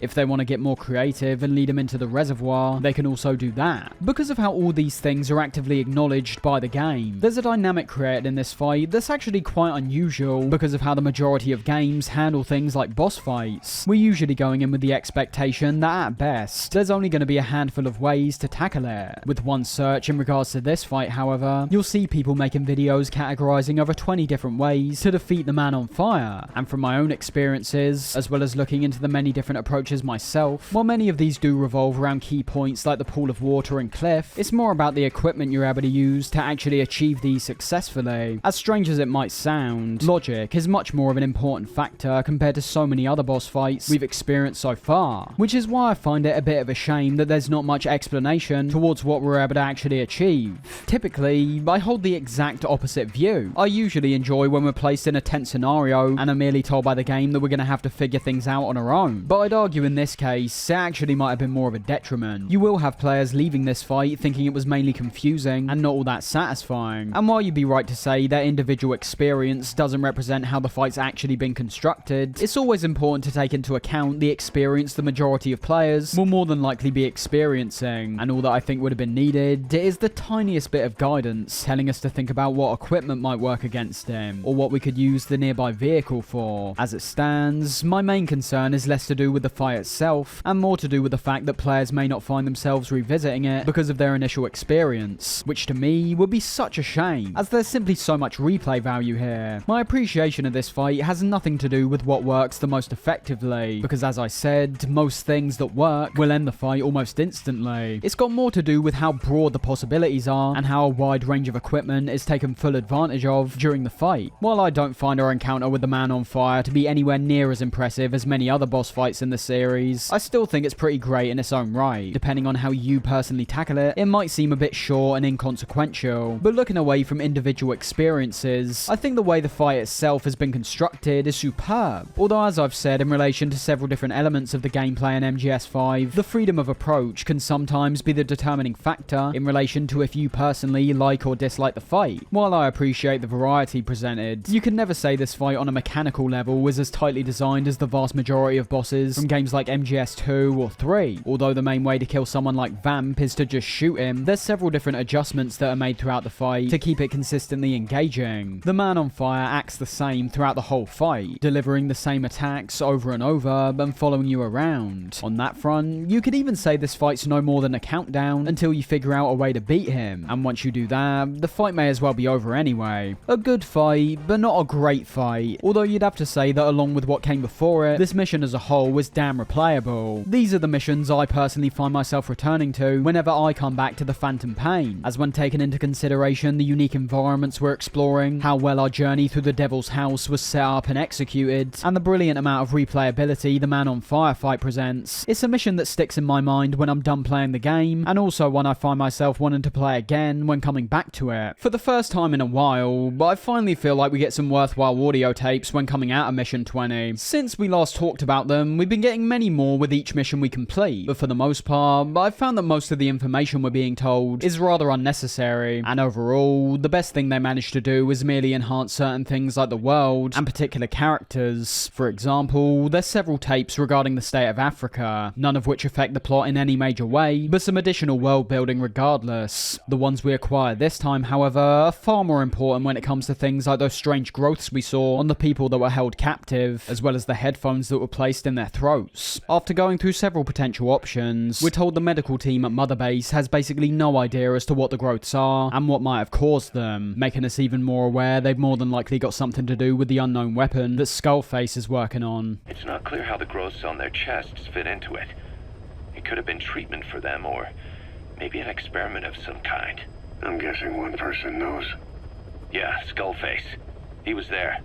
The only thing we can say for sure is that he's involved. On the topic of the audio playing into their throats, while there initially appears to be no connection when it comes to the topics that were discussed, it becomes obvious that it's the focus on language that's once again the key link between all of them. All major languages in the world were covered in this audio that was getting played, leaving a big mystery up in the air in regards to why these were getting played to the captives, and what this has to do with the growths on their chest. For me, all of this only goes to show how invested I'm able to find myself once again over the course of solely one exceptional mission. It's something that I find more frustrating, to be honest, when looking at the game as a whole. When you've got moments of such high quality and plot lines getting created that are genuinely interesting, making the player want to listen to these tapes to discover even more, it makes all those missions beforehand that I wasn't a big fan of stick out even more. We've talked around the topic a few times up till now, but yet another key difference between MGS5 and previous MGS games is how it handles the online component this time round. Before, it was your fairly simple segmentation of standard single player campaign and then online multiplayer, and while this game does end up bringing back Metal Gear Online for a third time, which we'll obviously talk about later on, there's now several online components that creep their way into single player as well. Some I consider to be rather interesting, and others that I think resemble outright greed. Firstly, when it comes to the online features in this game, it's actually one of the first things we're greeted with when starting up for the first time, but that's not really a positive at all. Upon launching the game, you'll get the familiar screen showing the logos of Konami and Kojima Productions, but then you'll be brought to a screen where you have to agree to the terms of service. A pretty strange way to start off the game, but assumingly not that big of a deal for those who either choose to agree or disagree without reading. Choosing to agree, we're then met with a barrage of online information, detailing events that are going on and how long they last for. Nowadays, of course, there's no new events getting added, merely working on a rotation where each event is swapped out after a couple weeks. But I will say that all this stuff to begin with has always made getting into the actual game a bit more of a crawl than needs be. Then when it comes to how the online components affect the game itself, that's where things can become a bit more important. And I'll be honest, I'm really not sure how to feel about a lot of these things, because while there's a part of me that appreciates some of these online based additions, I can't help but feel they also draw away from the single player experience. First off, when playing online, it's important to acknowledge there's now two systems at play in regards to your GMP and resources, both of which have an impact on what you can develop at certain times. When looking at our iDroid, in the bottom right, we've got several numbers indicating how much GMP we've got. The one at the top is our offline GMP, and this is the currency we're able to use to develop new weapons and equipment. But as you can see beneath it, there's actually two other totals, with the one on the right with the globe symbol beside it indicating how much online GMP we have. As you can see, it's considerably more than what we're carrying offline, but that's not a massive issue. Both of them are still linked, and even if you spend all your offline GMP and go into the minus, all you need to do is wait a few minutes and you'll have more of your online GMP transferred over. A very complicated process for what could have essentially been one single account that you can use whenever you want. This is the same for resources as well, being able to see these separate online-offline totals when looking in the resource menu. Of course, what you'll probably be wondering is why these are even split to begin with, and while I don't think there's a very good reason, there is at least a reason. As we talked about earlier, MGS5 was updated several times after its release, introducing many new upgrades and pieces of weaponry, and when looking at the development menu while playing online, you'll notice that a few items break away from the usual blue backgrounds and instead have an orange one. This indicates the item needs to be developed with online GMP and online resources, and much like the online combat deployment missions, while the development times are significantly longer than most other items, these online items are able to develop in real time, meaning you can switch the game off, come back to it a few days later, and your item will be developed. Again, I'm scratching my head as to why every item couldn't have been handled in this same way, but it is what it is. This is where some more major issues start to creep in, however, as although it might seem like a good idea on the surface, all these separate online currencies have quite a big problem for me, and that's the fact they never go away. For some weird reason, upon starting a new game, we're never given the choice to truly start over again. As you could expect, you'll end up in a position where you have to develop all your previous equipment, develop your mother base platforms, but as we're always carrying over the online GMP we've attained from previous saves, this entire process could ultimately be ruined, and so long as you're actively completing missions in this new save, and adding even more to your stock of GMP, it's only going to make your next save even easier when it comes to acquiring and developing all these things. When playing online, I honestly feel the sense of progression is really only satisfying in your very first playthrough. Regardless of how much GMP and resources you have, I feel that any form of assistance on what's supposed to be an entirely new game will not not be to many players' liking, and even to those who do want the additional assistance when starting over, wouldn't it have been better if we just made this a separate option? I've never liked the fact that when starting MGS5 again, I'm always getting a head start, and a pretty significant one at that. I'm selecting the option New Game because I want to experience everything from scratch. I understand the intention of carrying these things over, but I've always felt like it should have been something you could opt out of whenever you start over. The only real workaround is to disconnect from the online component and play the game entirely offline. But obviously, we're then left in a position where you'll no longer have access to any of the online equipment, weapons, combat deployment missions, none of it. The final, and arguably most significant online component in single player has to be the FOB. Every day you log on, you'll be given a daily reward, with one of the most common ones we can receive being these things called MB coins. Even from their name, you can already assume they're a similar kind of currency as your typical FIFA points for Ultimate Team or V-Bucks for Fortnite, and that is exactly what they are. For some weird reason, somebody thought it'd be a good idea to insert a premium currency into this game. You can buy these from the main menu, with their options ranging from 100 MB coins all the way to 6,000, and the actual price ranging from around $1 to $50. Luckily, these don't have any real effect on the core experience, only these FOBs I've referred to in Metal Gear Online, but I still find their inclusion quite bizarre. And when it comes to the FOBs, while this is a part of the game I've never personally found myself getting involved in, from the bits and pieces I have experienced over the years, I can at least understand why there's many players who keep coming back to MGS5, predominantly for these FOB related infiltrations and events. I find the concept itself to be considerably more interesting than what we actually do. Essentially, you'll see when going to your base development tab that alongside the upgrades you can apply to your mother base, there's also a tab beside it that allows you to develop an FOB, or forward operating base. Think of this as merely one big cap increase. With your regular mother base, there'll come a point where you'll simply run out of space, resulting in all future staff that gets recruited being placed in a waiting room. Obviously, we can gradually increase these caps the more we upgrade our base, but once we maxed everything out, it might be time to invest in an FOB.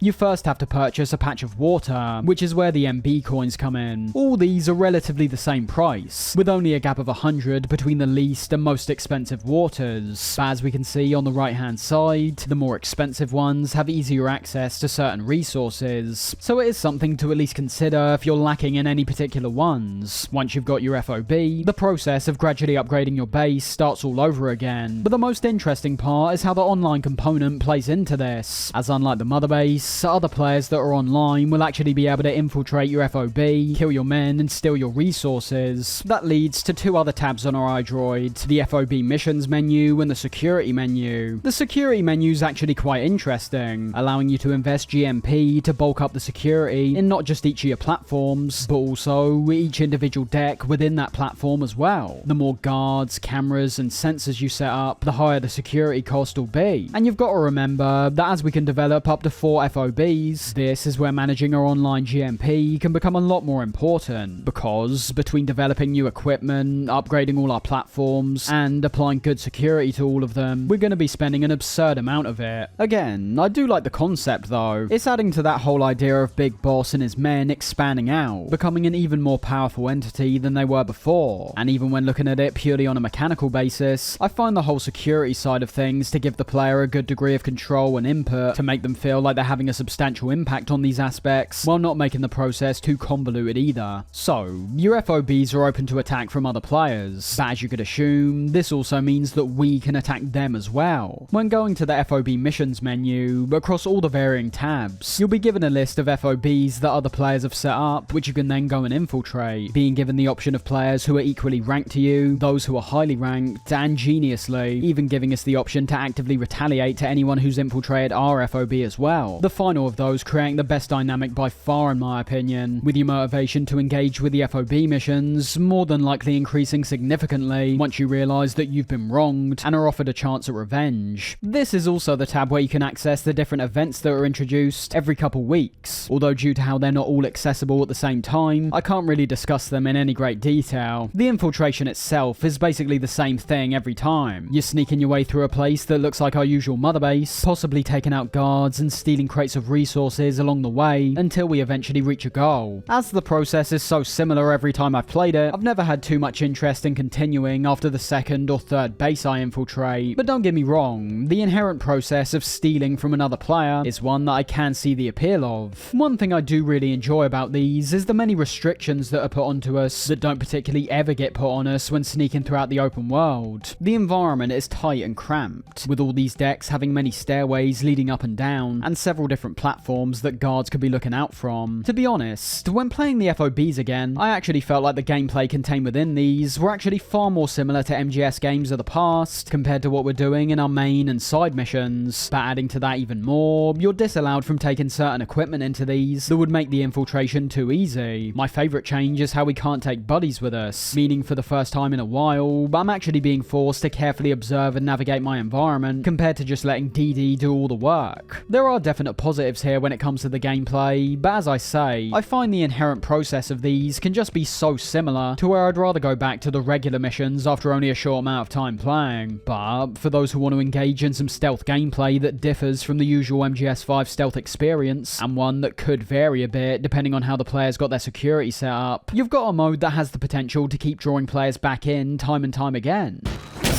Funny enough, the next mission we're going to talk about actually stems from the same kind of place as these FOB missions, although it won't initially seem like that to begin with. Essentially, when going into mission 21, it appears like we're back to our usual routine of tracking down a target and eliminating them, and in terms of mission 21 itself, that is basically what we're doing. It's once again the new location we're heading into that does most of the heavy lifting. I say most, but not all, as this mission is actually made a lot more interesting purely because of what happens at the start of it, because as we arrive at the Nova Braga airport, we get an emergency call from Cars telling us that our mother base is under attack, in which we then open up our iDroid and deploy straight into mission 22. Boss, we have an emergency.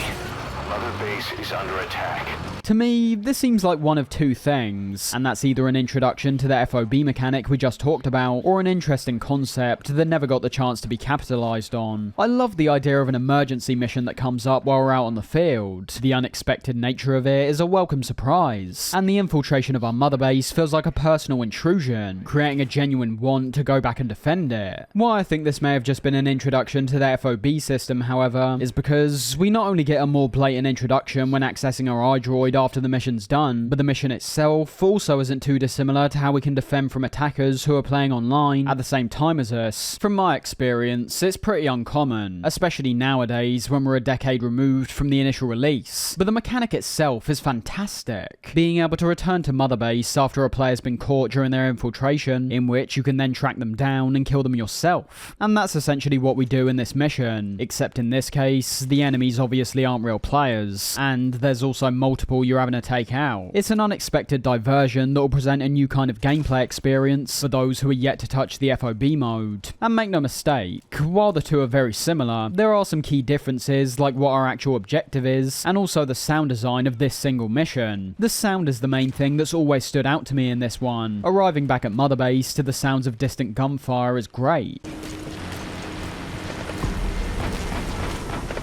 This place is quite literally our home, and to have these hostile forces barge their way in and start taking out our men only encourages us even further to track them all down and kill them. Coming back to mission 21, however, the highlight, as I said, is the new location of the Nova Braga airport, an area that thrives off open spaces and a large number of enemies, much like many other places we've already been to. Visually, but I don't find the airport to be all that impressive. It presents a nice degree of variety yet again from the usual outposts we're seeing, but aside from perhaps the many floodlights that are set up around this place, which can stand out really nicely when looking at the airport from the outside, there's nothing I found to be all that impressive in the world or level design department. I'd essentially describe the airport as a flat patch of land with some interiors scattered across it, with interiors like the main building in the middle having a unique layout, but still featuring nothing I consider truly impressive. The airport can be quite a lot of fun to sneak through, something I mainly put down to the more unique threats that are scattered across the area, like the cameras that are set up in several places, or the snipers that are posted on top of the central building. The cameras in particular are something you likely wouldn't have been running into very frequently up to this point, which means the manner in which they function and where they're positioned could potentially throw you off, considering up till now, the main threats we've seen are either enemies patrolling on the ground, or enemies that are riding in vehicles. Due to how open the outside areas are, it makes sense why snipers have been placed here, although as I've said before, you're given so much leeway in regards to them actually spotting you, that they aren't all that much of a concern. The best benefit in my my view comes from forcing the player to slow down, which in turn could lead to them taking in their environment a bit more and figuring out an appropriate route forward. At the end of the day though, it's nothing we haven't already seen. Because of how this place is set up and how their enemies act like they always do, I could see most people tackling this mission in the same way as they normally do, which as we discussed earlier, is kind of a problem for a game like this. It's something that makes you realise once again how important the structure of individual gameplay scenarios actually are. You should be pushing the player in a certain direction at points and encouraging them to use certain equipment. Leaving players to their own devices to this extent for such a long period of time will more than likely be counterintuitive in my opinion. You are giving them freedom, but you're also lacking unique combat and stealth encounters, and because most of their encounters are following the same general formula, why would they switch the formula they've been using that worked effectively before? What I will say, however, in my playthrough of this mission is that it almost works as a perfect showcase of that blend between stealth and combat that I've talked about previously. Bear in mind, this is only my personal experience, but in some ways, I find that to actually be more impressive, as it means that for other players going into this mission, and any subsequent times I revisit it, there's a large potential for things to play out in a different manner. What I experienced in this playthrough was an infiltration that began quiet while capturing the target, and ended loud as I was making my escape. And it's once again the cinematic quality that stands out compared to anything else. There's a fantastic escalation where I'm spending my time trying to not get caught, eventually achieve my mission successfully with some close calls in between, and cap it all off by being discovered, and having to shoot my way out of there in a blaze of glory. The best example of this coming from the incredibly satisfying and impressive visual that comes about from shooting down the enemy gunship that was heading after me.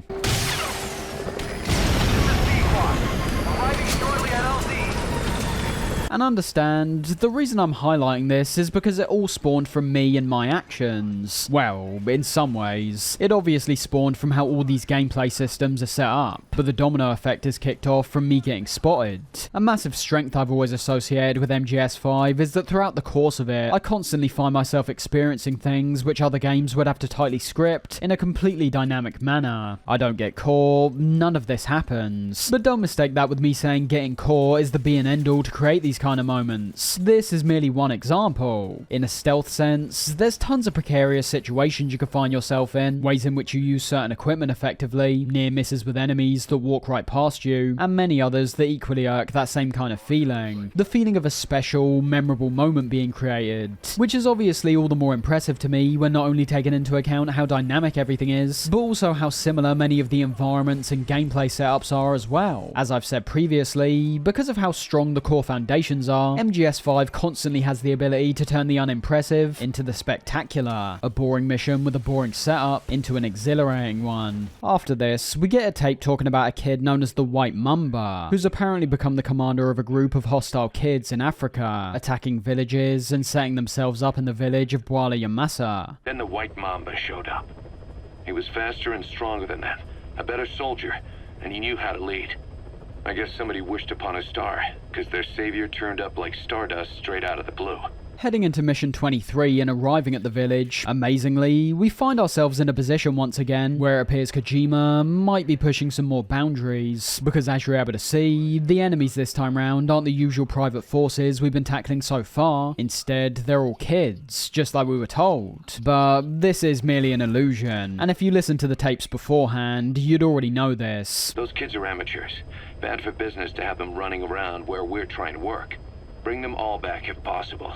Or as many as you can. As you could already assume from how the kids were handled in previous missions, quite literally any harm that comes their way results in our mission immediately failing. If you ask me, with how concerned Snake and Kaz are when it comes to the well-being of these children, they don't seem like villains whatsoever. Yeah, their interrogation methods may have been a bit extreme when it came to Huey, but before and since that, what have these guys really done that's so awful? They're not creating their own Metal Gear and holding nuclear warheads, so you'd say their actions so far aren't even as bad as what we witnessed in Peace Walker. Again, the reason I bring this up isn't because I'm desperate to take out these kids. It's the blatant contradiction we're experiencing by having this restriction be placed onto us in the first place. The worst part is, we expect this, as it fits in line with how all the characters have acted so far. And no, that's not a good thing. We are essentially supposed to be witnessing evil men justifying their evil actions. That's what we're made to realise later in the game at least. But there's nothing truly evil about what these guys are currently doing. Anyways, anyways. The fact that we're going up against kids this time round is an interesting concept at least. So long as you've got a stun or sleep weapon, it shouldn't be that big of a difference compared to taking out enemies normally. The only substantial change will probably be the height difference, but even then, I wouldn't say that's big enough to truly catch you off guard. When reaching White Mamba, depending on if you've gone through the area loudly or quietly, you'll either be shown a small cutscene that leads us into a fight, or be launched directly into it when making our way up the stairs. Either way, it doesn't really change that much, although from the pig head that's highlighted on the table, the cutscene does make the Lord of the Flies comparisons a lot more blatant. As you would have also been seeing, however, this leader with blonde hair, blue eyes, and most definitely a commanding presence, immediately shows startling comparisons to Liquid. We eventually discover the kid's name is Eli, and while we don't know where he even came from, during our fight, we even hear him let out some very familiar phrases in a British accent.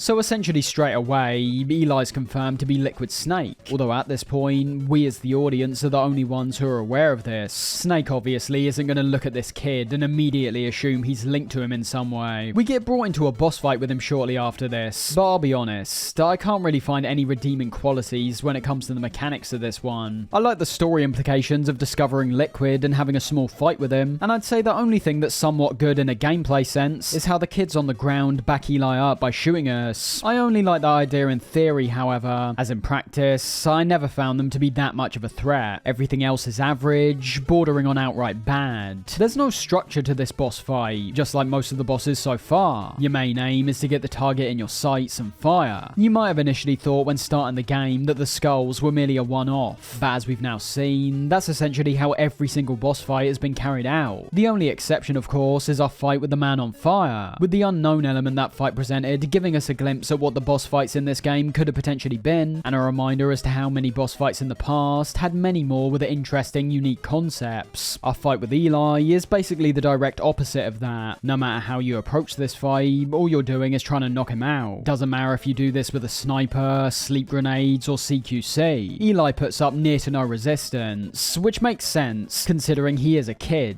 But it does lead to situations like this, where the fight can become an absolute joke. No challenge, no interesting mechanics, and the ability to knock him over with merely one shot. The biggest annoyance with this one is that I can see the potential. I like the idea of this one-on-one showdown, and I get the feeling from how Eli runs around the ship and tries to surprise us that this was supposed to be some kind of wild goose chase. But in practice, I'd go as far to say that it's terrible. The only attack of Eli's that has any real consequence are the Molotovs he throws at us. Outside them, he does try to attack using melee weapons, but we can avoid them in the exact same way as the Skull's melee attacks. A single button push, and not one that has to be all that well timed either. And to top this all off, the fight lasts an incredibly short amount of time as well. Even in this case, where I was messing around and shooting him to the floor, it took me only about 2 minutes to knock him out. An inconsequential, underwhelming fight for a character that deserves a whole lot better. We've discovered a young version of one of the most pivotal characters in the entire series, and the first interaction we have with him completely disappoints. Coming off the man on fire, I would have hoped we were heading in a more hopeful direction, but Eli, without a doubt, is the worst fight in the game so far. Even when it comes to the skulls, you've at least got a substantial threat there. You're dealing with multiple targets, a heavy mist, ranged and melee attacks. The only thing I can appreciate with Eli's fight is the character we're fighting, and the deferral from our usual routine. But that obviously isn't saying much, because as you've heard, I think this deferral could have been executed infinitely better. My personal highlight from the fight was purely the time paradox we can create if we end up killing Eli during it, which as you can see is actually reflected in the mission failed screen. So the White Mamba is a mission that I can definitely say stands out, and not for all the wrong reasons, as the appearance and capture of Eli alone presents us with a plot thread that will continue to follow, but when it comes to what's supposed to be the main part of this mission, there's nothing to really get thrilled about. You lose, Commander.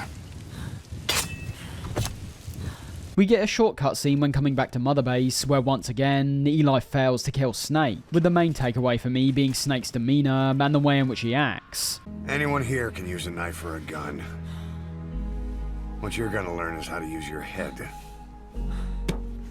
It's no wonder that during this cutscene he refers to Mother Base as Outer Heaven, as it's another one where he appears to be taking on the mantle of Big Boss more than usual. The dynamic between Eli and Snake matches up with Liquid's feelings towards the man throughout the series. During MGS1, his hatred seemed to purely be stemming from how he thought he was given the inferior genes, whereas now we're seeing that upon running into him as a kid, he was knocked out, captured, and dragged to a place he doesn't want to be. I feel like it should have been a bit more subtle. The fact that Eli appears to have this burning hatred for Snake from the first second we see him does seem a bit extreme, but it does at least work. And let's just say that by the end of this cutscene, where Snake humiliates Eli and even dislocates his arm, that burning hatred definitely makes more sense. In terms of Snake's demeanor I was referring to, however, I find it's both the manner in which he speaks to Eli and how some of these shots are conveyed that heavily reinforce the figure of authority he's now become. Shots like this stand out to me in particular. Big Boss standing over Eli like a giant while giving him guidance. Solid Snake would always try and give advice, but what we see here is less helpful advice and more of a straight up order. While I think it would have ultimately been the better option to stick with David Hayter, Sutherland does a great job in moments like this. Snake carries real authority in the words he speaks, so much to where those sinister undertones do start creeping in once again. You get the impression that if Eli tries something like this again, he won't be met with a friendly talk advising him against doing those things. He'll instead be met with a punishment, and one that we can imagine is worse than what Snake just did to him here. Despite the negatives I brought up in the previous one, we have been on a pretty good run of missions for a while now, but unfortunately that comes to an end with missions 24, 25, and 26, all of which are revolved around either extracting or eliminating a target, all of which take place in the bland outposts and camps, and all of which are the most blatant padding imaginable. It's very clear to see why several cutscenes and story beats are played out in between this time, as the missions themselves are offering quite literally nothing new. It's the same old issue of having our task reflect something that's nearly identical to ones found in the side ops menu. In the case of mission 24, for example, how can you possibly say going into a small camp, taking out some enemies, and extracting a couple prisoners necessitates its own mission on the main ops tab? By my standards, the main op should be pushing the plot forward,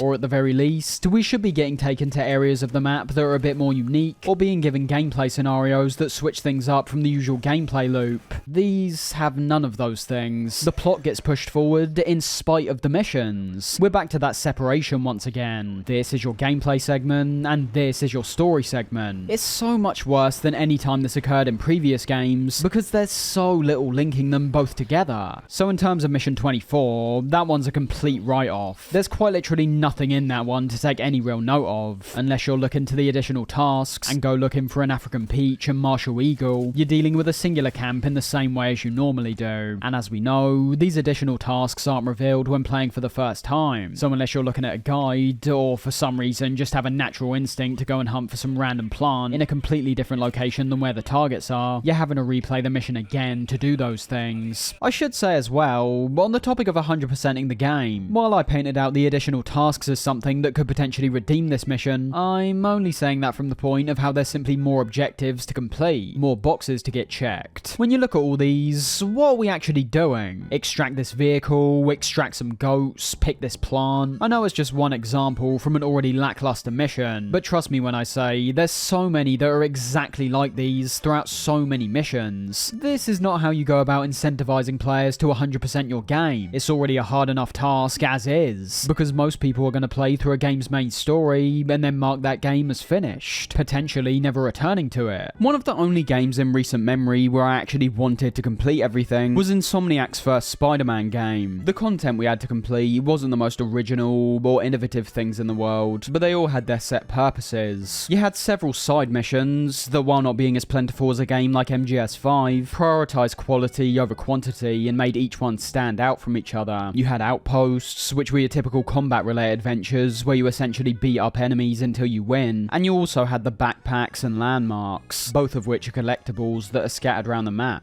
All of these things take advantage of the fantastic gameplay in unique ways. The outposts have you engaging in combat, the collectibles have you engaging with the web swinging, and the side missions are usually somewhere in the middle. The reason I wanted to 100% the game wasn't just because I was enjoying it, it's also because the process was never made tedious. MGS5's 100% journey isn't just tedious, it's monotonous, oftentimes boring, and outright confusing at points. For the majority of these main missions, you're usually having to go through them a minimum of 3 times. times. The first to be your initial experience, where if you manage to get an S rank or complete all the additional tasks, you may only need to play the mission one more time, and the second and third will be where you individually head after the S rank or the additional tasks. You might be thinking, why can't we just do both in one attempt? But that's because it appears the S rank is heavily dependent on how fast you complete a mission, and of course the additional tasks will only slow you down. I wouldn't say it's impossible to achieve both these things in some missions, but I'd also say it's rather unlikely. From there, you need to do things like track down all the blueprints across the game, many of which you can find for yourself, but others which also require you to complete certain deployment missions. Around 20 deployment missions themselves also contribute to 100%, and as you could assume, all the side ops do as well. The worst of the lot, however, is the animal collection component, a part of the game that I still have near to no idea why it was made essential to fully completing the game. Essentially, earlier in the game, we unlocked a platform on Mother Base that any animals we extract from the battlefield will get sent to. Now when it comes to things like birds, hyenas, and bears, all those things can be found while traveling throughout the world. You see the animal, use a non-lethal weapon to stun it, and then Fulton it like usual. If the animal collection was solely that, I would still find it to be rather annoying when going for 100%, but it wouldn't be the worst thing in the world. That's not all though, as a significant amount of the animals we need to capture are never actually seen in game. We instead need to use a piece of equipment called the capture cage, and whenever you place one of these down, all that means basically is that upon leaving the field and going back to the helicopter, you'll be informed of what animals were caught in your cages. The big issue here is that unless you know where to place these things, you'll likely end up receiving the same animals over and over again. You're having to go to specific locations on the map, some which are insanely specific if you're going after the ultra rare creatures, and merely hope that you catch what you're looking for. And make no mistake, there's no guarantee. I have tried this before a few times in the past, and still ended up getting the same creatures despite being in the exact area I was supposed to be. The animal collection is hands down the most tedious and boring process of the entire 100% journey, and that's saying a lot because there's already many things I consider to be tedious already. I'd ultimately say it's the main thing that always puts a stop to me ever trying to achieve it, purely because I don't want to go through the effort of looking up guides online to find the locations, and then not even getting the animal when placing down the cages. Bear in mind, this is included as part of 100%ing the game, but developing equipment isn't, nor is liberating outposts, nor is any of the FOB stuff. The process of fully completing MGS5 is not one that I would think of as being all that fun after a certain point, but at the very least, you can say that it's encouraging players to experience many components of the game to their full potential, which in turn may lead to a new form of appreciation in relation to aspects they never experienced properly before. Moving past missions 25 and 26, because as I said, there's quite literally nothing new to talk about with those. It's those story moments that I mentioned that are featured in between these, which are the highlights. The cutscene we get that focuses on Quiet is a damn brutal one, with her going after one of our men and shoving a knife in his mouth for what seems like no reason. As we hear in one of the new audio tapes we acquire, this links back to those fleshy growths we saw in Africa. After we complete the very next mission, we're informed this infection has worked its way onto Mother Base, with Cars telling us that upon further analysis, the cause is more than likely coming from a parasite. And when we start linking all these different threads, like the parasites and the focus on different languages, with hindsight, Quiet might have actually been trying to help us out. Remember before, boss?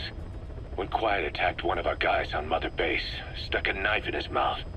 He's one of the very few soldiers who've had contact with her recently. Close contact.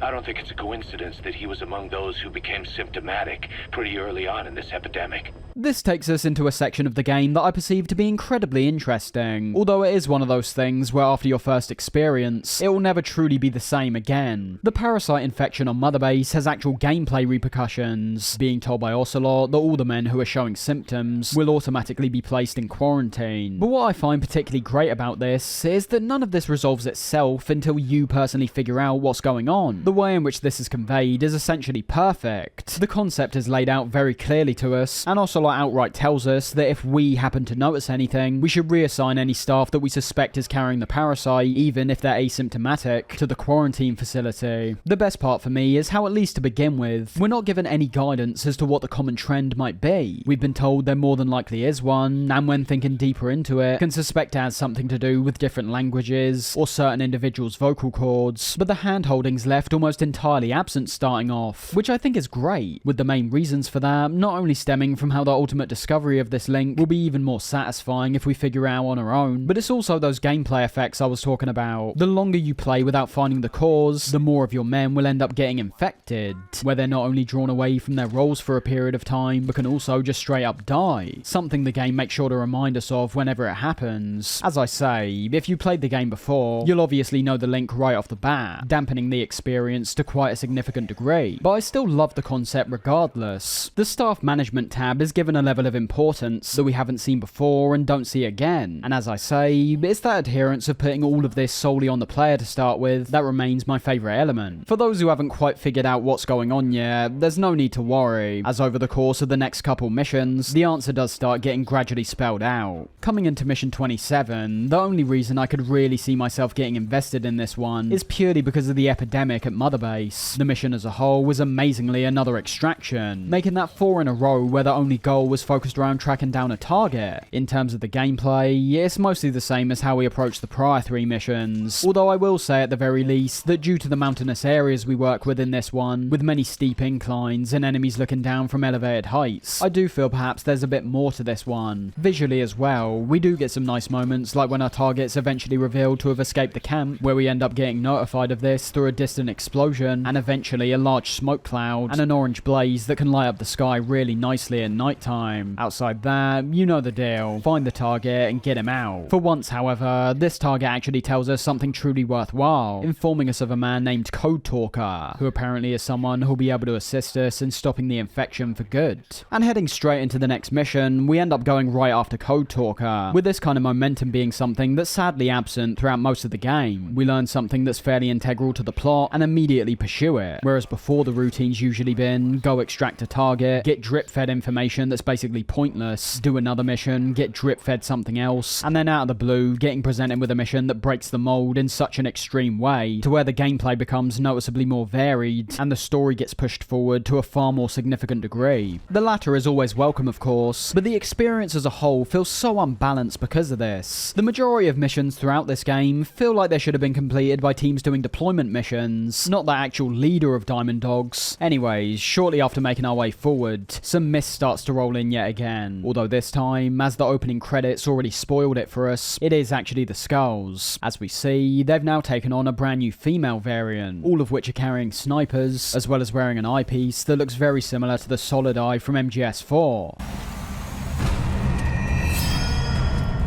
Once again, the technology we're seeing in 2 completely different time periods match up for some reason. There's now several things we've witnessed throughout the game that are either equal or actually surpass many of the things we see in games set considerably further in the future, but I suppose I can give that a pass. What I can't give a pass, however, is how the initial cutscene that introduces the snipers is carried out. It's definitely no coincidence that when it comes to the very first female version of the Skulls, there's 2 areas of their body that are placed right front and center straight away. I know Kojima was talking about quiet previously, but how are we ever supposed to feel any other way when this is how you treat any key female characters in the game? There's not many to begin with, which obviously makes sense given the time period and the much greater portion of men who find themselves out on the battlefield in the midst of wars. But any shame that we've supposed to have been feeling after the accusations of female characters being objectified in this game is entirely absent. As I've said before, I don't personally have an issue with this stuff. In reality, Metal Gear has pretty much always treated anything revolved around male and female anatomy in the most childish way imaginable, but that is part of the charm obviously. You're not supposed to really take those aspects very seriously, but with MGS5, even when looking away from Kojima's comments, things like this really stand out because of how much more serious and dark the whole game is. At this stage in the game, we've gone without that same level of charm for quite a while. The only time we get to occasionally experience it is in the odd cutscene, and even then, there's many cutscenes we see that only push the darker aspects of the game even further. So in this context, I can totally understand why people would perceive the close-ups on the Skull's chest and butt to just seem a bit weird, because while I can see this is more than likely coming from the same place as many of the close-ups we experienced in games like MGS3 and Peace Walker, it's made nowhere near as obvious. Regardless, we find ourselves in yet another sniper fight, but unlike Quiet, it's now a 4v1, and ultimately, while the core mechanics do feel almost the exact same, with using cover to hide from their laser sights and having to time our shots effectively effectively to not get hit. I think this fight excels in pretty much all the places Quiet's fight faltered. The arena, while still covering quite a large patch of land, has so many trees placed around that could potentially obscure your vision, and also block our shots. There's nothing that truly stands out in a visual sense. We are quite literally fighting in the wilderness, but you are still seeing the skulls positioning themselves in areas that are secluded, elevated areas where they can get a better visual on you, and also depending on how you navigate the arena, they may even reposition themselves to a lower position, where you then have the height advantage. All things we're able to see in Quiet's fight once again, but the biggest change of course is how there's now 4 separate snipers shooting us all at once. Quiet wasn't a pushover, and when she did get a shot off, it dealt a significant amount of damage, but when firing back, because we're only dealing with one sole target, there's a large possibility you get locked into a fairly standard, unimaginative routine, where you merely poke your head up, let her fire, and then shoot yourself. Still not bad, as it's the act of trying to get your shot off before she fires herself that can create a lot of tension. But what the skulls introduce is a far greater emphasis when it comes to our positioning. Because of how they scatter themselves about, a piece of cover that's shielding you from one of them might leave you entirely open to another. They are balanced to where you're not continually getting put in unfair positions. It's not like they're constantly surrounding you so you can never find a suitable piece of cover, but it's most definitely something we're continually reminded of this time round as they jump from point to point. I feel the increased number of targets is basically the sole reason as to why this fight differs from Quiet's, and also why I find it more enjoyable. As I said, they give you more to think about in terms of your positioning, but aren't so overwhelming to where the fight becomes tedious. Same goes for when they fire at you. You'll tend to notice that unlike Quiet, who lets out a shot almost immediately upon spotting you, these guys take a bit longer when it comes to firing, as to not have a barrage of shots thrown at you that kills you instantly. You've also got things like the mist, which in this case not only gives a greater degree of atmosphere to the fight, but as the skulls start the fight off quite far away from you, it also renders them invisible to us until we move in closer. Even if you've got DD, he won't be able to mark their locations from the position you start in, although I will say, once they are marked, you're obviously able to see their outlines, which removes the impact of the fog quite significantly. In reality, the fight really isn't too far off our encounter with Quiet. Even when it comes down to how the skulls behave, they're essentially the exact same. If you get a shot off, they go invisible, reposition themselves, and then try shoot you again. It is those key factors of our positioning, the number of enemies we're dealing with, and the environment that make the fight a bit more unique, especially when it comes to the scale, but it does feel like this fight gets carried over a larger area than Quiet's fight, although due to the mist, I'm not sure if that's merely an illusion due to us not being able to see all that clearly. On the whole, a step up when it comes to the previous sniper battle we experienced, but looking at it on its own, I would still consider it to be strictly average. We can't forget that while this fight may feature threats that are more unique than our average enemy, and an arena that accompanies their capabilities quite nicely, the way we have to deal with these guys boils down to pointing and shooting yet again. The most I can say is that it does somewhat encourage the player to use a weapon type they may have otherwise been avoiding, taking greater advantage of the large arsenal of weaponry we can develop. But as has been the case with the skulls from our very first encounter with them, they're essentially no more than some normal enemies that have been beefed up slightly. While you could say many fights in the past boiled down to just shooting your enemy, it was the enemy's unique abilities that made us have to approach them in different ways. How do we kill a boss like the Pain? By shooting him. But due to the armor he's able to create, we're having to consider our approach more closely and figure out how to bypass it. How do we kill the iconic Psycho Mantis? Literally just by shooting him. It's the controller switch and telekinetic powers that make that fight what it is. Both things that are stemming from him. The skulls and Quiet have the ability to teleport and go invisible, but outside that, what unique threats are they bringing to the table that a regular sniper doesn't? Not that much. At this stage, you'd have to consider the majority of these boss fights to purely be disappointing, especially if you're a long-time Metal Gear fan. It's only natural to have been expecting so much more. Ultimately, from my point of view, it's primarily the boss's appearance that stands out as the most distinct part of their fights, which, as we know, is a very important factor when it comes to creating any iconic villain or boss. To put it simply though, the fights themselves are just not backing up the stellar visual elements. Every time the skulls are introduced, the way in which they look and some of the cutscenes we're able to witness make them seem like a properly intimidating force. The fights themselves almost take away from that. I never thought I'd be saying this, but there's several points where I feel these boss fights might have been better off as a self-contained stylized fight that we watch as a cutscene. Not only have the cutscenes been lacking significantly throughout throughout the game, a decision that's obviously intentional, but whenever one does come up, I'm oftentimes blown away at how well they're executed.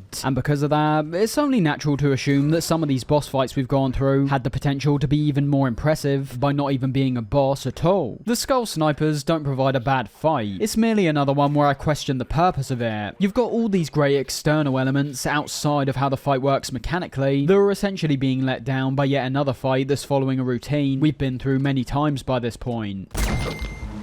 Don't tell me you took them all out. That's incredible, boss.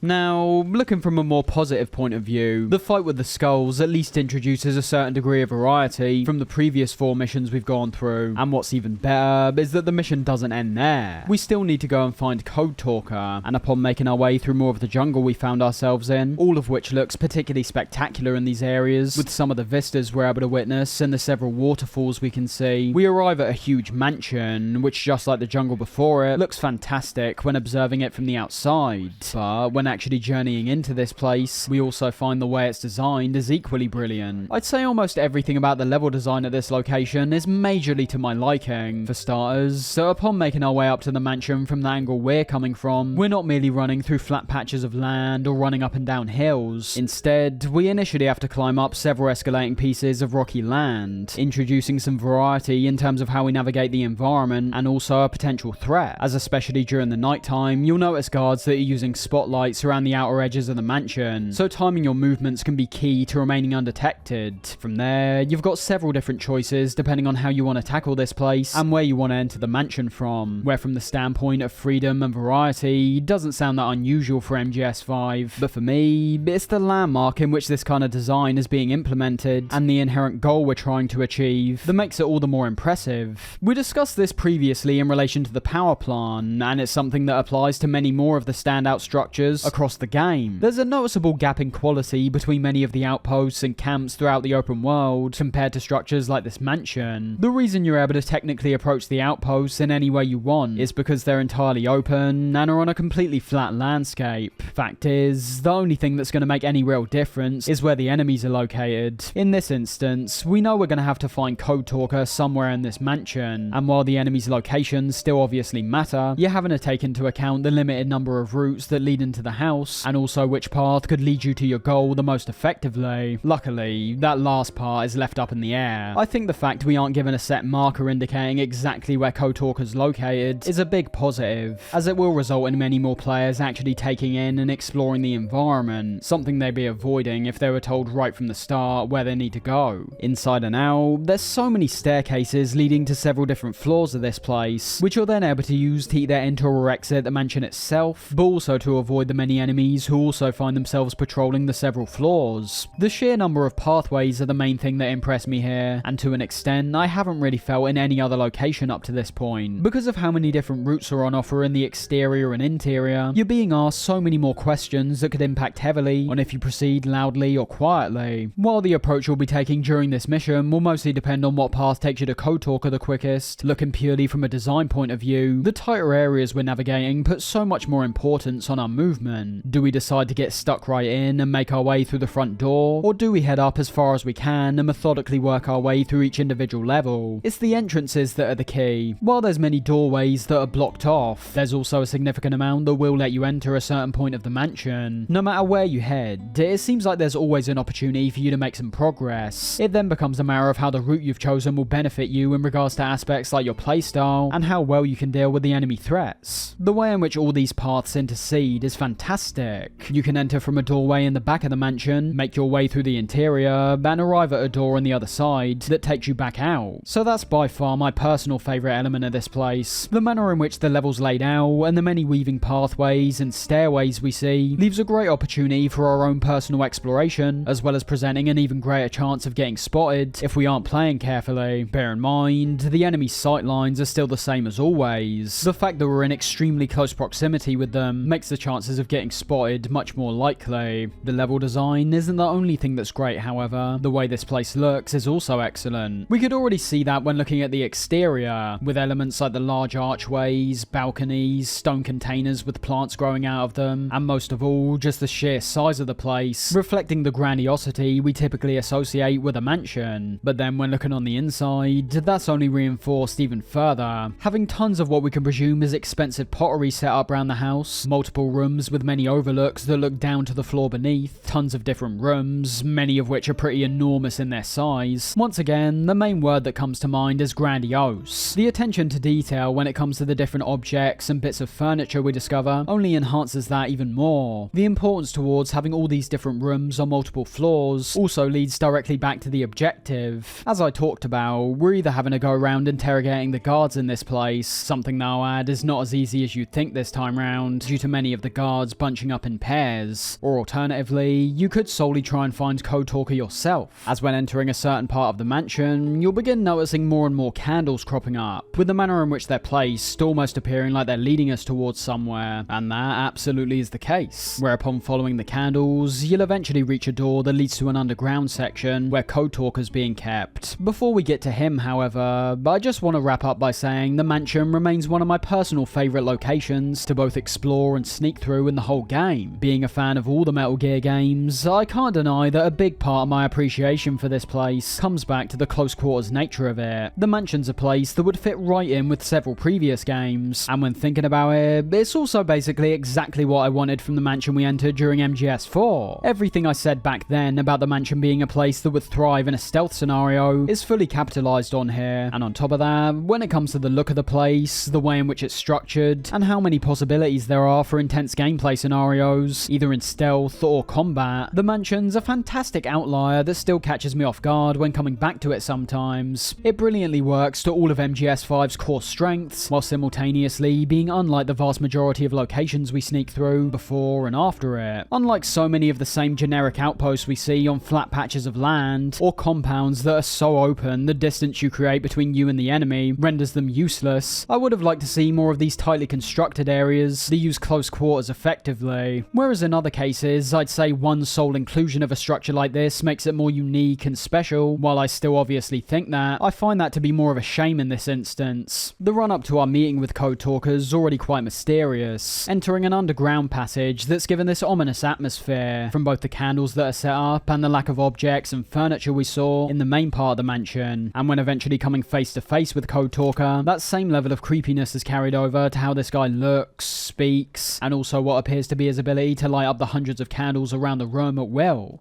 I've been waiting, Tilly. What should I say?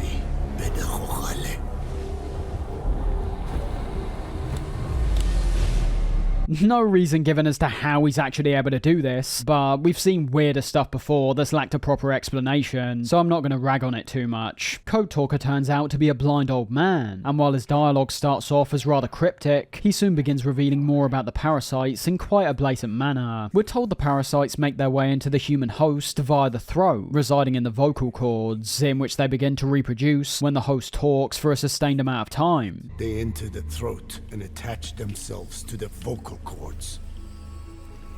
They mimic the host's membranes flawlessly. No one can tell the difference. Upon reaching maturity, they mate.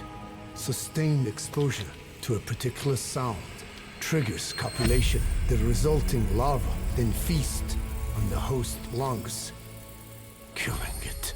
From this alone, we essentially have confirmation from what we saw at the Devil's House that all of this is spawning from Skullface. Code Talker refers to the parasite that's infected Mother Base as merely one offshoot of these vocal cord parasites. It's not just a matter of words getting spoke, it's more about the language these words are being spoken in, all tying back to the audio of multiple languages that were getting inserted in the prisoners' throats. With how all of them were shown to be infected, it now becomes clearer that Skullface is attempting to attune the parasites to as many languages as possible, which if achieved successfully will then mean anyone who speaks that language from then on will be at risk of getting infected. This is Skullface's weapon to surpass Metal Gear, and it's one that from its very concept remains one of the most intriguing elements of the game so far. We've always been so used to the main threat being a gigantic mech or nuclear weapon, but there's something you could argue is even more sinister about Skullface's plan here. As opposed to employing the same old methods we've seen many times already, Skullface aims for a kind of world domination in a slightly different way. One that doesn't come as a result of a nuke getting fired off, but one that turns something as fundamental as basic communication into a deadly weapon. A fun concept in a literal sense, but also one that I feel has certain themes at the core of it, which only become more blatant over time. Things to keep in mind would of course be aspects like the importance of language, which language is the most dominant globally, why that language is dominant, what nation this language stems from, and how this nation's treated other nations throughout history. For now though, it's time to get Code Talker out of here, getting a bizarre period directly after the cutscene where we're forced to slowly walk forward until we reach the exit, something that I've almost always despised in a gameplay sense, due to how much control it takes away from the player. But it does admittedly give Code Talker more time to lay out what Skullface's plan is, with the conclusion we reach being that Skullface wants to wipe out every language in the world, with the one exception of English. Boss, he's gonna wipe every language besides English off the face of the earth.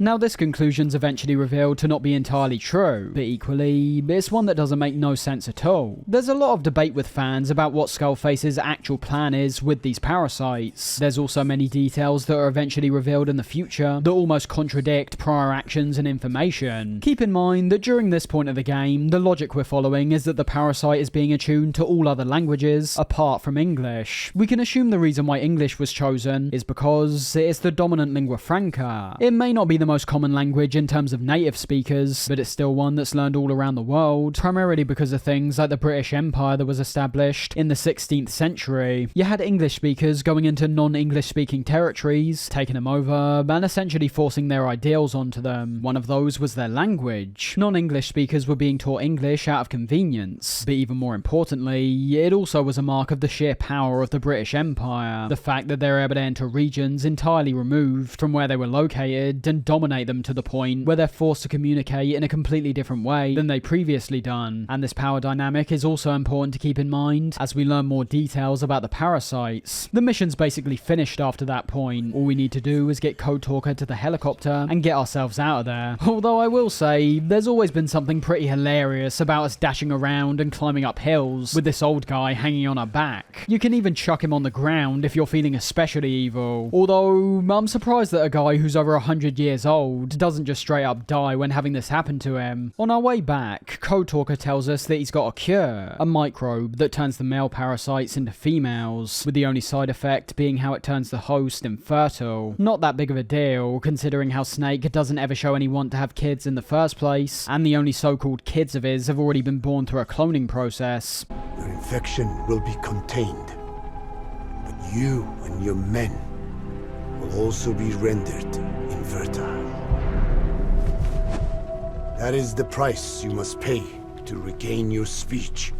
The cutscene ends off with a short discussion of the skulls, and how all their abilities also stem from a strain of vocal cord parasite, with these parasites seeming more and more like our classic one-word nanomachine explanation that we started hearing so frequently in the games set in the future. There's nothing about Kojima's game-making process I consider truly lazy, but it has started to become increasingly frustrating to watch these mysterious subjects be answered in the most bog-standard way imaginable. We've seen it several times already in regards to the nanomachines, but now that we're set in a period when nanomachines don't exist yet, I think it would have been better to capitalise on another newer narrative element which doesn't fit into the exact same nanomachine mould, because as we discussed before, giving these one-word answers can oftentimes take so much away from parts of the game that many will find intriguing. It's the old effect of having the unknown result in players coming up with their own thoughts and theories as to why things are a certain way. If you're going to explain the supernatural, it has to be done in a way that makes sense in context with the fictional world we're playing in, and one that should also satisfy most players. Saying it's the parasites fits in line with all the other wacky stuff we've been experiencing, but it's also an answer that renders enemies like the skulls and choir less unique. You've explained the unexplainable in a way that I feel only diminishes the characters instead of enhancing them. Anyways, by the end of this cutscene, we actually get ambushed by the skulls once again, where we also get this hilarious to be continued freeze frame.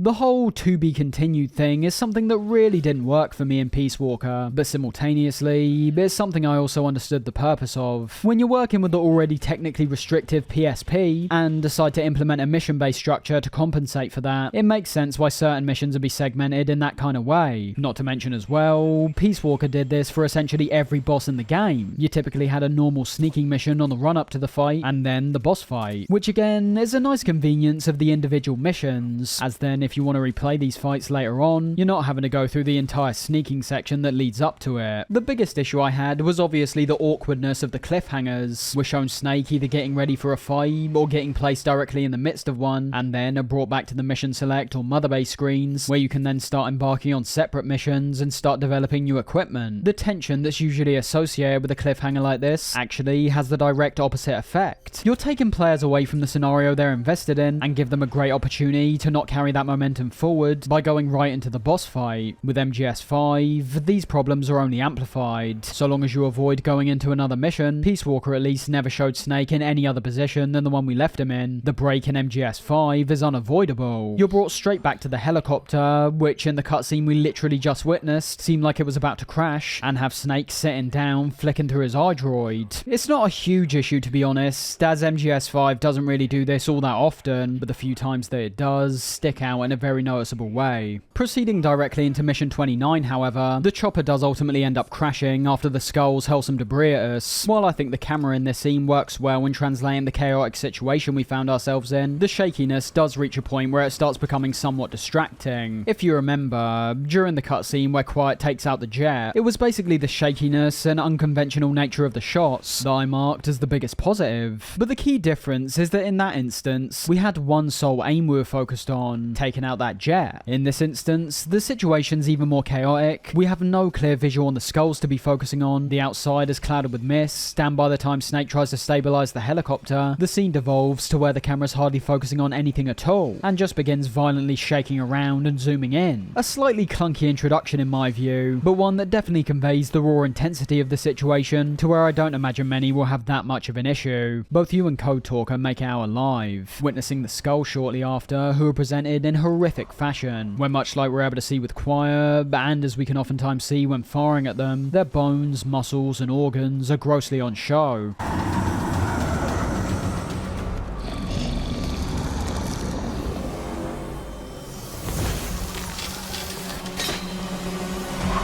This aspect alone makes me enjoy an introduction that otherwise would have had me getting ready for the same boss fight we've experienced several times already. The horror elements are ramped up in these moments, not only when it comes to the skulls, but also from the many zombified soldiers that are all slowly making their way towards our position. After this, however, it's time to fight, and while the skulls are now shown to have a layer of armor covering their body that in terms of their appearance makes them look even more intimidating, the fight itself is basically the exact same once again. Their attacks are exactly the same when it comes to them firing at you from range and lunging at you when up close. The main way you'll go about getting rid of them is from sheer lead, although it's definitely more important in this fight that you're carrying weapons that cause a significant amount of damage. The armor they've got on isn't the most resistant thing in the world, but it can become a bit more of a problem if your weapons aren't able to remove it effectively. The only new parts of the fight realistically are the few attacks revolved around the large bits of stone they pull out the ground, in which they either pick one up themselves and hurl them towards you, or they try and push one out where you're positioned, with both these attacks dealing a pretty massive amount of damage. It's important to realise that despite how similar this fight is to ones we've already experienced, the additional difficulty can in some ways elevate it into something more expansive and impressive. While I have no issues with this fight nowadays, I vividly remember having problems back in the day when it came to things like removing their armor and being unable to effectively damage them. Fights like this, where damage is such a key factor, does make you realise how much of an impact the mother base and development systems have on the game at large. While I stand by my belief that you can realistically go most of the game ignoring it, you'll eventually reach points like this where that will catch up with you somewhat. If you don't spend the time investing in your mother base, collecting resources, and upgrading your weapons, you are going to have a much harder time when it comes to this fight. Other fights can be affected to a certain degree, but not as much as this one. Because of how much damage they can give out in quick succession, you're wanting to ideally get rid of these guys as fast as possible, staying around for longer than needs be, trying to get their armor off, will only mean you're at a much greater risk of dying. In some sense, I could see players getting pretty frustrated with the boss because of that factor. While players with effective weaponry will experience a fight not too dissimilar to the previous ones, players with less effective weaponry will experience one where the skulls have turned into bullet sponges, something that's not helped by the fact their armor regenerates. It might already take a long time to get it off in the first place, and depending on factors like how much damage you're able to get off on their second layer, and also how much ammo you have, they might be able to get their armor back, and then you're almost back to square one. I say almost, as their actual health doesn't regenerate, but it can still be a pain. The arena's nothing special at all, as we've conveniently crash landed in the Nova Braga airport that we've already been to before, but it does at least give the skulls the ability to work at several different distances, an aspect that's especially important when considering how some of their new attacks benefit from this. I think the music that plays throughout this fight is one of the only bits of boss music in the game that truly stands out. It sounds excellent, still working off the same general themes as most previous skull fights, but having the structure of the track, the instrumentation, and the chord progressions give this fight a grander feel.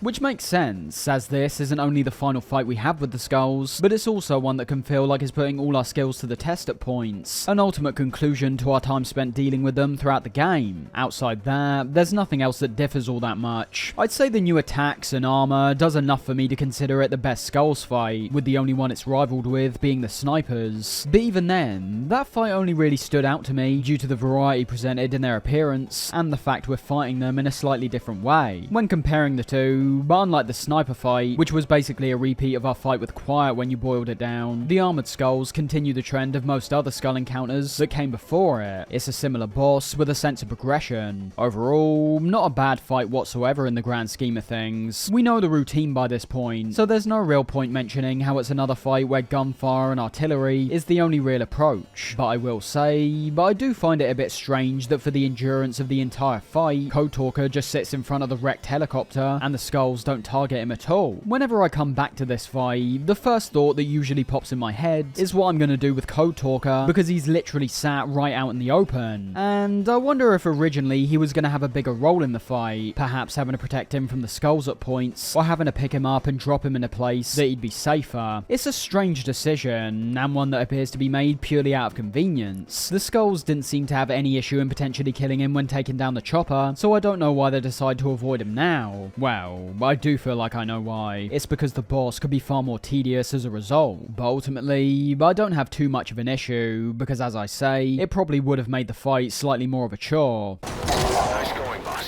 So, when getting back on another helicopter, Code Talker elaborates more on Skullface's grand plan, this time telling us about his involvement with nuclear weapons, with all the information we're told essentially being summed up in one line by Kars. A nuke business to replace the arms business. And Skullface owns the market. Through the means of this metallic archaea we've been hearing about, he plans to sneak small amounts of uranium to anyone who's buying from him, in which the enrichment the archaea provides will leave the buyer with the opportunity to become a nuclear power. He plans to avoid detection by exporting minerals containing tiny amounts of uranium in the form of metallic archaea. Once on site, the metallic archaea enrich the uranium and weaponize it. Skullface is basically evening the odds, whereas before it was either established nations or private forces like the MSF that had access to these things. Skullface wants chaos, and the best way of going about that is to make these weapons accessible to as many people as he can. But adding to that, he also wants power, something that he's also able to gain due to how we're told that Skullface will have the ability to deactivate any of these nuclear devices whenever he wants. Another metallic archaea instantly overrides the criticality generator. A fail-safe only he controls.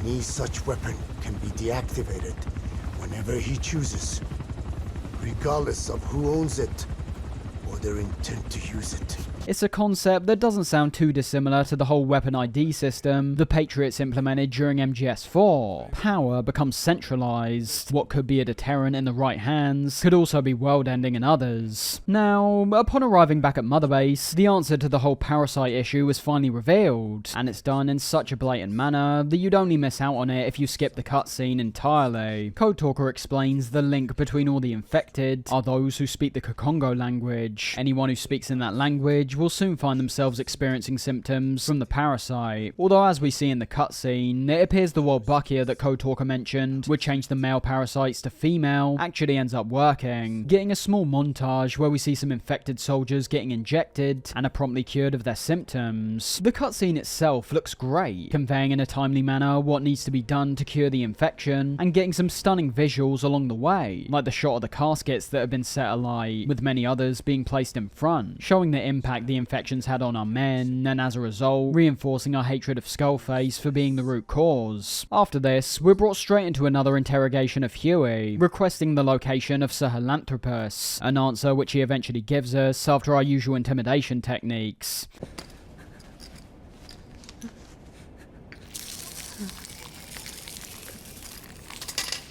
What should be another scene highlighting the disturbing lengths we're now willing to go to get answers still lacks a punch because of who we're dealing with. Our actions remain the same, but they're performed on a character who's an absolute slimeball. He even proves that in this scene, where despite trying to act this whole time like he's on our side, he still wasn't willing to give up the location until he was pressured to. Depending on how you personally observe the game, it's another situation where I understand why some look at the actions from Snake, Cars and Ocelot in these moments to be detestable, but I equally understand that because of how much of a snake Huey's already proven himself to be, there's potentially a greater feeling of justice to the whole interaction. After all, these answers could be the key difference between a worldwide catastrophe occurring. Getting these answers by any means possible isn't really all that bad, considering we're the ones who are aiming to put a stop to it. What they do at the end though is damn evil, and is the only real part of the cutscene where they're needlessly cruel for essentially no reason, except warning Huey to not conceal information again. The scene ends with a setting off to OKB-0,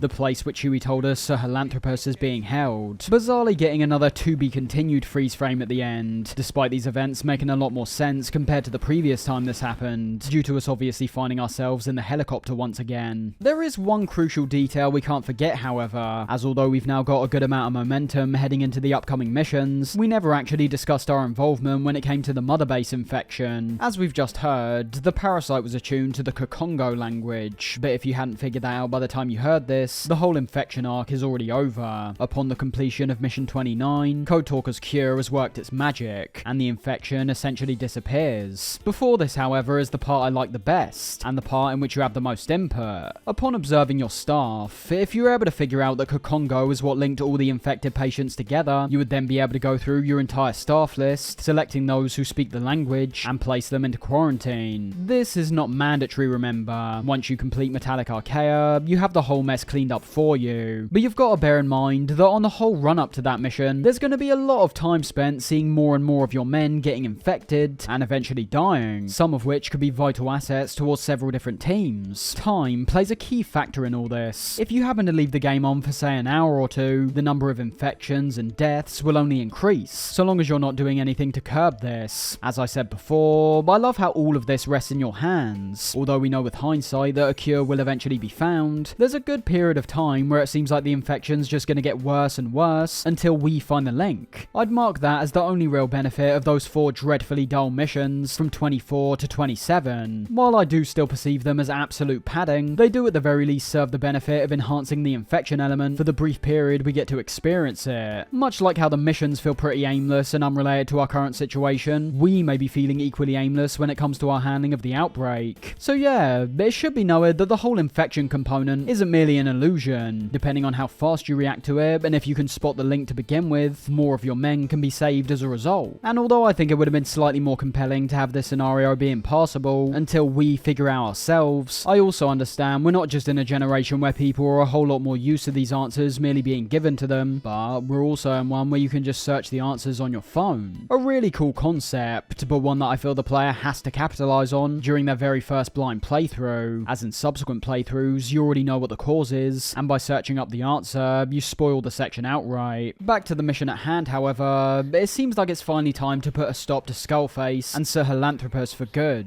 Mission 30 appropriately sets up the importance of our objectives this time, being another mission that opens up with a cutscene, and one that shows key characters like Kars, Huey and Eli coming in with us. This single opening, along with the last few missions, is what I've been patiently waiting for throughout all the missions so far. We've been going from story beat to story beat with hardly any gaps in between. We're not going into the mission with the same old routine of starting in first person, hanging out the helicopter and then jumping onto the ground, and our objective isn't based on going to extract a target. Instead, we get a stylish cutscene that appropriately sets the stakes for the operation we're about to go on, and are given the sole objective of take vengeance on Skullface. I would have liked to see all these things throughout every mission, not just a few. This is another instance where these exceptions feel special, almost in the worst way possible. I have zero complaints about the way they're executed. The setup here in every regard is great. It's mainly the fact that I simply wanted more of this across the whole game, and for fans who played the previous games, you'll know that's never really been an issue up till now. Regardless of if you like or dislike a certain section more than others, the manner in which the stories were conveyed always gave them the utmost importance at all times, regardless of whatever it was you were actually doing in game. I hate the fact it's taken this long to get some real momentum. Everything's been so bite-sized and segmented up till now, to where hardly anything has quite the same impact as this single setup of going after Skullface. Maybe that's the issue. While villains like Liquid were equally in the background as someone like Skullface, our main motivation was always revolved around him. In MGS5, it's almost like you're constantly getting brought away from this motivation to do completely pointless missions, only to have that motivation re-emerge from time to time. The fact that it still gets me invested shows how good the setup is, and how much potential Skullface has as a villain. In my view, none of this stuff should really work. From the lack of cutscenes, to the several unrelated missions, and to the cassette tapes that most players won't be listening to, I'm not comfortable merely saying the story's handled in a different way. Nah, I think it's handled genuinely badly. But the fact that in a matter of only a few missions, and the introduction of some interesting characters and plot points, I'm fully on board once again, I do find that genuinely impressive. Upon arriving back in Afghanistan and travelling to OKB-0, from the outside, it seems like we're in for yet another one of the more expansive facilities we've already dealt with a few times before. And while that's correct, it should be noted that outside of this specific mission, as well as a few side ops, this place actually remains locked off when exploring the open world on our own. Not too big of a deal, but definitely something that will increase the replay value of this one, because as we're about to see, I think the way it's designed is great. Starting from outside the base, the way in which we infiltrate this place can vary depending on which route you take, although there's a nice component towards the outer area's design, to where some of these pathways will be more advantageous compared to others. It's more a matter of if you know where to look. Many people's first instinct would be to head for the massive entrance directly down the middle. However, security is extremely tight, and not only that, you've also got a variety of guards who are standing in one position, others who are patrolling, others who are using snipers, and even some who are using walker gears. The sheer number of enemies is the first issue, with their broad placement leaving you open to getting spotted from multiple angles if you aren't moving forward carefully. But it's also the way in which the outer area is designed, which gives us an even harder time trying to progress in this way, as we're oftentimes left in a position where there's not too much cover, and because of how we're making our way upwards, the enemies also have a significant height advantage as well. This is where your knowledge of the level can play a massive factor though, as by approaching from the left hand side, you'll find that while the enemy threats are still close by, you'll be able to find a crack on the side of the base which we can use to climb up. These cracks are scattered in several places throughout the world, and are even marked on your map in the same way the resources are. But while they're a cool concept, I think this one situation is about the most I ever got out of the crack climbing. That's only the beginning, however, because as we're able to see when elevating ourselves to a higher position, we've still got a lot of ground to cover before reaching Skullface. I'd say to begin with, the enemy placements still remain the highlights, as although we're working with that more tightly designed 3-lane structure we talked about earlier, there's large portions of this place where we're crawling on flat land. I don't want to be reductive though. Along the way, there's significantly more small crevices we can make our way through, ledges we can climb onto to get a better view of the area, and even a tank, that I can't help but feel was placed here to adhere to those players with a more destructive playstyle. My favourite element of OKB-0 actually plays into what I'm saying, however. While the opening section doesn't feel too different to areas we've snuck through before, with every gate we pass, I feel the level design only gets more intricate, and the scenario as a whole only gets more intense and dangerous. This is shown off pretty much straight away upon passing the second gate. Verticality is used brilliantly when entering this new section if you've stuck to the left hand side, allowing us to get a pretty good overview of the area, and from the things we can observe, while I'm not seeing anything particularly new, what I do see is a blatant coalescing of ideas as a way to create the most well-designed, but also potentially the most challenging stealth section we've had to experience up to this point. We're working with multiple levels when it comes to the stairways that lead up to the roofs of the buildings and connect to the elevated walkways. You've got security cameras that we aren't all that used to seeing. The many structures that fill up this section brings back the element of sneaking through areas that are close quarters. And you've even got several interiors you can unlock, not ones that simply contain resources, but ones that lead to us progressing forward. This is where the level design starts going from good to excellent. I have to say it again, it's the routes that are debatably the most important factor. You've got so many options when it comes to how you want to navigate through the area, with all of them coming with their own unique challenges. And you have to remember, I'm looking at all this stuff through the lens of our progression to the finish line. I should also mention the look of this place is brilliant, with the highlight for me stemming from the architecture we can see. Much of it is damaged quite badly, with many of the floors and small buildings and walls having large chunks taken out of them, in which we can see the debris lying on the ground. But I also love the large tunnels we can enter. There's several archways that are placed on some of the elevated walls. This area in particular irks a unique feeling that so many other parts of the Afghanistan map lacked. It's locations like these, which is a large reason as to why I find this map to be a worthy inclusion, because I know from my research there is a portion of people who feel MGS5 might have been better off using solely the Africa map. And while I agree that map's visuals are consistently more varied and pleasing to the eye, when done right, like in this instance, we're presented with an area that simply can't be replicated in any other part of the game. I think OKB-0 is a fantastic landmark from start to finish, and it's particularly that gradual escalation of intensity that will only engross the player even more as they progress. When reaching the end of this place, we find ourselves having to climb up several flights of stairs to eventually reach a landing pad at the top, where upon getting brought into a cutscene, we have another confrontation with Skullface.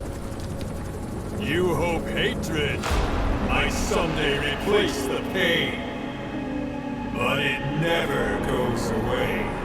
The tone still feels off with this guy to me. The manner in which he's delivered his lines throughout the entire game is so over the top. Sometimes it feels appropriate, like when we got introduced to Sahelanthropus for the first time, but in situations like this, it does feel quite odd to be honest. MGS5 has gone for a consistently darker tone in relation to essentially every aspect, and Skullface himself in Ground Zeroes was being painted out as a damn intimidating figure. So when he's rattling off some of these goofy lines in the most on-the-nose evil villain voice in the world, it clashes with MGS5 tonally, and as a result, takes me out the scene more than I want. Aside from a few good visuals, like the close-up we get on Skullface as he walks towards us, I think awkward's the key word I associate with the interaction. Even the manner in which it begins is strange. Snake just slowly walks up some stairs, glares at Skullface who's about to get on his chopper, and then doesn't do anything until Skullface himself starts speaking. Then we also have to take into account that speaking something that seems totally abstract to Snake at this point. He's already been more quiet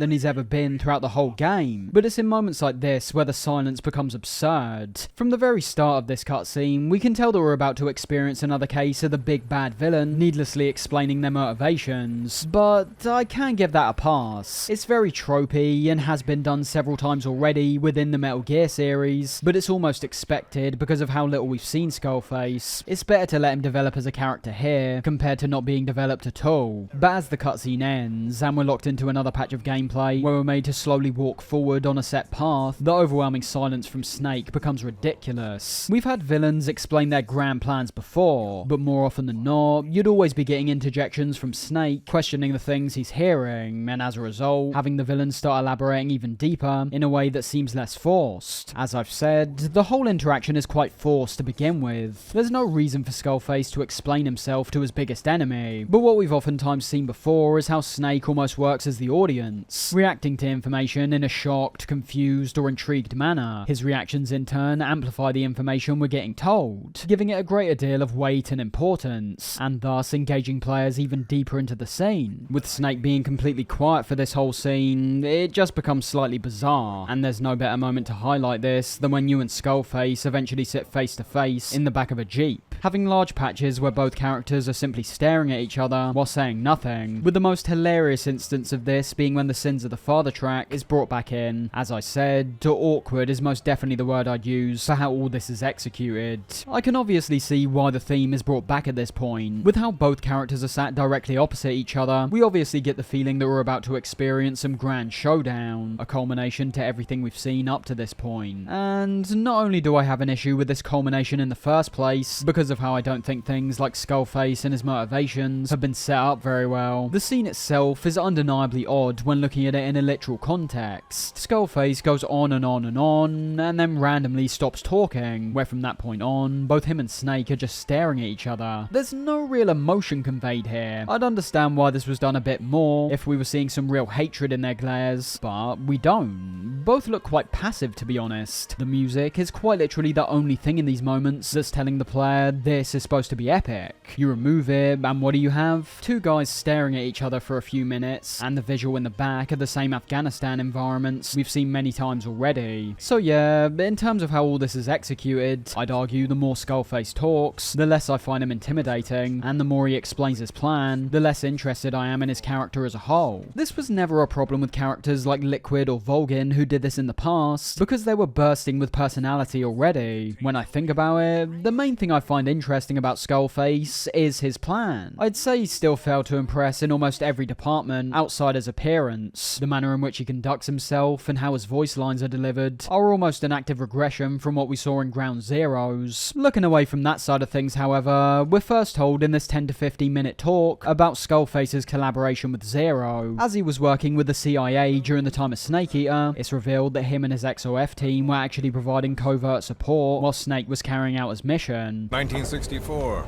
Soviet territory. Fox's first mission. Any mess you made, I was there to clean up. You completed your task, and admirably. And from that, him and Zero struck up a relationship that seemed beneficial to both parties involved. With the establishment of Cypher, an organisation that would go on to be known as the Patriots, Zero wanted Skullface and the XOF to work as his strike force, and in return, Skullface was given more power and control over the XOF, allowing him to essentially run any operations as he saw fit. Outside that, Skullface merely continues to explain Zero's goals when it comes to wanting to unite America, and using words and information to do so. America's never been made up of just one. But he tried to forge a single consciousness. For it, and from it. The idea that every citizen would use free will to unite behind their country. Unilateralism like that can't be entrusted to any one individual. All tying back into everything we've heard about the Patriots in the past, and how they manipulated and censored information to create narratives in which they would benefit. Things get quite a bit more interesting when Skullface starts divulging into his own backstory, explaining that when he was a child, the village he was brought up in was taken over by those who spoke a foreign language. Much like the discussion we had earlier talking about the British Empire, Skullface was forced to learn this foreign language, and also several others, because of how his homeland of Hungary was continually invaded and dominated by other nations around the world, namely ones like Germany during World War II and the Soviet Union during the Cold War. The way in which Skullface describes the impact this had on him prominently shows Kojima's thoughts on language, the importance of it, and how it could be used as a tool to shape the minds of others. Words can't kill. I was invaded by words, burrowing and breeding inside me. A philosopher once said, "It is no nation we inhabit, but a language." This is something that I'm sure can be more heavily felt towards non-English speakers, like Kojima himself. During the same car ride, it's revealed that Skullface has an English strain of vocal cord parasite, and unlike we thought was the case earlier, this is the one he plans to use on a global scale. The final parasite. It knows English. An English strain of the vocal parasite. I will exterminate the English language. With this, I'll rid the world of infestation. All men will breathe free again, reclaim their past, present, and future. This is no ethnic cleanser. It is a liberator. To free the world from Zero. Let the world be. He wants to wipe out the dominant lingua franca and hopes that as a result of this, the nukes he plans to equip people all around the world with, using uranium and the metallic archaea, will become the primary form of communication. War and conflict will be the primary means to know where everyone stands, something that will more than likely result in absolute chaos. I think there's a very good reason that English is focused on as a kind of parasite in itself, and more specifically, it's America that Skullface despises the most. Language codes, information codes, beamed all around us, genetic codes spanning history. By controlling the codes, Cypher Zero intends to unify. I personally look at Kojima as someone who doesn't have an issue whatsoever with American culture. In fact, when you look at his love of Hollywood, celebrities, and the significant ways in which they impact his previous work, he's clearly been hugely inspired from many creations and figures outside Japan. This doesn't mean he isn't able to acknowledge the way in which these nations have integrated themselves into his country, and how, as Skullface says, they've somewhat taken away from their own history and culture. This can be felt in many non-English speaking countries around the world, and the way in which you view this reality will obviously vary with each individual you ask. Some may enjoy these influences working themselves into their culture, while others may feel like these influences diminish other parts of their culture that stem directly from their nation. I think one doesn't even need to be particularly nationalistic to have this kind of view. Many people find their lives are enriched significantly when experiencing the cultures of all the different nations around the world. You let someone like Zero have full control, and he'll try to turn the world into one big America, just like Britain tried to do back in the 16th century. With the extermination of English, America will eventually lose their position as one of the most powerful nations in the world, and as a result, Zero will also lose that position of power. It's at this point where we realise Skullface seems to hate Zero far more than we might have initially thought, as all his actions essentially lead back to him. His focus on normalising nuclear weapons appears to just be sheer insanity, but with how he explained his hatred towards the foreign soldiers who took over his village as a child, he recognised that Zero's goal was to achieve essentially the exact same thing. If allowed to go through with his plans, his level of power will be unrivaled. He'll westernise foreign cultures, he'll remove any individuality from any person or nation, and will in turn leave the world in a place where one tyrannical mastermind gets to make every decision on what's right and what's wrong, what language will be spoken and which ones will get thrown away, what cultures will be given importance and which ones will be treated like they never even existed. Moving past the awkward stare-off, we arrive back at the power plant where Sir Philanthropus is being kept. Psycho Mantis and the Man on Fire make a return, and as it seems like we're going to have to battle it out once again, while Skullface watches on, Mantis appears to break from the plan, activating Sir Philanthropus, running over and seemingly killing the Man on Fire, and leading us out the mission with yet another to be continued. The most important thing to note in relation to all this is the cause. As Mantis never talks in this game, we never know for sure what his motivations actually are. He appears to flip-flop at will, showing no allegiance to any party involved in this conflict. The one thing you could link between all the key characters he's helped so far is how badly they want vengeance. Such a lust for revenge? Revenge is obviously one of the key themes of this game, so you could possibly say that whenever Mantis is in the presence of someone whose vengeful mindset reigns supreme, his assistance towards them supersedes anyone else he was helping before. And as we're able to see upon paying closer attention to his appearance, Mantis is actually assisting Eli in the moments after breaking away from the Man on Fire, which is obviously why right at the end of the cutscene, Sir Philanthropus only has Snake in its sights, leaving the other men to run away and escape. It all works, but it's also quite contrived. The excuse is given that apparently they didn't discover Eli was on the helicopter before it was already too late to turn back. But we all knew that essentially any excuse could have been used to lead us into this position. In reality, even if Eli did sneak on undetected, there's pretty much no chance he'd be allowed to stay for such an important operation. He's only here to reinforce the themes of revenge, as well as creating a slightly more impactful reason towards why we're going to fight Sir Philanthropus. It's not merely an order that's being given from Skullface to Mantis, it's an act of pure hatred on behalf of Liquid Snake. And heading into Mission 31, which is appropriately named after the giant mech, we start off with a blatant confirmation of what's just happened, which I don't think was all that necessary, to be honest.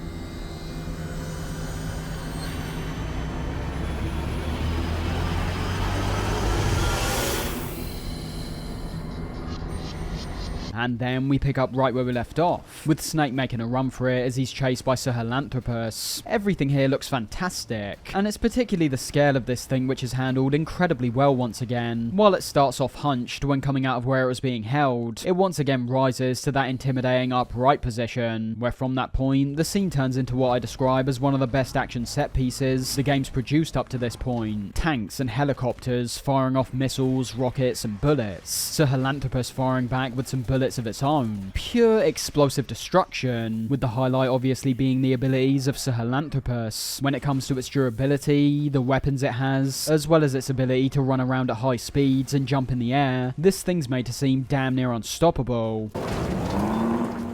You need to stop it, boss. Destroy Sahelanthropus.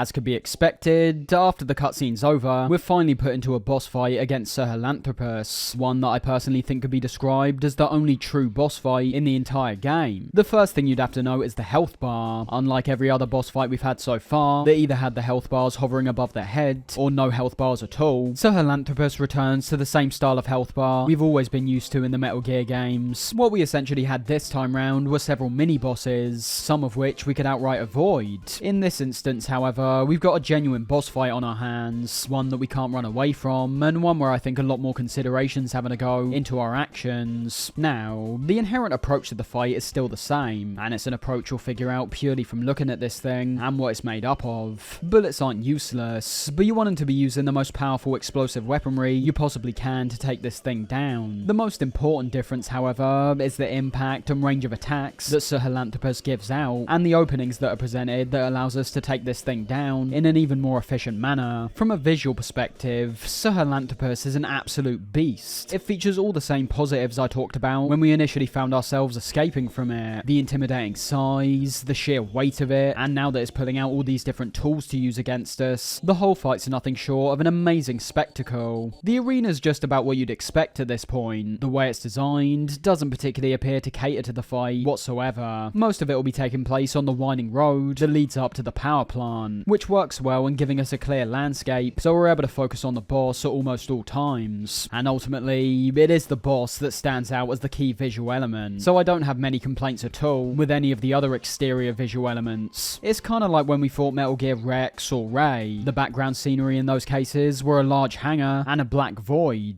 It's the mechs that gave those fights a wow factor. Sahelanthropus has a whole bunch of attacks, some of which are more standard, like how it can shoot out bullets, homing missiles and drones that can all deal a decent amount of damage. But where things start to get more interesting is in regards to his attacks with weapons, like the sword he pulls out. I am a big fan of these attacks, as these are ones that not only deal a significant amount of damage, potentially taking you out in one go depending on what armor you're wearing, but are totally unique when it comes to how the attacks are delivered, and somewhat original when it comes to how they look. I say somewhat because these are ultimately the large bits of rock the skulls threw at us once again, but it's the manner in which they get thrown at us here which is a bit different. There's two ways in which these can hurt us now. One where the rocks will swiftly burst out the ground and move towards our position, and another where they surround us. My favourite part is how vital the initial attack itself is, as you'll see Sahelanthropus pull out the sword from its chest and either slam it onto the ground like a whip or stab it into the ground, the former having the rocks come towards our position, and the latter either surrounding us or having rocks burst out the ground directly where we're standing. Either way, you're more than likely wanting to stay on the move, something I'd say is quite important to your survival with all the attacks, to be honest. But I love how there's a visual indication we're able to spot when paying close attention to the attacks, potentially resulting in us avoiding an attack that we otherwise would have gotten hit by. The final couple attacks it can perform are more context sensitive, the first being a red mist that it can produce, which will destroy any vehicles in the surrounding area. While I'm not sure vehicles are the best way to handle this fight in the first place, if you did happen to bring a tank or some other armoured vehicle along with you, it would at least make sense to use them. As I said, we're looking for highly damaging explosives, and pumping some tank rounds into this thing might seem like it'll work a treat. Although the missiles and bullets it shoots out can destroy most of these vehicles in quite a short period of time, I think I like the red mist from more a visual standpoint compared to a gameplay one. It's a nice twist on the grey mist we see during many of the Skulls fights, and I also like how any vehicles that get caught up in it will gradually start developing rust all over them. The main threat in my opinion comes from the obstruction it presents once again. As I've just talked about with the sword attacks, Sahelanthropus does have visual cues when it comes to its attacks, which makes sense because of the high damage they all give out. Put enough distance between you and the mech while this mist's activated, however, and you're going to have a much harder time figuring out if he's pulling out his sword, firing off rockets, or launching drones into the air. The final of these attacks is one that I'm pretty sure it either does very rarely or never at all during the main bulk of the fight, but always decides to do when you're at the back end of the fight, and this is when it leaps to a certain part of the area, usually an area that's quite high up, and starts using the railgun attached to its right shoulder. While I like the concept, the attack itself feels very cheap, and will more than likely slow down the intensity of the fight, which I perceive as being such a key factor towards why it's so great. When playing for the first time, I'd guess that many people will find themselves getting wiped out from this sole attack.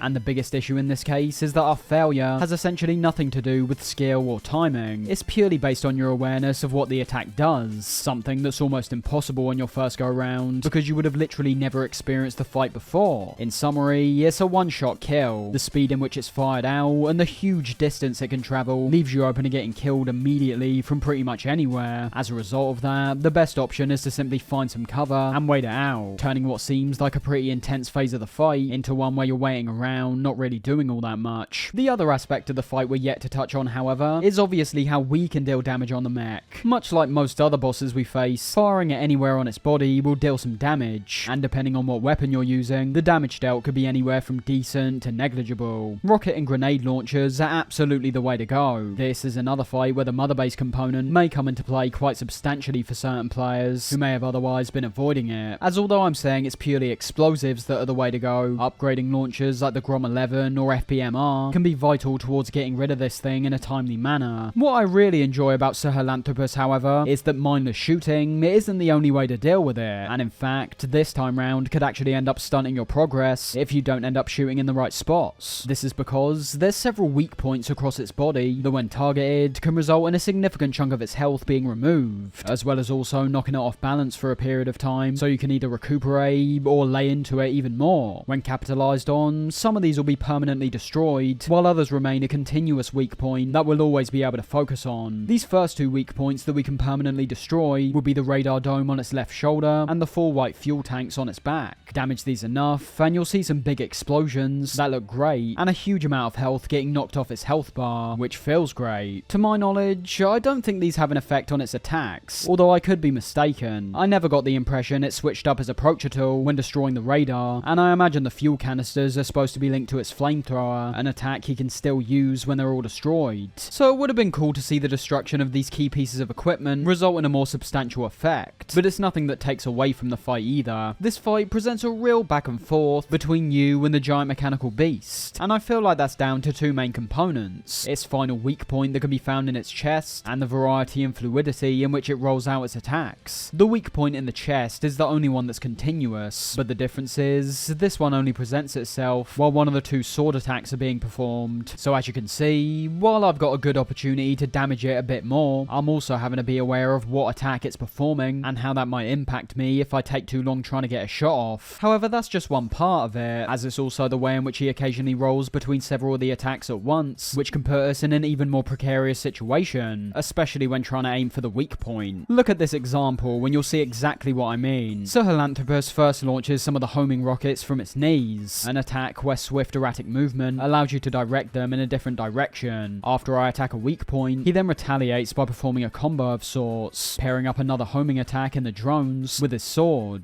Movement is once again the key element to avoiding this, but as you may have noticed, this left me with little opportunity to retaliate. Upon starting the attack, I only managed to shoot one rocket at its chest, and then immediately had to retreat to avoid the incoming attacks. That's what I mean when I say there's a brilliant back and forth with this fight. Sahelanthropus attacks, you answer back with one of your own, with the same going the opposite way of course, and as a result, we're left with a fight that remains visually engaging throughout, and one that's also engaging in terms of the mechanics and gameplay as well. Overall, I think Sahelanthropus is a great fight, and one of the best Metal Gear fights we've had in the entire series. Ultimately, I don't think anything can ever really top the Rex and Ray fight in MGS4, but that was obviously a bit different because we were taking control of a Metal Gear as well, ranging all the way back to Metal Gear 1 and 2, MGS2. There was always the characteristic of these fights where a single man takes on a seemingly impossible task, and I think this fight shows that aspect off better than ever before. It's not too dissimilar to the fight against the Rays in MGS2, but it avoids the biggest trap that fight fell into, where these large beasts were made to seem incredibly weak, where one missile to the leg throws them completely off balance, and a few to the head wipes them out entirely. With Sahelanthropus, you have key points in which you can deal some really good damage, but these only occur after sustained attacks with powerful weaponry, and bear in mind, if you continue to shoot outside these weak points, the mech will only show signs of weakness very occasionally. Most of the time, it appears like it's brushing your shots off, even if you're launching missile after missile, and grenade after grenade.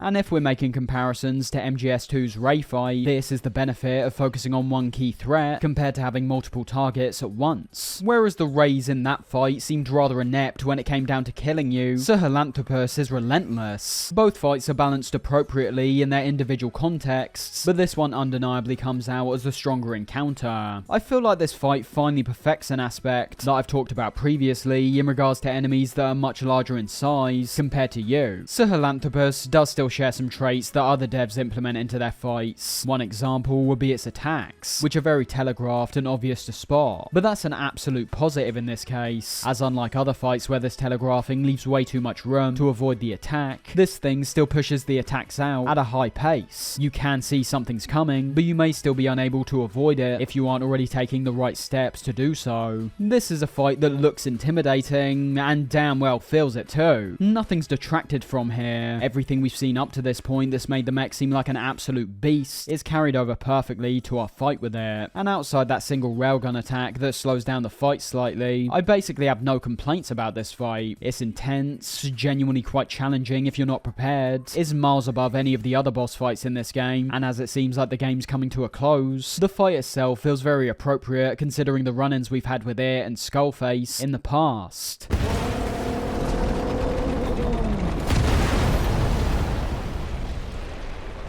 Once we're done with Sahelanthropus, we get picked up by cars and taken to Skullface.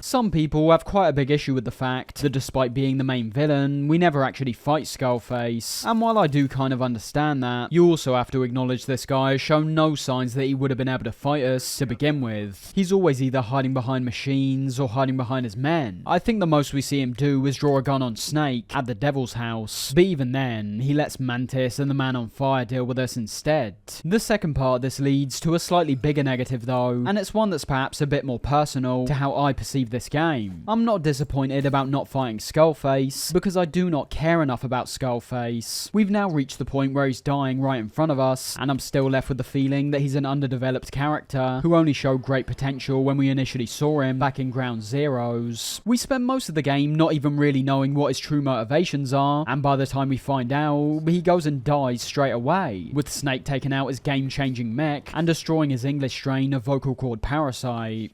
Finish me. Kill me.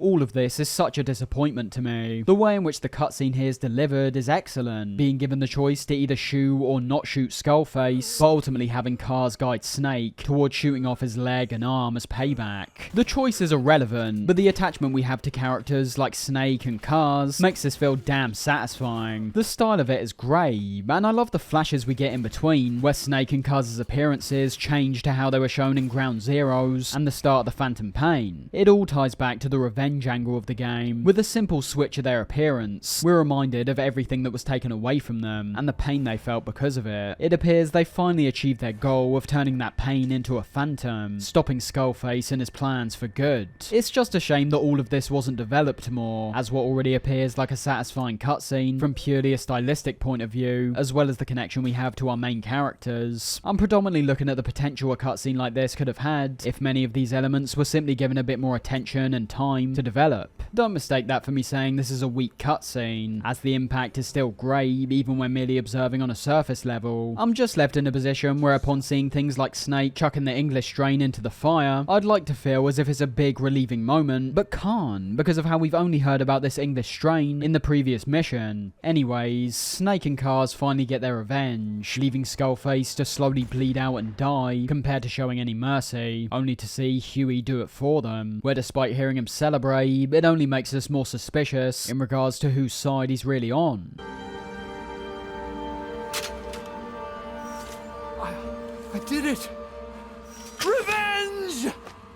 We've just heard Skullface begging to be killed, and Huey did exactly that. With everyone arriving back at Mother Base, it seems like our mission's complete, and our time with MGS5 is coming to a close, amazingly bringing back Sahelanthropus, and seemingly falling into the same old mistakes we saw Big Boss fall into during Peace Walker, except they aren't mistakes, they're calculated decisions. There is no reason for them to hold this mech, outside of purely making the Diamond Dogs a more powerful force worldwide. After the credits, however, we get a small cutscene showing an interaction between Mantis and Eli once again, with Mantis revealing that he's preserved a single vial containing the English vocal cord parasite, where interestingly, if you go back to the cutscene where Snake throws him in the fire, we're shown the first one get thrown in and break, but when it comes to the second one, the camera pans away and we don't hear any smashing sound.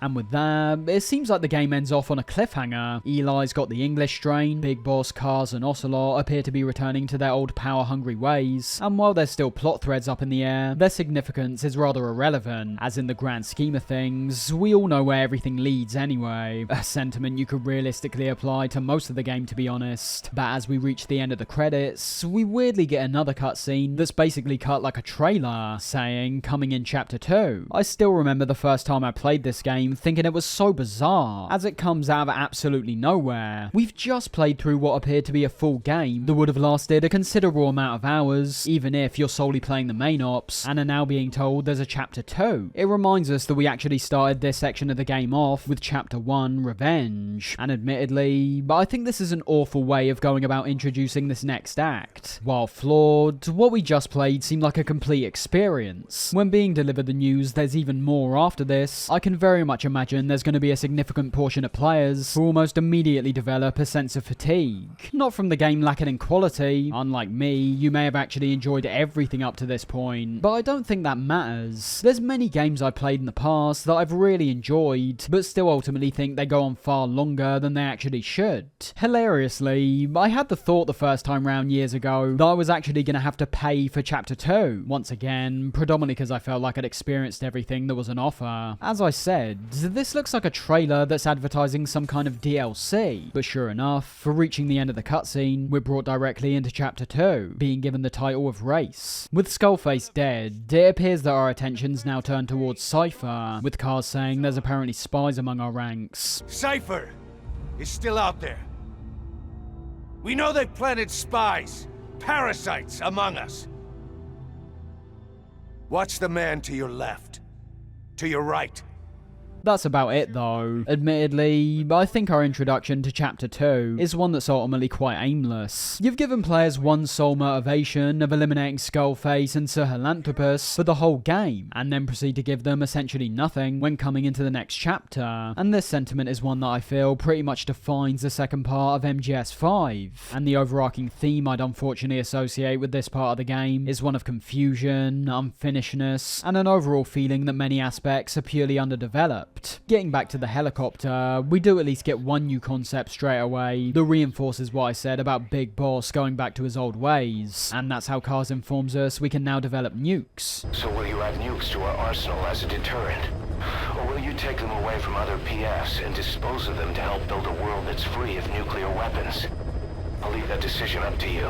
with the main purpose being that we can now deter non-hero players from infiltrating our FOBs and stealing our resources. I'd say this is one of the most interesting components that's introduced throughout the entirety of Chapter 2. However, a large part of why has got to do with the mechanics the nukes are linked to, and the secret endings these can activate, which we'll more than likely never see in a legit fashion. To start with, heading into the resource tab, you're able to see we now have a new tab relating to these nukes. To produce one of these takes a tremendous amount of resources and GMP, but in the event you have the right amount, development can begin, taking a day for the nuke to be complete. Now, I love the concept. This is exactly the kind of progression we want to see from Big Boss and his Diamond Dogs, and while it might have been slightly more impactful to see this be played out in a mandatory cutscene, I actually kinda like that we're given the choice of developing this nuke. I imagine inherently it has more to do with the FOB system compared to any story reasons, but the optional nature of it puts a significant amount more weight on our choice to develop it. We are being told that we don't need to develop this thing, nothing will change on the gameplay side of things, and the story will go on as normal. And for those who aren't engaging in the FOB side of the game, there's basically no reason to develop a nuke at all. Developing our own nuclear weapon is just about the most evil and despicable thing we've been allowed to do in the whole series. This is a lot bigger than killing enemies instead of tranquilizing them. The possible outcomes of creating a nuke are massive, and could end the world as we know it. And what are we using these for? Defense. Pure and simple. We're creating these nuclear weapons to keep people away from us. There is nothing positive whatsoever about what we're doing. It's only beneficial to us, and might lead to the downfall of everyone if handled improperly. So story-wise, I love the idea. I only wish the effect in-game was a bit more substantial, because, as I said, there's literally no purpose for these outside the FOB system. If you develop a nuke, it's never brought up in the story, there's no questions that get thrown at you regarding your decision. All this thing does is prevent players with low heroism from invading your base. But that's arguably an issue in itself. As you may have already seen, MGS5 has a heroism system that will give you heroism points if you do something good, and take them away if you do something bad. This basically has no impact on the game apart from the volunteers you receive upon completing missions, with a high heroism level meaning that you'll receive soldiers anywhere from S to S++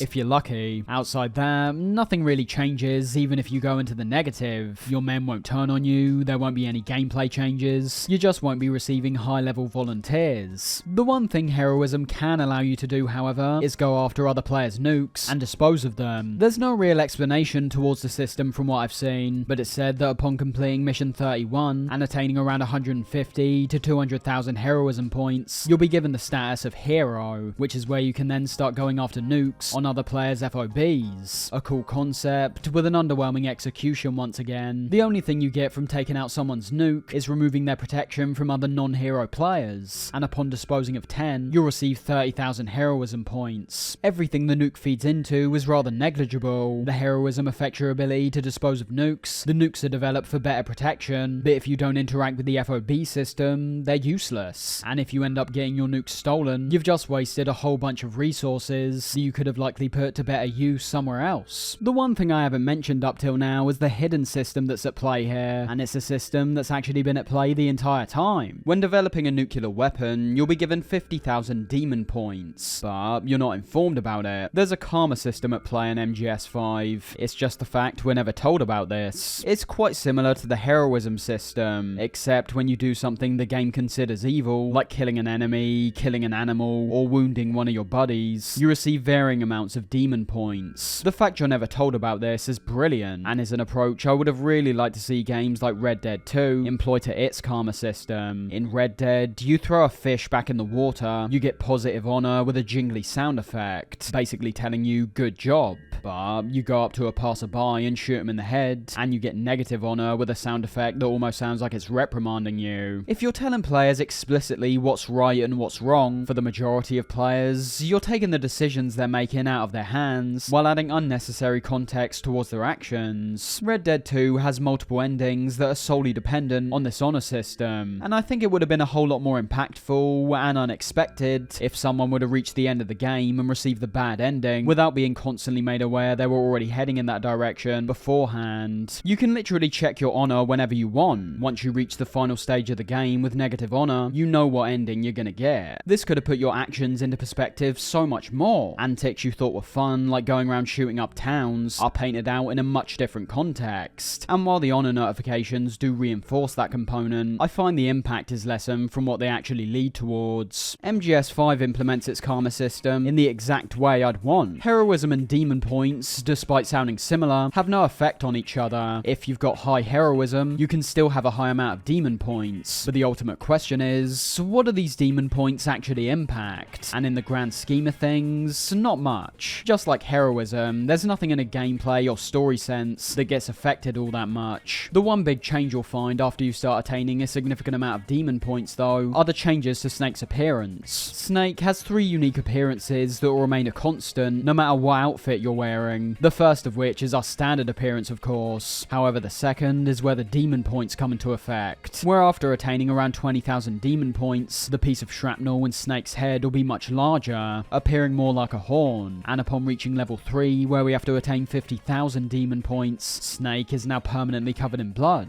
No matter how many times you shower, it won't come off. And this isn't like your regular blood that can cover Snake when getting shot while on the battlefield. This blood now coats his entire body, and can only be removed upon getting rid of your demon points, which as you could assume, can be done by doing things like disposing of nukes, rescuing animals, and rescuing kids. As the penalty for developing a nuke is 50,000 DP, I imagine most players will likely experience this change after doing this, as there's no other action you can perform in the game that comes anywhere close to the DP attained from the nuke. As I say, gameplay wise, there's no change at all, but I love the constant reminder we're given as to what it is we've actually done, and not to mention as well, with the third level being a genuinely substantial switch up, I imagine there'll be players who actually prefer how Snake looks in this state, and will go about developing a nuke solely because they want this effect. I'd argue this might be the most interesting part of Chapter 2 starting off, and as we've just seen when delving a bit deeper, the nuke and demon points mechanics may have no impact on your playthrough at all. I do not perceive that as a positive, and in fact, I think it serves as a key example of how sloppily the second chapter's handled, and this will get revealed in a very short amount of time when looking through some of our other menus, namely the main ops tab. Entering into it this time, you'll see that mission 32, much like every other mission before it, is entirely original. The description tells us that actual content isn't, as it's just another extraction mission, but from the new mission name and yellow point that's beside it, there's an indication the story will continue to progress. What goes directly against that, however, are missions 33 and 34. We're looking at their names, as well as the lack of a yellow point, we see that we're treading over old ground. Missions that we've already completed are being reeled out once again, with the only changes we're able to see when looking at them coming from the prefixes that come before. In this case, you've got subsistence and extreme, with extreme obviously being a mark of an increased level of challenge, and subsistence taking us back to the OSP mentality by not allowing us to bring any of our equipment along for the mission. Alongside these, there's also one other remix that will crop up a few times in the future, and that's Total Stealth, which, as it sounds, requires you to complete the mission without being spotted. I'm gonna be honest, while the concept may seem like it has potential, and I understand that some people will enjoy this, I perceive these remix missions to be one of the most blatant bits of padding we've seen up to this point. There's been so many missions before that I thought were padding in themselves, not progressing the story, repeating the same objectives over and over again, so to now be told we're gonna have to do those again is just ridiculous. Well, I say that, so long as you've completed a fair amount of side ops, you don't have to complete these missions. You could ultimately ignore them and simply go after the new story ones, but you must understand what this means. They're trying to create the illusion once again that just like the 150 plus side ops, that there's so much content on offer, when in reality, the same thing's getting repackaged several times over, now in the most blatant way possible. We're now at a point where the so-called main ops are breaking from the reality of the game. It destroys any form of immersion you may have had, because we're being told to go on previous missions in the exact same context, which is obviously impossible. These should have been firmly reserved to the side ops tab, but we obviously know why they weren't, because if they did that, it would leave Chapter 2 with a grand total of 9 original missions, one of which is a near identical repeat of the prologue, and most others following the same routine of going to kill a target or going to collect an item. It's incredibly lazy. If there was no ambition to have Chapter 2 even remotely stack up to what came before it, why even bother in the first place? You can speculate about things that were going on behind the scenes, the struggle between Kojima and Konami, Konami. But that all becomes irrelevant when looking at the final product on an individual basis, and what we're given hits well off the mark. It's only right to feel tricked when coming into this chapter, because from the trailer we witnessed at the start, it makes it seem like we're in for an experience that warrants a second chapter, but that facade's blown apart pretty much instantly when you realise what's really going on. If I'm being honest, there's no real point talking about any of these missions, as they bring quite literally nothing new. Mission 32, for example, we go into the Afghanistan desert and extract a target. We've done that many times already. Or how about Mission 35, where we go and extract a couple containers? We've been collecting resources for the entire game. Mission 41, we go and take out a gunship and some tanks. This mission in particular is unashamedly copying the formula of the eliminate the tank unit side op that you might have already completed 14 times before. To put it simply, it's awful. Any momentum that we garnered from the end of chapter 1 is entirely destroyed in a very short period of time. The story once again gets pushed forward in spite of what you're doing. The missions that aren't repeats might as well be because of the unoriginal content featured in them, and as for the remix missions themselves, aside from perhaps the extreme variants, you can already make the decision yourself to go into missions without using any equipment or deciding to stay completely hidden. And let's not forget, if we merely had difficulty options in this game, like all the previous ones, there'd be no use for the extreme missions either. So unfortunately, the main ops in chapter 2 are a complete write-off. They're lazily put together, most have no real link to the story at all, and even all these years later, I still find it amazing how much of a drop-off this chapter really has. Don't misunderstand, the game is not finished yet. There is still more story to experience. I can't say I'm surprised, however, that many people find themselves stopping after chapter 1's complete. There's no point discussing the vast majority of these new missions, because anything I could say you would have heard before. There's no new form of input I can give to a mission where we extract a CIA agent, and there's definitely nothing new to say about the repeat missions, because I've literally talked about them already. So ultimately, if the main missions now have hardly anything to do with the story, what is there left to experience in that sense? Well, we do still get some cutscenes interspersed between some of these, the first of which shows Huey's completion of the battle gear, showing it off in all its glory. But as it seems like we're on the brink of being allowed to finally use it on the battlefield, we're told by Ocelot its only function's got to do with the dispatch missions, nothing more. I'd like to assign a combat unit to take it on dispatch missions, so that we can evaluate its capabilities and reliability.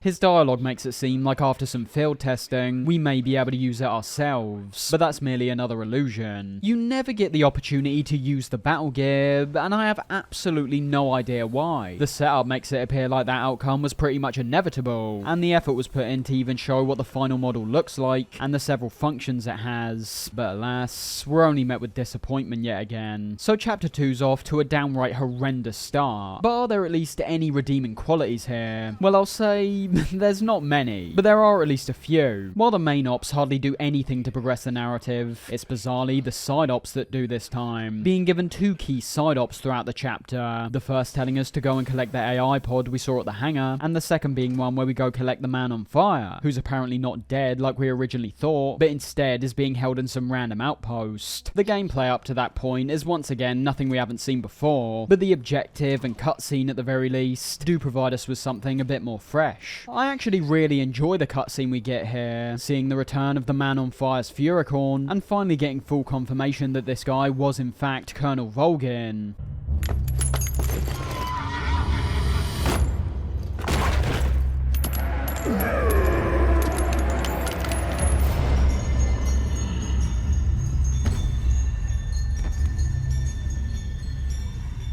Outside that, there's not much else. I'm not joking when I say nearly everything feels like padding. Even when it comes to the cutscenes we experience in between completing the same old tired missions, these are largely irrelevant. The one where Quiet retrieves a kid's necklace, for example. Yeah, it might make us like our character a bit more, but did we really need to see this? Does it push some overarching narrative forward? No, it doesn't. The vast majority of the story at this point is carried out solely in the cassette tapes, and while I think too much of it was conveyed in them during chapter 1, this is where things become outright ridiculous. Genuinely interesting narrative beats that I think deserve cutscenes of their own are locked behind these walls and walls of tapes. Highlights would be things like the body of Dr. Strangelove that we find in the AI pod, making Huey seem even more suspicious as he tries to convince everyone that he didn't do it. Me? Oh, I couldn't kill her. You killed her and locked her body in the pod. I wouldn't. Don't treat me like one of you! And the deep delve Code Talker gives into the vocal cord parasites is fairly interesting as well. The biggest issue, of course, is the sheer number of them and how long they go on for. Those Code Talker ones I just mentioned go on for almost 23 minutes. 23 minutes where I'm sat doing nothing but listening to a podcast, basically. And as I said before, but I'm not going to listen to these while playing the game, because you've then got the issue of my mind being drawn elsewhere, thus not giving the audio my full attention. But you've also got the fact that if you want to go back to your helicopter at any point, the audio will then be cut off upon you extracting. Wasted potential is all it seems like to me. Much of the content within these tapes seems like they would have been originally conceived to be portrayed in a cutscene, much like the previous games. You've got ones that go on for upward of 10 minutes, featuring interactions and audio cues outside of solely the character's conversation. Black Anna, it is you who shall pay. It seems like we're witnessing the bare minimum. For those deeply interested in the story, I could understand why you'd listen to these, but I think it's an undeniable fact they aren't particularly handled in the most digestible way. Taking time restraints and resources out the equation, you can't tell me that this was the best way these story elements could be conveyed. And talking of story elements, as we've already seen with some of the cutscenes, I think these are the only true redeeming factor when it comes to this part of the game, which isn't much of a surprise really, as although gameplay has always been a very integral and impressive part of the MGS series, the story's basically always been the most important component ever since MGS1. We obviously saw the cutscene pertaining to that AI pod and the man on fire, but realistically, these are more like loose ends getting tied up. There's nothing these both link to that progresses the narrative. Our realization that the man on fire is Volgin doesn't really mean anything because it doesn't lead anywhere. This changes when returning to Room 101, however, where we're told that Quiet is the only person on Mother Base that's still infected with the vocal cord parasite. This leads to another torture sequence where Quiet's continually electrocuted. And of course, it's Kaz who's the one who starts taking things to an even greater extreme upon his arrival, covering Quiet in salt water and speculating she's only here so she can finally kill Snake. Refreshing? Salt water. No! She'll die. Admittedly, Kaz's hesitance to trust Quiet makes complete sense to me. I don't think either side is painted out as the objectively correct stance you should take, but we are put in a position where both Snake and Ocelot are actively going against what Kaz believes. Trust is something that should ultimately be earned, so when you've got someone who not only hardly communicates, but also has previously attempted to kill your leader in the past, it would seem a bit strange the more lenient you are. As Ocelot says though, once you start going down the rabbit hole of who to trust and who may or may not be a spy, that's where everything starts to fall apart. What if she's a spy? What if I'm a spy? Or you? I don't agree with this whole what if I'm a spy, what if you're a spy spiel, because ultimately him, Snake and Kaz have known each other for far longer than any of them have known Quiet, but this all ultimately goes towards making us connect more with Quiet as a character and quelling any suspicions we may have had about her turning on us, and this is best shown off towards the end of the cutscene where Quiet finally starts communicating with Code Talker in a different language.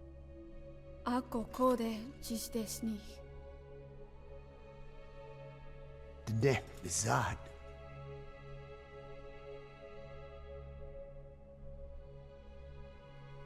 Belagana Gesnita Katobe Yasteta. She confirms she's carrying the English strain of parasite, but refuses to ever speak it, more than likely due to her affection towards Big Boss, as well as the repercussions it could have on the world at large. Even more padding's introduced after this, with how we're told the group of kids we've got housed at Mother Base have escaped. They apparently got out via some of our helicopters and shipping containers, and with Diamond Dogs now reaching a point where we're really starting to branch out, you would assume these kids could have ended up anywhere. But no, for some odd reason, they not only go directly back to Africa and Afghanistan, but they also end up travelling back to the exact same locations we visited in the past. Now, we obviously know why this is. We're not going to all of a sudden get some kind of European or American based map solely to accommodate the collection of these kids, but the whole scenario scenario's just made to seem even more contrived because of that fact. Their escape is already very contrived to begin with. We've already had Eli sneak into a helicopter, which was bad enough, but now it appears that all our men have somehow become insanely inept and didn't notice even one of these kids sneaking their way into the choppers and containers they escaped in. A ridiculous situation all round, and yet another forgettable patch of gameplay. Personally, it's around this point where any goodwill I established with the game had completely faded.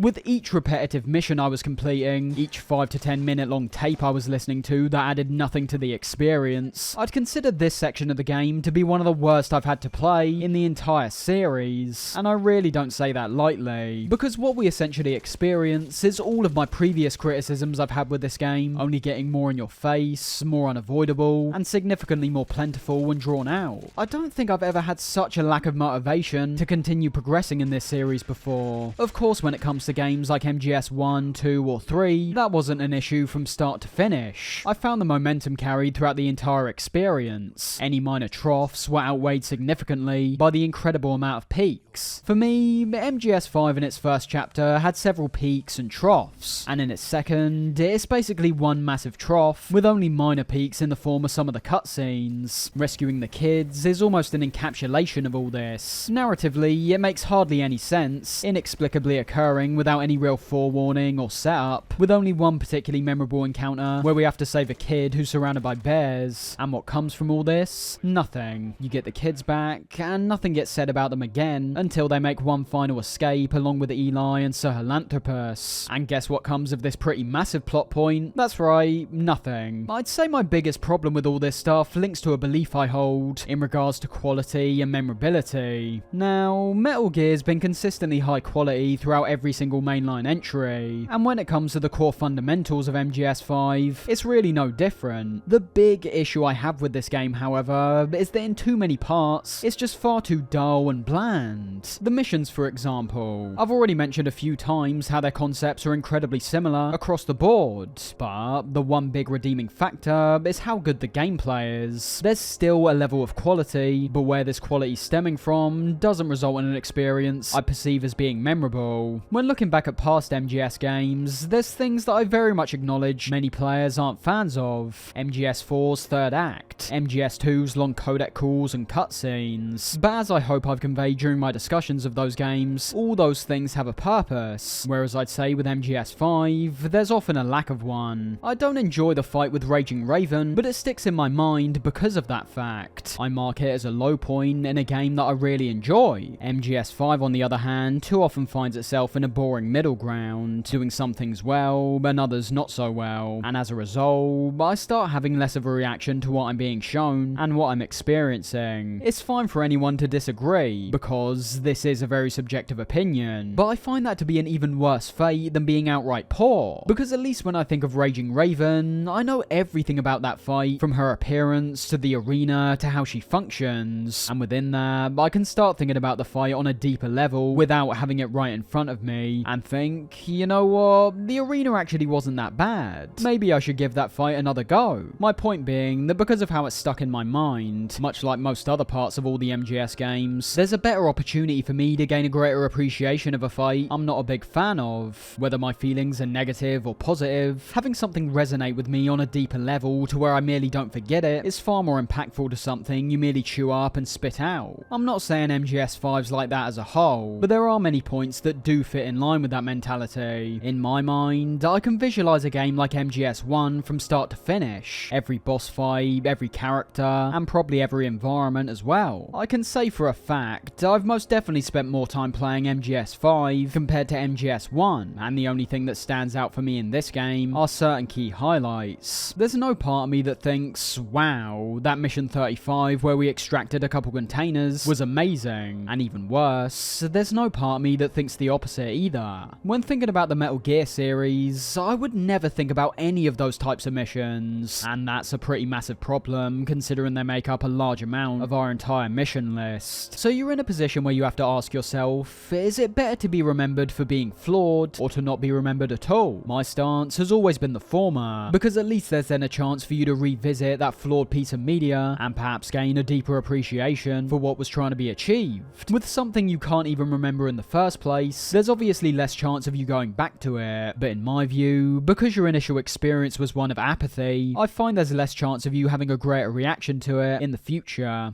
All of this is very negative, but as you would have seen with Eli stealing Sir Helanthropus, there's not absolutely nothing of note. That cutscene in particular has some pretty fantastic visuals, and the idea that Liquid Snake and Psycho Mantis have just taken away one of the most dangerous bits of equipment the world's ever seen, it seems like it's setting up some kind of grand finale where we go and hunt them down. The big annoyance for me, however, is Eli's voice performance. For most of the game, he hasn't spoken all that much, and I'd say that ends up being a good thing when hearing how dreadful his voice performance is here. I'm not like you! Goodbye, father. I don't need you anymore. I'd say out of all the dodgy English accents we've heard throughout the series, this is a serious contender for being the worst of the lot. There is one massive redeeming factor when it comes to Chapter 2 though, and that comes in the form of Mission 43, Shining Lights Even in Death. I'd class this as one of only 2 original missions that are featured in this chapter, and looking away from what that says about this section as a whole, I think this is another one that's utterly superb from start to finish. From the way it opens, I find myself being equally impressed as I am frustrated. Instead of the usual routine where we choose our equipment and watch the helicopter land, we're brought directly into a cutscene that lays out the situation we're going to head into.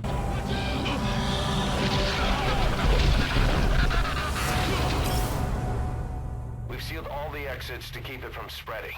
No one's getting out. There's been another parasite outbreak, appearing to zombify those located in the quarantine facility. Already a nice switch up from how we usually start our missions, but even when getting put into Snake's point of view, you'll immediately see how everything's noticeably more structured. Snake's dressed in his olive drab uniform, one that I hadn't equipped him with ever since the start of the game, and also his arm was a different colour than the variant I was using. These decisions are being taken away from the player, but for a specific purpose. There's clearly a certain vision that Kojima's trying to convey in these moments, one that he wants to create an impact, so he entirely removes the option for players to dress up as a retro Solid Snake or Cyborg Ninja. I already like that decision, but what's even greater is the tension that starts getting created during our arrival to the quarantine. We hear Code Talker, the man who originally cured the infection, utterly confused as to why this new outbreak has occurred. They should not be capable of laying eggs. Yet, we have a new outbreak. And Volbakia have no effect. And having that paired up with the music in the back, starting off ominous, but soon becoming almost melancholic, the reality of the situation starts to settle in. The opening cutscene is so important in that instance. We know there's people in there who are already too far gone to receive any kind of help, which means we may inevitably find ourselves in a position where we have to kill our own men. Making our way into the quarantine facility, that atmosphere is sublime. I don't think it's a coincidence that whenever we've been brought back to these more linear areas, the attention to detail immediately takes a significant step up from what we experience throughout most of the open world.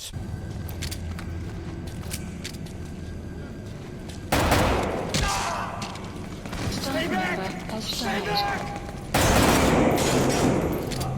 Horror's something that continually comes back into the fold when exploring these kinds of areas. The environment itself is considerably darker than what we're used to experiencing, and the soundtrack in the back adds to the somewhat shocking visuals we see when progressing forward. Blood splattered over several walls, covering entire floors, and many dead staff members lying around the place. There's also that massive fear of the unknown presented at points, the unusual becoming scary. This is highlighted in moments like when we see one of our men die right in front of us for seemingly no reason. It appears like he steps near the light source from the outside and the parasite takes him out. Even more disturbing is when we come across a staff member that initially seems fine but claims he's desperate to go outside, promptly shooting himself in the head shortly after. We get 3 straight floors of this, with each one we progress to being just as freaky as the last. I love all the unique moments we're able to witness when it comes to the infected men we travel past. I just wish we could have seen more of this throughout the entire game. Upon reaching the top of the quarantine, it's explained that the reason the infected men want to get out in the open is so the parasite will be more exposed to other life forms. Birds are easily the biggest threat, as upon getting infected with the parasite, they can easily fly back to any country around the world and spread the infection on a much wider scale. This all works in setting up what Snake is going to have to do here. We've got no other real option to stop this parasite than killing the hosts, and upon getting swarmed by several infected all at once, that's exactly what Snake's made to to do. We need to kill our men first and foremost, and then once everyone's dead, their bodies need to be burned to kill the parasite for good. This leads into one of, if not the most impactful gameplay section in the whole game. It's a simple one, but it's also one that packs a hell of a punch. And as you could assume, when being given back control, we're forced to walk back through all the floors we've just come from and kill every single soldier in sight. Shoot, Snake! That's it. That's good. The most important thing about this for me is that even if you have no real connection to any of your men, if you didn't spend the time going around your mother base and interacting with them, that really doesn't matter. It enhances it without a doubt, and especially if you're noticing certain names you've seen before, the impact is going to hit a lot harder. But there's several techniques employed throughout this which work incredibly well in making you feel utterly terrible, regardless of if it's the right thing to do. The first to be the reuse of certain gameplay mechanics we've seen in the past. The last time we were informed of staff members dying by our iDroid, it was once again in regards to the parasite. Back then, that was what was killing them, and now it's us. And to be constantly reminded of that fact is almost tormenting from the iDroid, as well as also the minus heroism points that accompany every death. Then comes the reactions over what you're doing, hearing Huey over the comms chastising us for killing our men. You're insane, Snake! He was one of your men! Which might not be that big a deal, to be honest, because it's Huey. But then you've got the men themselves, which have all kinds of varying reactions. Some asking why you're doing this, others reacting in disappointment and anger that you're here to kill them, and others simply begging for help.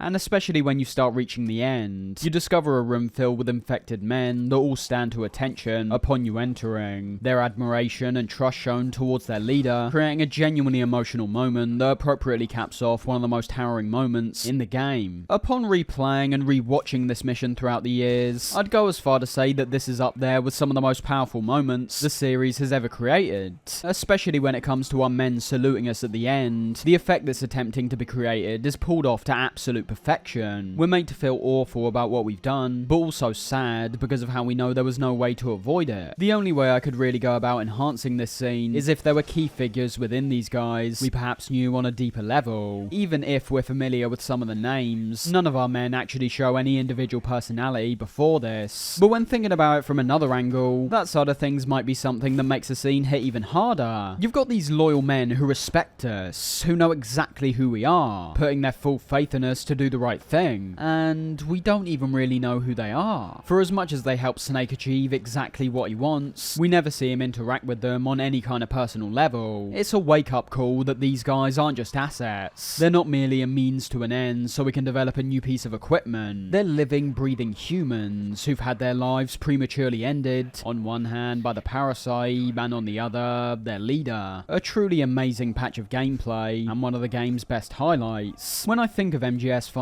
my mind usually darts to moments like this, as I define it as something that's so much more in line with not only the emotions I've experienced in games prior to this one, but also the emotions I initially felt when starting the MGS5 journey off when playing Ground Zeroes. And to cap this all off, we get another phenomenal cutscene showing Snake's raw reaction towards what he's just done. The use of the striking red colour conveying the anger he feels from being forced to kill his own men, and with how we see the return of the demon variant of Snake that's covered in blood and sporting a large horn, we can also imagine that this is one of the only times he reflects on his actions as being genuinely evil. Now, I'm not sure you can say that's 100% correct, as in this instance, he was ultimately taken out as men for a much greater purpose, but it's less to do with that, and more to do with how Snake himself perceives what he's done. Despite there being no other option, he still feels like he's failed as men, and that he's the one responsible for all this happening. All the cutscenes here are great, although they're all based in the emotion of what's just happened, as opposed to conveying any new information. The shots we get of Snake standing in front of the burning bodies, and where he covers his face in their ashes, looks excellent. And while I enjoy every single bit of this mission, I am also left with the feeling after analysing it about what all of this actually means at this point. You've got to bear in mind that Metal Gear has always been a series that builds with each new release. We've already talked about how the series realistically could have been marked as complete, going all the way back to MGS1, but ultimately we can be glad that that it didn't because of all the great games that came after it. There was always a through line with every new release, however. No matter how different they may have initially appeared, or what time period they were set in, we were always coming back to the subjects of the Patriots, Metal Gears, Big Boss, with the biggest topics really getting in motion during MGS2. This game did focus on those same topics during the first chapter. Our main villain previously worked with Zero, one of our main targets was his brand new Metal Gear, and although I don't think Big Boss is reinforced as a villain to a degree that I'd perceive to be sufficient, there are still narrative beats that swing in that general direction. Ever since we dealt with Sir Helanthropus, I feel the narrative's been aimless in every way imaginable. Literal, symbolic, metaphorical, whatever you want. Regardless of how drawn out and confusing things have gotten in the past, I've always remained interested. I've always seen there's interesting topics to see, and that's the biggest problem with MGS5 at this point. I don't really understand what I'm being shown, why I'm being shown it, and what I'm supposed to take away from it. I got the themes of revenge and the importance of language, but those have been largely dealt with. I've spent most of Chapter 2 wondering what I'm missing, but I'm starting to realise there's not much to actually miss. Listening to any number of tapes, I'm only hearing reinforcement towards subjects that in the grand scheme of things don't mean all that much. And even when looking at this mission that I really enjoyed, there's an emotional weight to it, but it's not saying anything on a wider scale. The links to the series at large are so weak. I understand Kojima wanted to stop the series a long time ago, but that doesn't mean these things can just be ignored. When breaking everything down, the ultimate irrelevance of this plot is far greater than anything that's come before, and the manner in which it's carried out has appropriately led to many fans calling it bland and boring. To put it in simple terms, so far there's not one moment during MGS5 that compares to ones like when we're told Zero was the leader of the Patriots. That revelation came during MGS4, a game that's sole aim to tie up loose ends gave that plot relevance, despite never really needing to be made. And I use that as an example because it can have a profound effect on how you personally view the games that came before it, no matter if that's a positive or negative. I'll say now, there's one thing like that in MGS5, and it comes directly at the end of the game. That's simply not good enough to warrant a full sequel getting created, and this is what I was talking about when starting this game. MGS5 to me feels like Kojima's best attempt at breaking away from the series while still being chained to it. The gameplay's handled differently, the style and tone is completely different, and the actual plot is so self-contained for the vast majority of it that it can almost pass as being part of a different series entirely. Talking of that one big revelation, however, we're actually not far off that at all. After we've dealt with the outbreak, we're back to doing side ops and the repeat missions until we receive another cutscene, with this one showing Huey finally getting put on trial after it's speculated that he helped Eli and the kids escape, as well as actually causing the outbreak because of that. Conspiring with Eli, he repaired Sahelanthropus in secret. His research materials caused the leak at the quarantine facility, which in turn caused the Walbachia mutation, letting the parasites off their chains. Adding to that, Kars brings out the AI pod, which magically made its way to Mother Base after bursting out the hangar, and proceeds to play a recording confirming that he murdered Strangelove by locking her in the pod. Huey! Damn it, Huey! Open it now! Please! Let me out! Kill me! It recorded it all. My biggest issue is what comes after he's ruled guilty, initially having all our men go into a frenzy, shouting for him to be killed.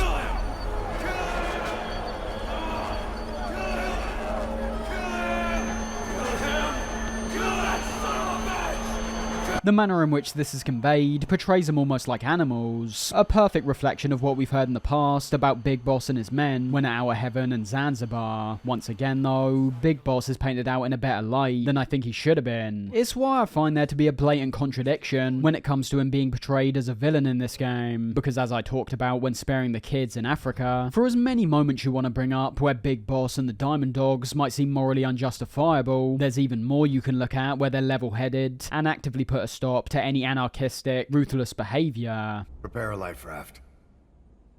Big enough for one. Food and water, too. Boss, he's leaving.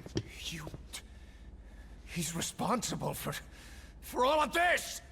The only one who truly seems set on the idea of vengeance at all costs is Kaz, which I suppose you could say gives a greater insight into who the real villain is here, but I find that takes away from Big Boss's villain status as well. I found the relationship the two of them had during Peace Walker to be far more interesting. Big Boss was shown to be going along with Kaz, largely because he blindly trusted him. That's why it's so important that at the end of that game, we discover that he was essentially retaining certain information from us so he could guarantee that he'd get his way. Big Boss appeared more like someone who was making bad decisions from the stance that he was actually doing the right thing, which to me is a really interesting dynamic, and one that we've seen before in other villains' backstories. A reasonable goal that gets sidetracked and blown out of proportion. MGS5 simplifies this dynamic in my opinion. You've got Ocelot, who pretty much always goes directly against Kaz, or at least tries to offer an alternative perspective. You've got Kaz, who mainly wants to go the most vengeful route, essentially at all times. And then you've got Snake, who lies somewhere in the middle. And that's no better showcase than looking at what happens to Huey. As opposed to killing him on the spot, he's thrown into a lifeboat and pushed out into the open sea. He might die, he might not. Big Boss isn't happy with killing him on the spot, but he doesn't want him to go without punishment either. It takes away from the image of Big Boss that we've always had in our heads by making him seem more like a puppet. At points he's painted out as a leader, but he's more of a figurehead, much like Zero wanted him to be for the Patriots. He's going out on routine missions that are sent to his iDroid, he does call the shots, but his decisions are largely based on what those around him are saying. I can see why certain people would find this angle rather interesting. The villain that we've known for so long isn't as maniacal as we thought, but we already got that idea from the end of Peace Walker, so the only takeaway from that side of things during MGS5 is a dampening of the effect I initially felt when playing that game, because at points, Big Boss was ruthless, and did make some pretty wild decisions during Peace Walker, whereas most of the time in this game, he's looking for the most diplomatic approach at pretty much all times, much like Ocelot. After Huey's gone, we unlock the final mission of the game, a mission labelled as Truth, the Man Who Sold the World. To preface, this is the one I mentioned where we go through the prologue once again, but there are some new details that are shown right off the bat that give an additional degree of context to the opening. We start off from the point of view of who we assume is Snake. However, when the camera pans over to the left, we actually see Snake for ourselves. While the doctors inform us that Big Boss did end up slipping into a coma, it's the reveal that comes next which is the most important. As it turns out, we are looking through the eyes of another person that's been brought in alongside Snake and Kaz. What about him?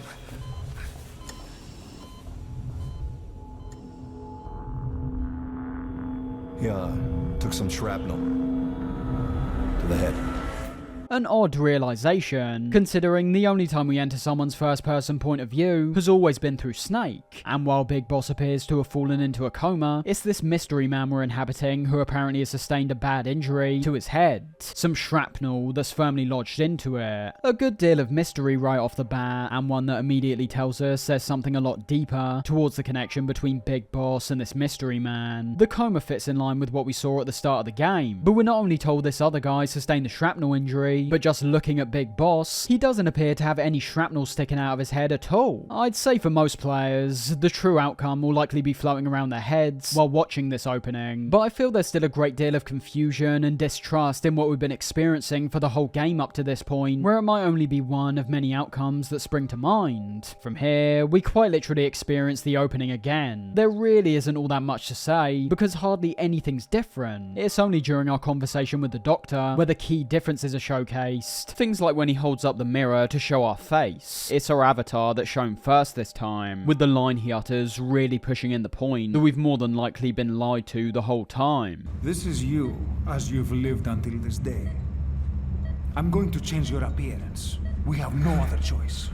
Afterwards, when we're shown the pictures of Snake and Kaz, we also get another change, where our character moves the picture in front to the side, revealing our avatar standing beside the two of them. This obviously fits in line with what we saw in the Ground Zeroes mission. Their clothing indicates these photos were more than likely taken directly before their departure, and in the mission itself, there were only 4 MSF men on the helicopter at the end. The pilot, Kaz, Snake, and the medic. And from what it looks like in this picture, it seems our avatar's taken on the the role of the medic who removed the bomb from Paz. Reinforcing this even more, the next time we're shown our face by the Doctor, our appearance has now reverted back to Snake. This happened at the same point during the first mission, but if you remember, before this, we first saw Snake, created our avatar, then saw the avatar in the mirror, and then Snake at the end. This time, we only see our appearance twice, first as the avatar, but then as Snake. Almost like the roles have been reversed. The order of the events here make it seem like Snake is the avatar instead.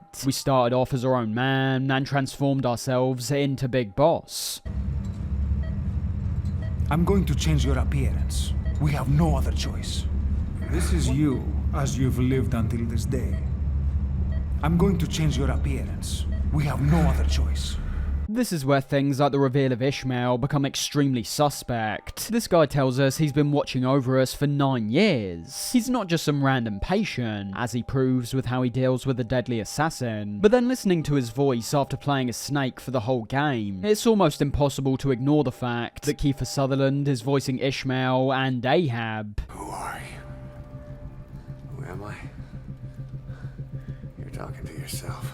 We could have obviously picked up on this right at the start of the game, but in this context, especially with the lines he gives out, like you're speaking to yourself, we can start making some real connections now in regards to what's happened and who we've been playing as all this time. It's appearing a lot more likely that we've been played. We've been lied to. But before we get to the full reveal, we first have to go through the entire prologue yet again, for no other reason than, well, I'll be honest, I really don't know. Whenever I come back to this one, I'm always expecting some kind of flash forward after the initial talk with Ishmael, or like a montage of what happens in between, because outside the new details we see at the start, this mission is the exact same. Now, when starting completely fresh with a new game, I think going over the prologue will still be a pretty enjoyable experience. We've already talked about how fantastic of an introduction it is, one of the best in the series from my point of view, but equally, we also noted how there's going to be many players who will also find this intro somewhat interminable because of how slow it is before everything gets going. That's just in the first playthrough though. This second one we're made to go through is significantly worse for me because of the sole fact nothing new is shown off. You get new details in the first 5 minutes and that's it. From there it's just the same mission again. And it's not annoying purely based on how it can feel like a waste of time, but it's the fact that because of the full repetition, most players are obviously going to be on the lookout for any more differences and switch ups like we saw at the start. So by the time we reach the end, the main feelings I tend to feel were a sense of frustration and disappointment. I feel like my time's been wasted, and any effort I put in along the way to try and notice any key differences were now entirely pointless, because there is nothing new. So there's not much else I can really say about this mission. The decision to make us go through the whole thing again is just a bit weird to me, because if there was even one point where we get a greater clarification on the dynamic between Snake and the medic character, I could have tried to give it a pass, but there simply isn't. As we know from viewing this mission the first time round, after the opening, that side of things doesn't really get focused on at all. So to have our focus put on our escape and the man on fire once again is 1, confusing, and 2, entirely irrelevant. The prologue is still fantastic. It's the repetition that's my biggest problem, and the fact it's not particularly justified. Upon reaching the end of the mission, however, we do get a brand new cutscene that sets in stone what's really been going on. On our first go round, we woke up after the ambulance crash to find Ishmael simply gone. However, now it's shown that he didn't outright ditch us, but was instead picked up by Ocelot and led away. And from how he refers to Ishmael as boss, you can already see where this is leading. This way, boss. Hurry.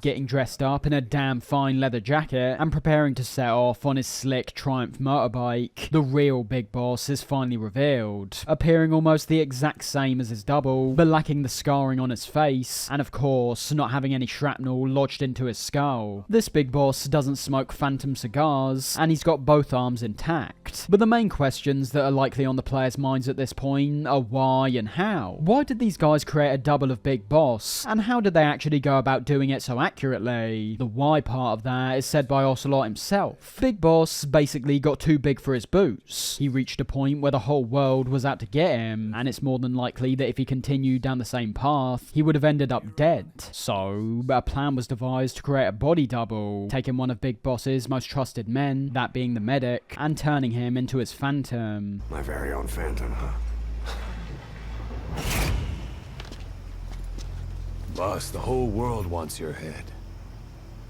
Don't worry, he can handle it.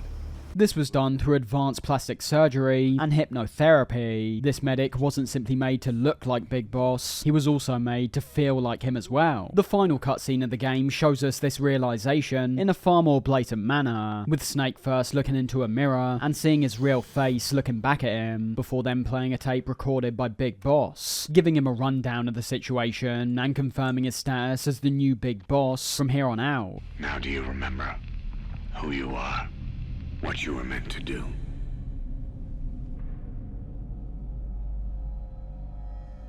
I cheated death thanks to you. And thanks to you, I've left my mark. You have too. You've written your own history.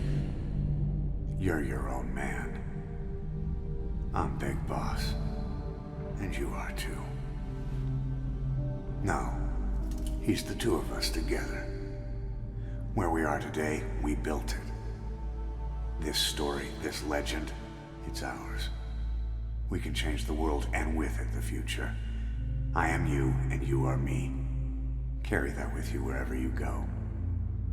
Thank you, my friend. From here on out, you're Big Boss.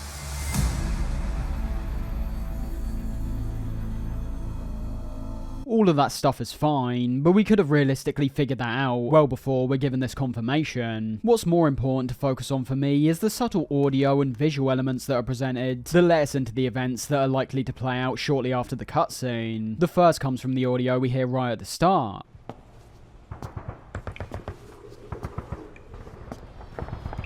Gunfire ringing out around us, with the last time we heard this going all the way back to the mission where our base was infiltrated by hostile forces, and this is basically confirmed as yet another infiltration. However, it's not one that's occurring at Mother Base per se, as from the tape that Snake plays named Operation Intrude, as well as the subtle logo switch we see in the reflection of the mirror, this indicates that upon Snake smashing the mirror and walking into the darkness behind him, what we're witnessing is his final moments before going to face Solid Snake. That's an aspect I really enjoy. The way in which things are brought full circle right towards the end does feel appropriate at this point. After the release of Peace Walker, the Metal Gear series had now established two defined eras, one where the protagonist was Solid Snake, and the other where it was Big Boss. While I've constantly drilled in the point that many of the games in the series never truly had to be made to have a sense of finality, MGS5's ending does a good job in putting Big Boss's story to bed, just like how Snake's was in MGS4. What we see is the two eras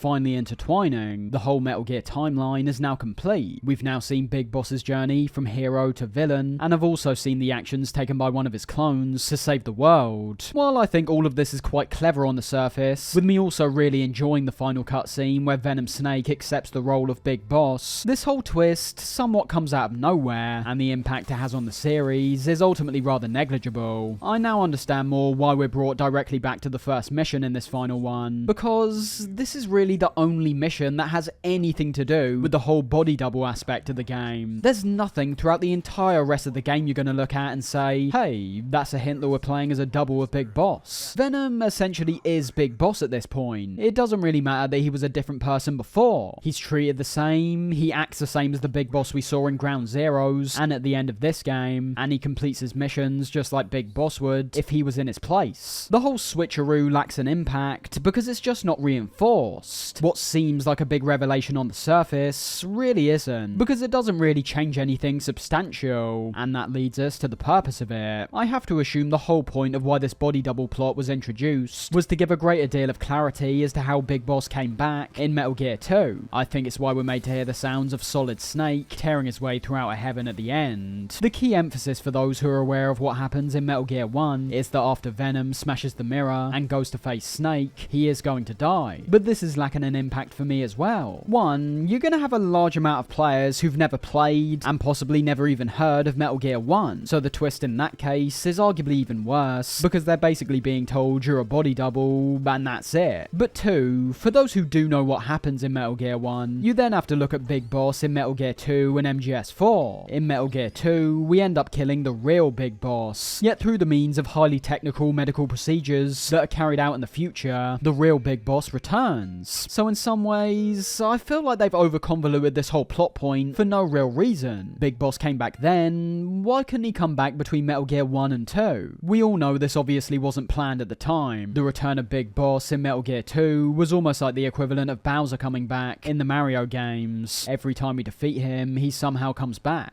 I feel like I really want to like this twist, but the further I analyse it, it's like Kojima's tried to do a similar thing as when he introduced Raiden back in MGS2, but it simply doesn't carry over well in this situation. The lie we were fed across the course of this game isn't that big of a deal because of how Venom acts. Everything he does is interchangeable with the real Big Boss, so who really cares if he's not technically the real one? That's unless I'm missing something, of course, but from the way I've interpreted the events myself, as well as looking at how other people have described them online, this interesting twist becomes rather lackluster when looking under the surface. And not to mention as well, with how Venom looks into the mirror a few more times and sees himself as Demon Snake, that doesn't make sense to me either. Outside of choices the player themselves would have had to make, like developing nukes and killing soldiers, what does Snake actually do in this game that makes him so evil? He saves kids instead of killing them, like he was originally supposed to. He stops Skullface releasing a deadly vocal cord parasite. He takes down one of the most dangerous Metal Gears we've seen. It's what I said when looking at the very first Huey interrogation. The worst thing he does in this game is stand by and watch as some morally questionable things happen, and the player's actions in all this are ultimately irrelevant. You can go full non-lethal, saving animals and kids, and going around disposing of everyone's nukes, and you'll still be looked at in this cutscene as a villain, which either makes no sense or is filling in the gaps from where Diamond Dogs gradually transformed into Outer Heaven. Not that great when you break all of it down, but equally, I think the sheer style of the cutscene will negate that factor for many players, especially ones who don't even have the context of what happened during the first two Metal Gears. And no, I don't think anything Kaz and Ocelot talk about in the post-credit scene changes anything I pointed out. The only thing that's confirmed is the fact that Big Boss's Phantom was deemed necessary so the true Outer Heaven could be developed by Big Boss, assumedly referring to the one in Zanzibar. The real Big Boss is working separately from us to create his new nation.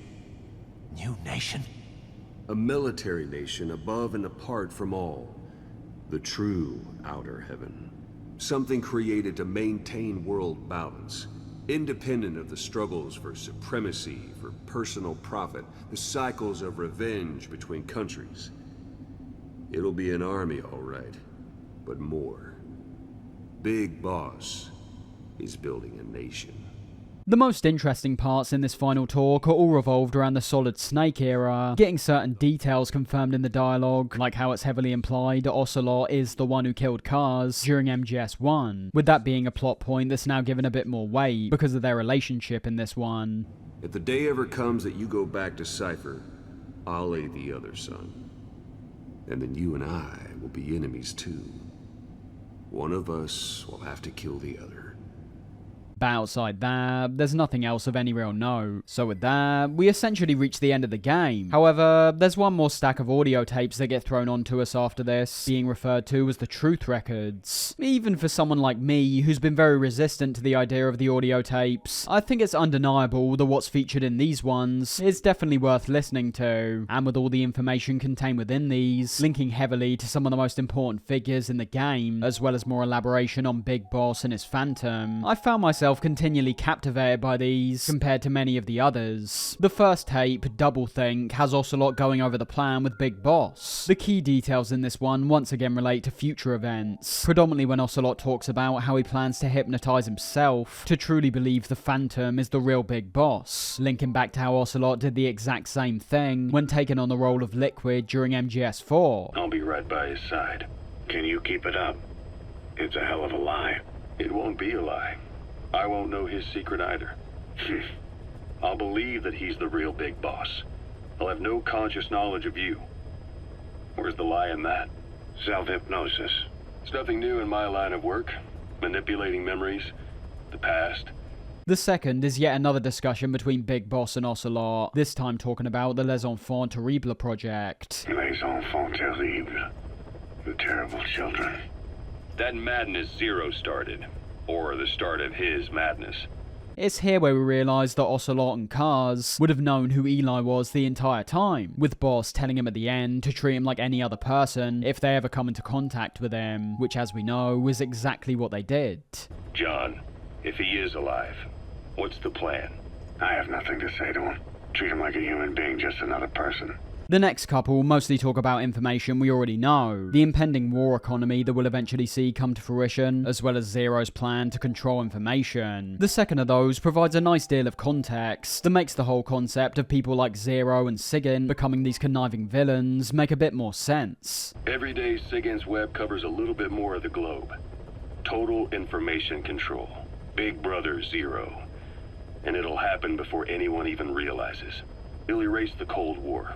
All war from people's minds, and with it the world's borders. Zero's will, his influence, will be unleashed, with nothing to stem the tide. When that happens, opposition will no longer match the lines on the map. And boss, with no borders left, what difference can we make? War will have lost any true meaning to the world. Just one more gear keeping the wheels of economy turning. It's ideally what we would have wanted to hear either before or during our discovery of Zero's role when talking to Big Mama, but I can at least appreciate the attempt to make what initially seemed like some fairly slapdash decisions seem a bit more believable. We then get a couple reports referring to how Zero eventually was under attack, going into hiding and allowing Sigyn to take his place for a period of time. Since the incident, his speech and actions have been getting more unhinged by the day. He's probably been rushed to another safe house for intensive care. Ocelot tells us that it was around 1974 where the idea to have an AI take over from Zero was eventually decided. Interestingly coming about because of the mammal pod from Peace Walker, with these kinds of links being exactly what I was searching for. Mainly because of the feelings I've had over the course of the whole game in regards to how most of what I'm seeing didn't really have to be seen. The idea to have an AI act for Zero came about in '74, when the data from the mammal pod penetrated NORAD. Clearly an AI couldn't be allowed to make its own decisions. So they would take away its ability to act, and instead create a specialized system in which the AI, bound by specific rules, filters the massive amounts of data it collects before passing it on to people, subtly guiding their decision-making. A system of the people, by the people, for the people. Where things start getting particularly interesting, however, is when it comes to the last group of tapes that feature several conversations between Zero and characters like Paz, Ocelot, Kaz, and Skullface. Paz's one kicks things off, meeting Zero to discuss his plan of how to get back at Snake, and how Paz will be integral towards this plan. How much preparation have you done? A little. You'll be perfect for this, to strike back at Snake. I'll share everything I know about him. But you mustn't forget who you're dealing with. If he were to get the better of you, well, I deeply regret having put you in that position. But beyond that, I'm putting my life in your hands. Of course, that means this tape is recorded prior to the events of Peace Walker, but it's particularly the insight we get into Zero's character that's the most important detail for me. The reason why many fans had a negative reaction towards Zero being the one who founded the Patriots wasn't solely because of the reveal itself, although I still personally think it would have been better for the Patriots to always remain a mystery. But it's more the fact that once the cat was out the bag, it didn't seem all that believable. It never seemed impossible, but as there was no real setup towards how the goofy characters in MGS3 became the most evil people in the world, the reveal felt awkward. What we see here is the fleshing out of Zero's character post MGS3, and particularly in this first recording, I think it's great that we don't start off with him immediately being portrayed as some kind of comically over-the-top villain. Thank you for coming. Please. You're... Is it that odd? I suppose the cuffs have gotten a bit loose. Although, truth be told, I have been spending more time in pajamas as of late. His talk with Paz is respectful, he lays out his motivations in a concise manner, and most importantly, he shows an incredible amount of vulnerability in this tape. For someone who's been painted out as nothing but evil since MGS4, it's a bit of a shock to hear this guy wishing that he could come out of hiding to gaze at the stars outside. Do you see any windows here? No? I've gotten used to it. This life. I am who I am, after all. And I've had my fill of cursing this bloody dungeon. Excuse me. But I can't help sometimes wishing I could see the stars. The second recording takes us back to Paz's torture at the hands of Skullface, where we hear that all this time, Zero's hidden himself in Manhattan, and specifically Hell's Kitchen. Zero is Hell's Kitchen, 10th Avenue. He is undergoing treatment there. Not exactly Hyde Park. This takes us back to a point I mentioned a while ago in regards to the Patriots. It's a mistake to assume that figures like Zero, who hold immense amounts of power, hold themselves up in secret underground bunkers or warehouses. Sometimes the best way of avoiding being detected is by hiding yourself in a place where the enemy wouldn't even think to look. And I like the further elaboration of this, as it not only highlights Zero's cunning thought processes, but they're ones that are also very believable too. For example, Zero hasn't just set himself up in some random apartment.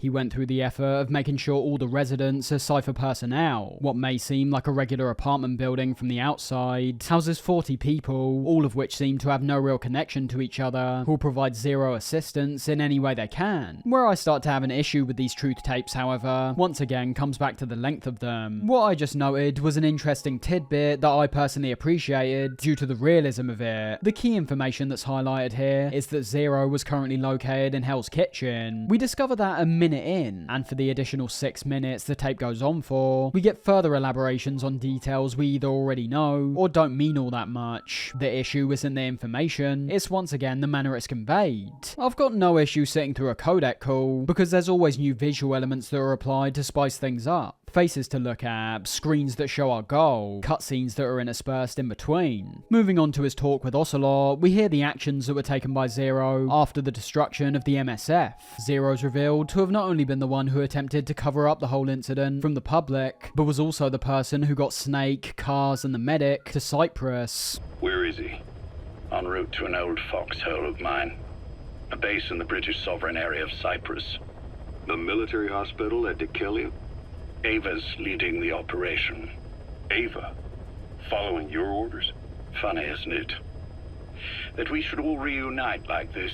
For as much as we've always seen Zero and Big Boss's relationship as one big rivalry, we're told here that not only does Zero want Big Boss alive at all costs, but he's willing to provide the very best treatment and security for him to increase his chances of surviving. On top of that, he's also the one who came up with the body double idea. I've prepared a ruse of sorts, one I imagine you'll quite like.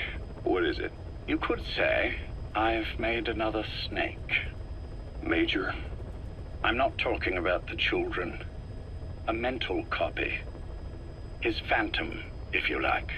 So many precautions put in place for the protection of a man who we would have assumed during this time he would have wanted the absolute worst for. It's all pretty ironic. The reason we were even given the opportunity to contemplate how to tackle Cypher was because Cypher himself allowed us to do so. It wakes us up to the fact that Zero always appeared to have admiration and respect for Big Boss. Even upon their disagreement over the boss's will, there was no love lost from Zero's side. It's clear that he would have never even entertained the idea of sending in Skullface to destroy the MSF, with all of this now adding a significant amount more weight to Zero's death at the end of MGS4. Their relationship was already quite layered to begin with, but I think these tapes peel back even more layers and reveal it to be genuinely complex, with misunderstandings and disagreements on both sides. The one thing you'd have to take away from this is that Big Boss only ever appeared to show any compassion towards Zero when taking him out once and for all. Up till then, whether it be down to his belligerent feelings towards him, or merely a lack of awareness as to Zero's feelings and what he was willing to do for him, Big Boss never attempted to contact Zero, and it doesn't seem like he cared to ever understand understand him. Even when hearing the discussion of the Les Enfants Terribles project in these tapes, we can tell there's a genuine hatred from Big Boss over what Zero did.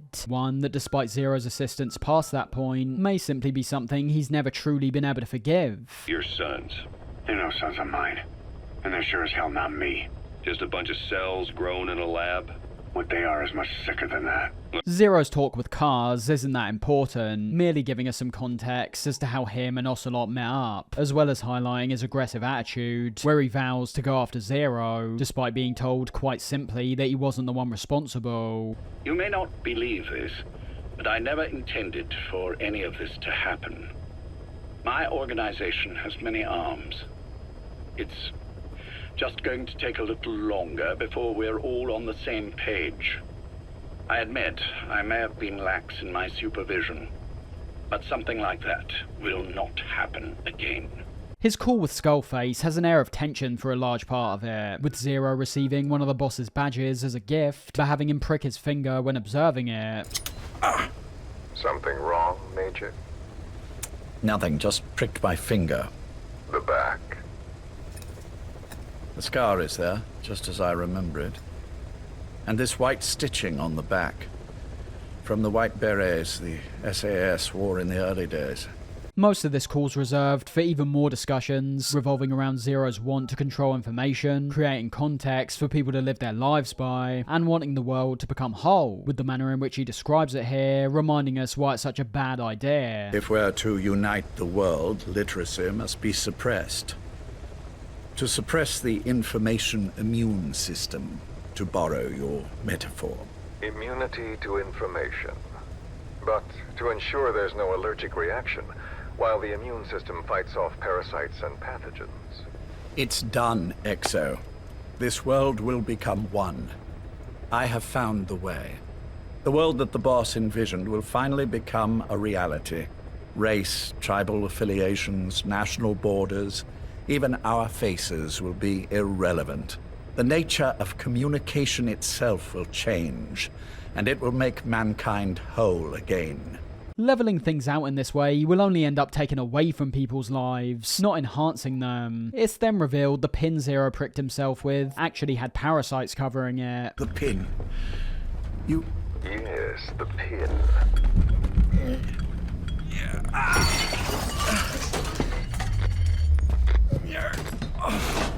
With the knowledge he attained from Paz, Skullface pulled off his plan to kill Zero more than effectively, but as we hear him say, he ends up giving him a little more time than he might expect, obviously referring to how these parasites don't go about actually taking him out completely, but instead reduce him to the state we witness him in during MGS4. Again, another nice development that gives a pretty weak villain a more pivotal role in the greater narrative. The final tape shows Zero going to visit Snake in hospital, once again highlighting his respect towards Big Boss, as he laments on what he calls the good old days, as well as getting genuinely emotional over the fact that by the time Snake wakes up, he's already going to be too far gone to recognize him or anyone else in the world. I'm quite sick myself. Up here. There's nothing they can do. I always was the forgetful type, as you know. I'm all right for now, but they say it's a one-way street. If you don't wake up soon, I won't remember you when you do. In most cases with these tapes, whenever there's a long patch of silence, they tend to get on my nerves compared to anything else. However, I feel the one we hear directly at the end of this tape is very much appropriate, as what we're hearing is the very last piece of storyline we're likely ever going to hear from the Metal Gear series, or at least the Metal Gear series with Kojima as the leading force. We're not told anything we didn't already know in this final tape. We already found out on the prior ones how Zero felt about Big Boss, but much like the Truth tapes as a whole, it feels like an impactful epilogue to one of the best narratives and one of the best game series I've ever experienced. We know where all this leads, and we know there's no real happy ending, and in those final 30 to 40 seconds of silence, it's almost like we're given a chance to reflect, not simply on what we've heard, but to also reflect on the series at large. How a bit of rivalry was spawned out of some ill thought out decisions, pure miscommunication, and misunderstandings. Wake up soon, old friend. Time is running short. By the end of it, you're left with the founders, who, if they wanted to or not, almost brought the entire world into absolute ruin, and how it was up to the next generation to clean up their mess. And with that, we reach the end of MGS5. Kind of. We've reached the end of the main narrative, but there's actually one final mission that wraps up Quiet's storyline as well. Not that she ever really had one, to be honest, but it appears like Kojima wanted to give her character some closure, despite my reflection on this game making Quiet seem like yet another fairly irrelevant factor. There's a set of parameters that have to first be met to activate a side op that leads us into this final mission. Quiet obviously has to be alive, you need to have max bond with her, and you're also bizarrely not allowed to have a butterfly design as your logo, but upon meeting all these requirements, we're informed that Quiet's mysteriously disappeared. Heading back to Afghanistan, the first place we look doesn't result in us finding her, but we do at the very least get some intel on where she can actually be found. This leads us directly into the main mission, with characters like KOTOR speculating she's more than likely left Mother Base, so there's never an opportunity to infect anyone if she ever spoke English. As long as the parasites were inside her, she could not predict what might happen. And that's why she took off? Sacrificing herself to make sure the English strain died with her? She's the only person carrying the English strain of parasite. When she dies, the parasite goes down with her. When arriving at the location, however, Quiet's revealed to have been captured, witnessing a fairly disturbing scene as she tries to escape, before getting strangled and seemingly drowned by one of the soldiers. That's only for a brief second, however, as it appears the magical parasites once again come to the rescue, reviving her and having her launch into an absolute frenzy as a result.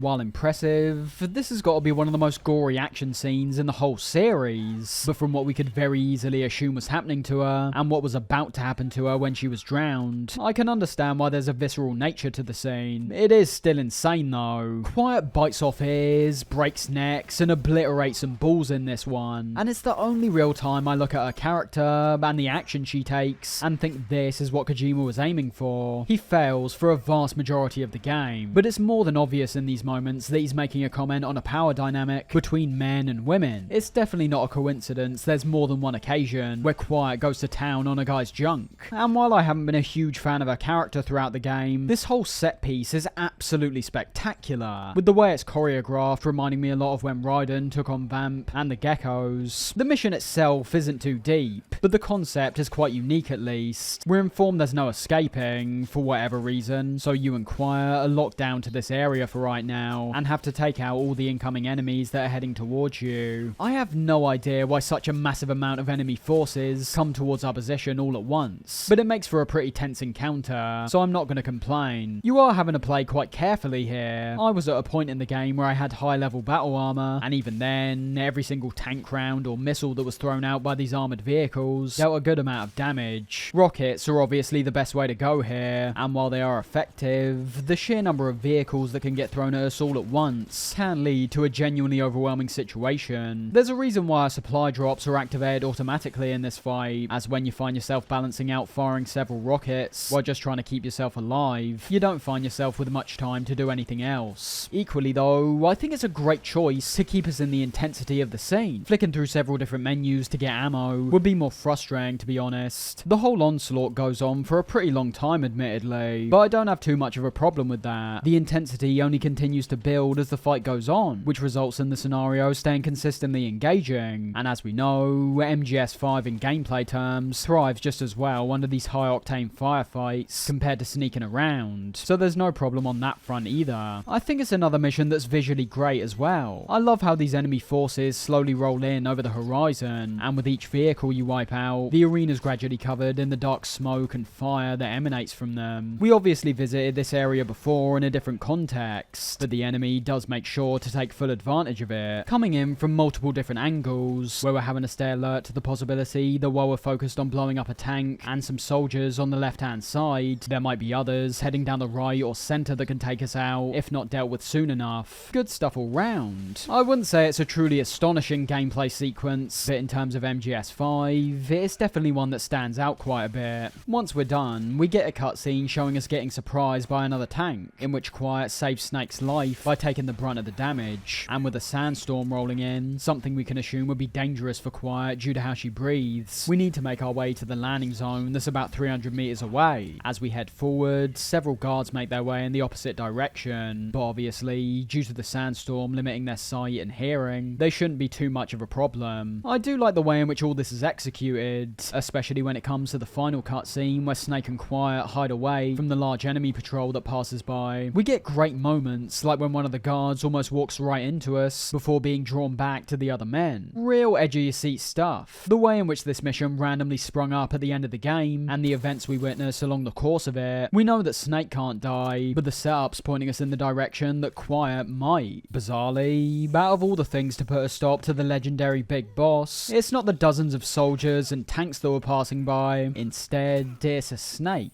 getting bitten and almost immediately passing out. This all sets up the sacrifice we felt was coming from Quiet, where she gets backed into a corner when trying to communicate with one of our men through the iDroid, and has to speak English so they can rescue Snake. The boss is with me. Anne? Wait, who is this? Identify yourself! There's no time. Hurry! Again, I've never been a huge fan of Quiet's character anyway, so this sacrifice never meant all that much to me. The dramatic music that punctuates this moment tells us we're supposed to be feeling somewhat emotional about what's occurring, but I think it's well off the mark. While there is an attempt to flesh out Quiet's character at points, this is done incredibly sparingly. The be and end all of her character still comes back to the fact that she is Quiet, and if you've got a character who doesn't speak, you're then having to resort to things like reactions, expressions, hand gestures, and so on to build her character, like when she saves us from the tank and gives us a thumbs up. That kind of stuff is genuinely quite charming. It's just the fact we don't really see much of that very often. As I say, you get brief sparks of personality, but ultimately the main thing that stands out in regards to Quiet's character are most definitely her more extreme moments. She's been a character who's assisted us, but never one I've been able to have a real emotional bond with. And as you know from how I've talked about previous villains in the series, a character can do some incredibly evil, vicious, and brutal things, and still result in us having a connection with them. Volgin's a vile character, but is bursting with personality. Quiet is an outright evil, but she is incredibly violent, and you don't have that additional personality to paint her out as anything except a violent killer when breaking everything down. I wouldn't have an issue with any of this if Quiet had remained solely as our buddy, but as we're now in a position where certain actions and music are clearly supposed to be pulling at our heartstrings, I have to say that for me personally, it simply doesn't work. Nothing all that bad, I have to say again, but the intended effect isn't felt at all.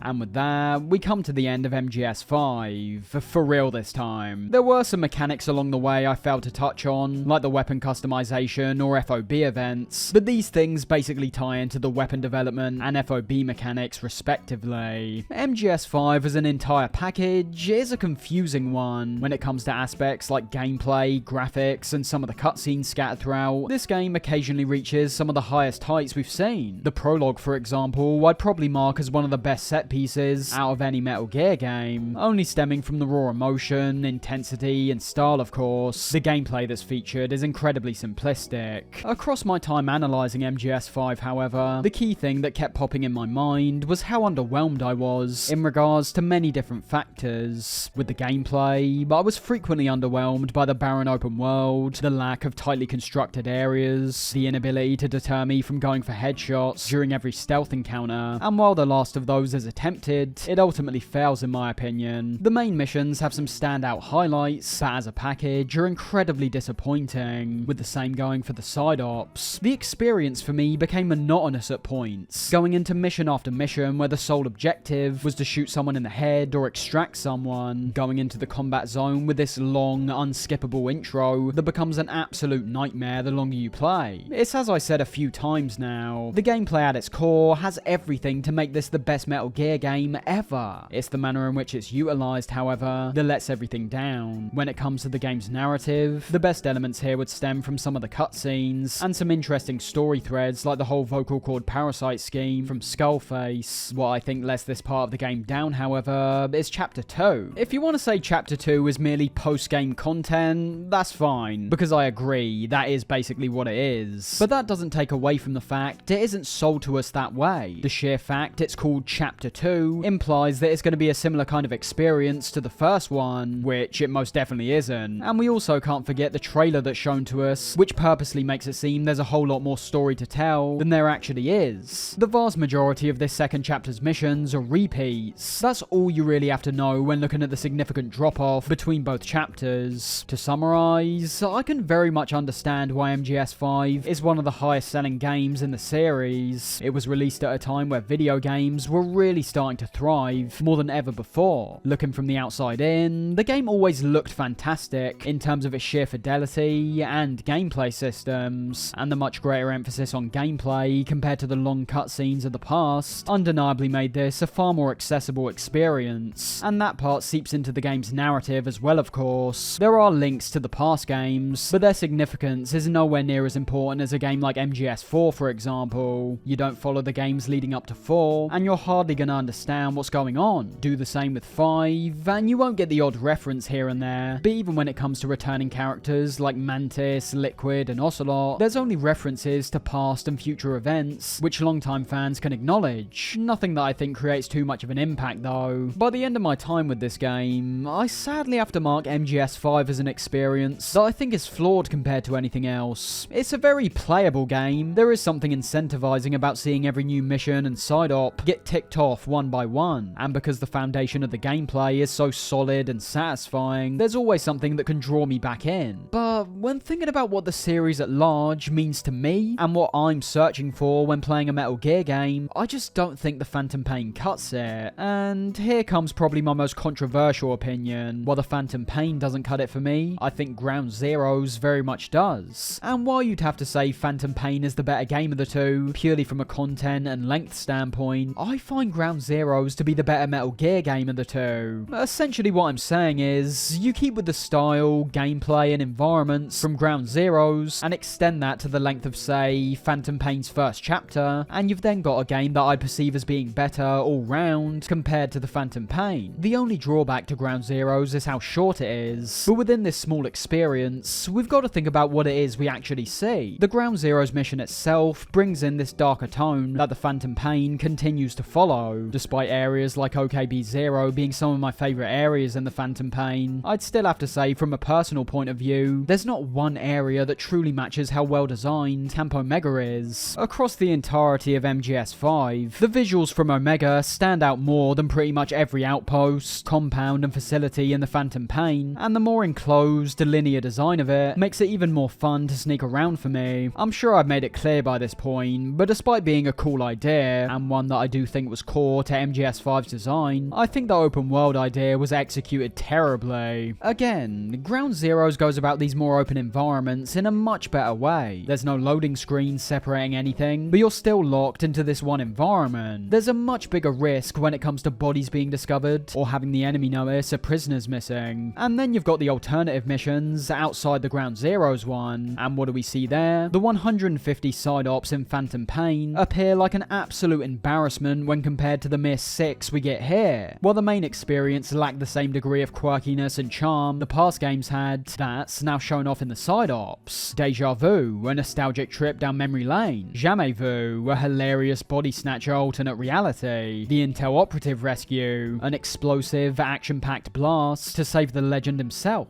Stylistically and tonally, these are arguably more in line with what the Metal Gear games were like up until this point, and that's not to say I want the darker tone of Ground Zeroes and Phantom Pain to be changed to this, but I feel it should at least be present. Phantom Pain very rarely treads back in this territory throughout its runtime, whereas Ground Zeroes utilises the side ops to introduce some Metal Gear silliness, and that can't really be done in Pain because of how lackluster the side ops are. As I said, the objectives we're given and the way in which the missions are structured pretty much outdo the 150 side ops in Phantom Pain, as well as many of the main missions too. I can honestly say that I'd much rather play missions like Deja Vu several times over, compared to playing Eliminate the Tank Unit 12 or Prisoner Extraction 17. When comparing the two, it really ends up as a case of quality over quantity. Because of how short it is, it's always felt wrong saying the quality lies with Ground Zeroes, but after my deep dives into both games, I've got to be honest, I feel even more comfortable holding that view compared to when I started. The quantity in Phantom Pain doesn't merely pad out the experience to make it seem larger than it is, but the sheer lack of quality in parts actually ends up taken away from the game as a whole. You increase Ground Zeroes to even half the length of Phantom Pain, and you've got an outright better game in my opinion, and most definitely a better Metal Gear game. MGS5, as weird as it sounds to say, has to rank as one of the weakest games in the series for me. When it gets things right, it can be spectacular, but those moments become increasingly more rare the further we get into the game. Before this, I probably would have had to say MGS4 was arguably the experience that had the most noticeable flaws, but even then, when analysing that one, I understood that's actually part of its charm. Even when looking away from its considerably more interesting narrative than what we get in 5, every single mad decision that's made is usually done for the sole purpose of getting us to a fight with Metal Gear Rex and Ray, or a fight with Liquid on Outer Haven. There was almost a method to the madness in 4, whereas 5 tends to look almost aimless at points. Every time I come back to 5, I'm desperate to like it more than I did the last time I played it, because when looking at it, there appears to be so much potential with the many ideas it introduces. For those who don't know as well, MGS5 was originally planned to have one final mission, known as Kingdom of the Flies. This would have tied up the Eli, Mantis and Sahelanthropus plot by having Snake travel to an entirely unique location from the Afghanistan and Africa maps to put a stop to their plans. Looking at some behind the scenes footage of what this mission would have been like, while the final boss fight would have likely just been a repeat of the Sahelanthropus fight we already experienced, it would have definitely been interesting to explore this brand new environment, and from what I've heard, it appeared this one was going to be linear as well, and from the previous linear environments we've explored in the game, I can't help but imagine this mission might have been one of my favourites. It's pretty amazing when looking at all the concept art and cutscenes that it never came to fruition. People have assumed this was never completed because of the Kojima and Konami riff once again, but as you can see, especially from the cutscenes, it appears like the groundwork was already in place. It merely needed some refinement. The mission would have been great, I'm sure, but I bring this up more to quell the notions some people have, where they think this would have been the game's saving grace. To me, it kind of exposes how underwhelming they found the game to be as well, yet for some reason pin it all down to the absence of this one mission. While I'm sure it would have been great, its function appears to merely be revolved around wrapping up one plot thread that in the final game is left on a cliffhanger. I would still appreciate it from a quality standpoint, but unlike others, I don't think it's absolutely necessary, primarily because we know where Liquid eventually ends up, so I can just presume that Sahelanthropus ended up getting destroyed at some point. All interesting stuff, but the game itself has many other problems than one loose plot thread.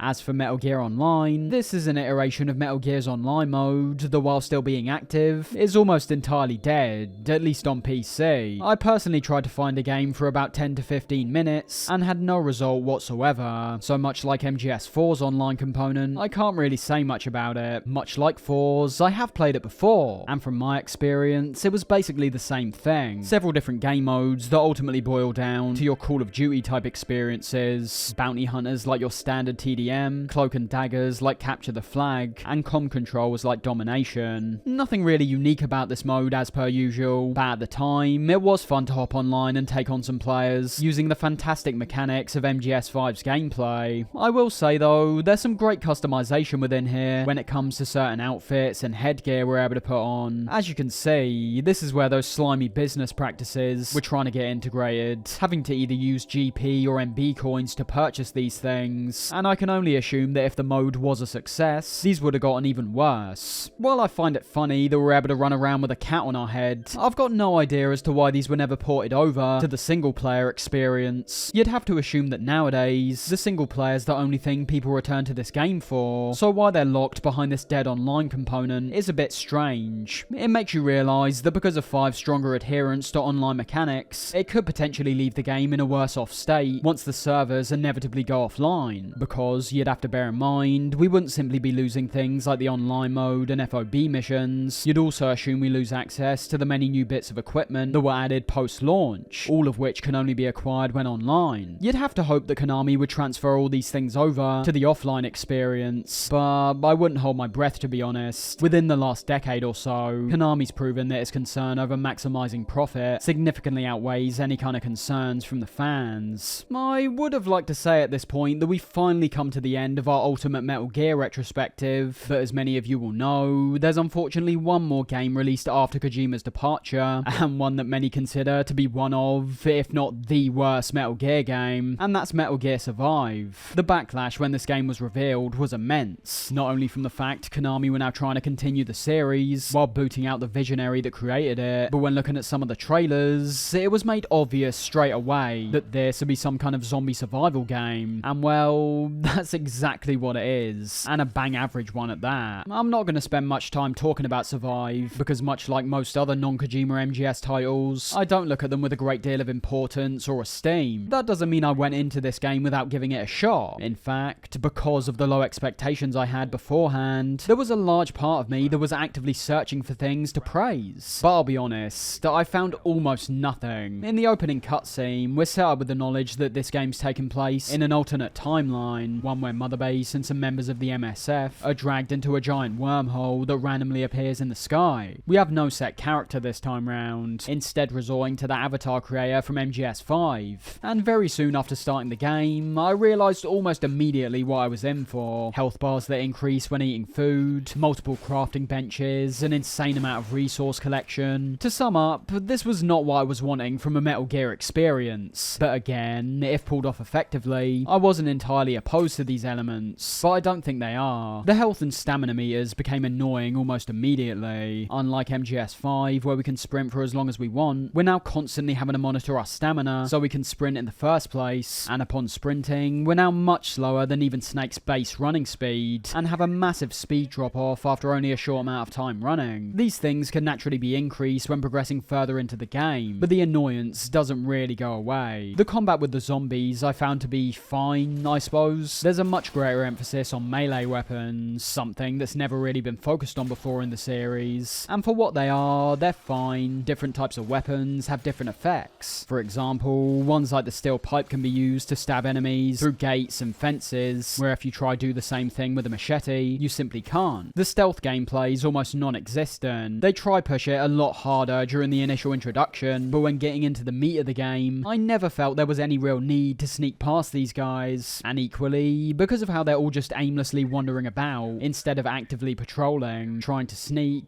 didn't even feel satisfying anyway. Funny enough, we actually get the return of elements like the codec calls here, a component that I think was sadly missed from 5. And while the screens themselves are fairly lifeless, it's predominantly the subject matter and some of the voice performances that made it so hard to engage with the story. Getting told straight away this has nothing to do with the Metal Gear series was expected, to be honest, but it doesn't make me any more interested. The sheer fact this path was taken should have perhaps woken Konami up to the fact that maybe it wasn't a good idea to begin with, but then we're brought to these near endless codec screens, where you've got characters yapping on about so much stuff I have no interest in. That's not to say no one will be interested, but it's like I talked about in regards to my feelings towards strategy games and so on. I'm not going to make a video about the Civilization series, because I'm not personally invested in how those games are created. Metal Gear is probably one of the worst cases where you could dumb down the experience in this way, following the zombie trend that was still popular at the time, and stripping away essentially everything I come to the Metal Gear series for. The reason I love Metal Gear is because of its uniqueness, and that's blatantly missing from essentially every aspect of Survive. And Christ almighty, I mentioned the voice performances. Just take a listen to the AI pod and you'll see what I mean. After all,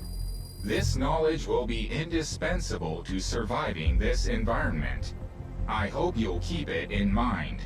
For those who don't know, this is one of the key voices that gives out information and lays out our objectives. I'll be honest, it felt like a nightmare at points that seemed like it was never going to end, and was most likely the main reason I tried to avoid the story so early on. But I think it's that trend-chasing facet of the game, which is why Survive fell so badly. Everything it does has been done before, and with much better results as well. The base building aspect isn't too bad, but it's nothing special. The resource collection has been done many times already, even happen in MGS5, but for some reason they decide to draw this process out. That split-second grab Snake would do in MGS5 now is several seconds where we collect meat from an animal or extract Cuban energy. To put it simply, there's basically no reason for this to be a Metal Gear game. The foundations are so different to any Metal Gear game that came before it, and while I still look at things like the Fox engine's amazing graphics and smooth performance, that obviously has nothing to do with anything Survive itself brings to the table. Despite starting somewhat promising, Survive eventually revealed itself to be exactly what I thought it was going in. A shameless cash grab, a game that didn't really have anything to do with Metal Gear, having Metal Gear elements clumsily stapled onto it so fans could cough up their money. It's not bad enough to where I'd mark it as one of the worst games I played, but after experiencing it now, there's not one thing that would incentivize me to go back to it. Everything I enjoy about the Metal Gear series is missing, and the main thing I'm glad about is that Survive hardly even had the opportunity to stain the franchise, because nobody really cared for it when it came out, and I'd say most people wouldn't even remember it now.